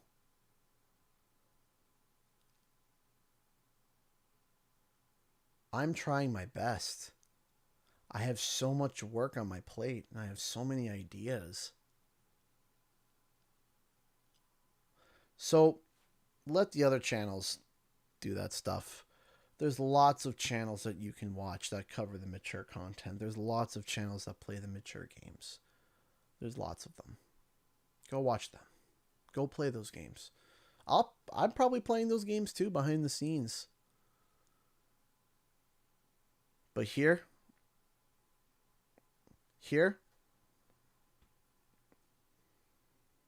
I'm happy here. I'm happy with the identity I've been able to, not the identity, but a community I've been able to create. A group of people that enjoy watching what I create. When I talk about, what I joke about. I'm happy. I am.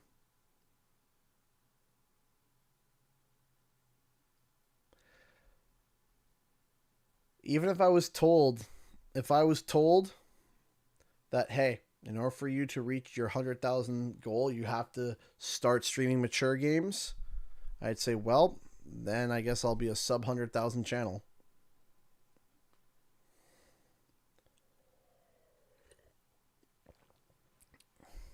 That's it.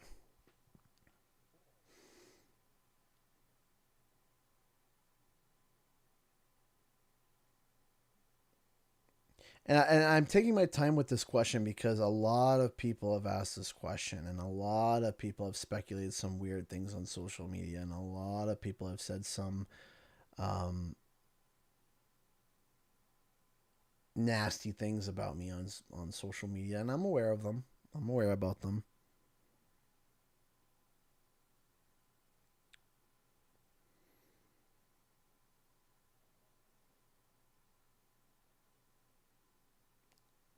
But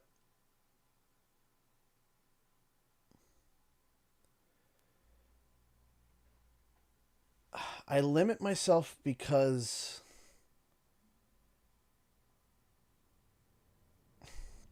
I know if you ever have any sponsorships, I'm sure many have reached out to you, right?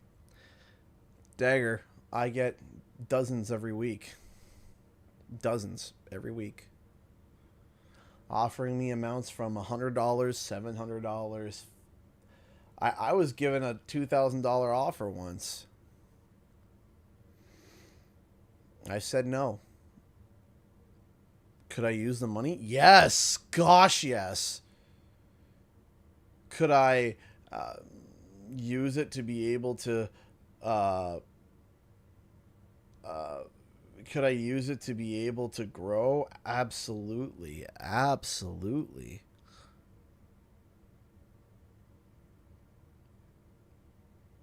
Could I use it to pay off some debts? Yes. Gosh, yes. But no. Because I made a rule. I made a rule for myself. And that rule was real simple. That rule was, I don't accept a sponsorship unless I would use the product myself. Unpaid.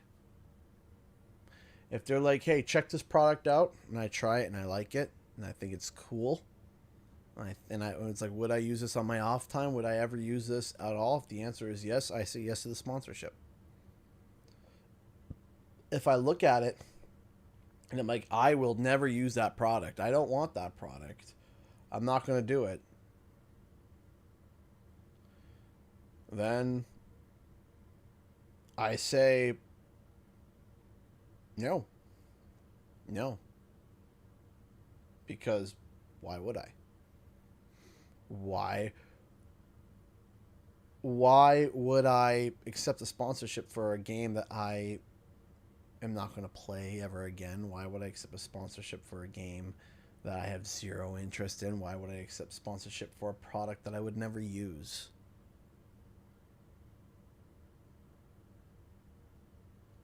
Because I want people to know that if I'm sponsored and I'm backed by something, that I use it, that I enjoy it, that I think it's a good product. So that if anyone were to ever bump into me in person and say, hey, what about this sponsorship? Would you use that? I'd say, yeah, I would. Because there's one thing that I have developed with you guys as viewers, and that's trust. That's trust. If I tell you something, if I say, hey, I think this is going to happen, I'm not saying it to get people excited and hyped for no reason. It's because I'm right there, right beside you. I'm not going to get people riled up and excited for something while I snicker and hang back. No. No. If I'm telling you, I think it's going to be, something is going to be over there. Now, I might be wrong. I might be wrong. Never said I'd be right. I might be wrong. But I'm standing right with everybody. I'm standing right there with everybody. If I say, hey, I think it's going to be there, I'm walking there. And I'm going to stand there. And if I'm the only one standing there, fine. If everyone's standing there, fine. And I've built that trust. I've built that. Through the ups, through the downs, through the positives, the disappointments, I stood there. I was like, I think, when I said, hey, I think it's going to be at that showcase, I was at that showcase. I was live streaming it, getting ready to go. I didn't say, I think it was going to be that showcase. Hey, I can't stream today, guys. Oh, it wasn't there. Oh, that kind of sucks. Well, let's talk about the next thing. All right. No, I would stream it. I'd be sitting there. I'm there early. We're talking. Well, I'm excited. And if it wasn't there, I was just as disappointed as the rest of you.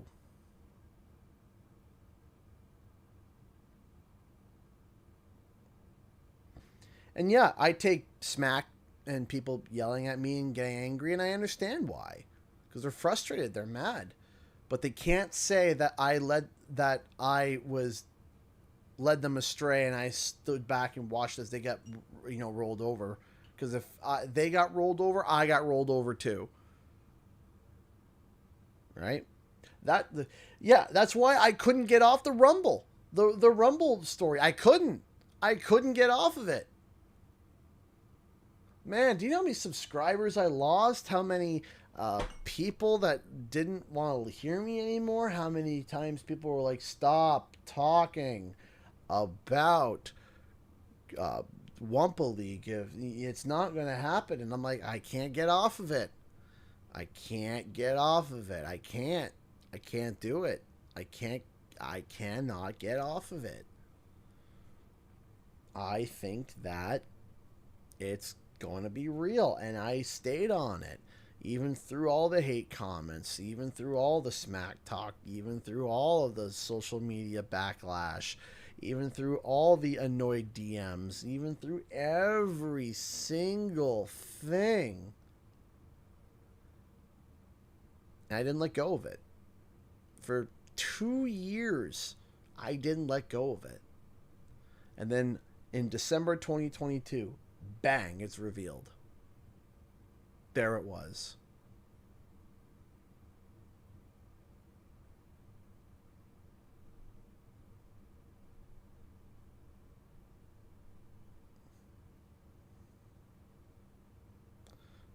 Oh, just go to Reddit, Crash Bandicologist. There's some over there. Twitter, man.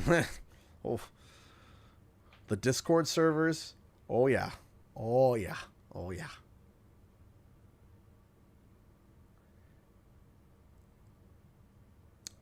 But the point is that everyone can sit there and say things about me.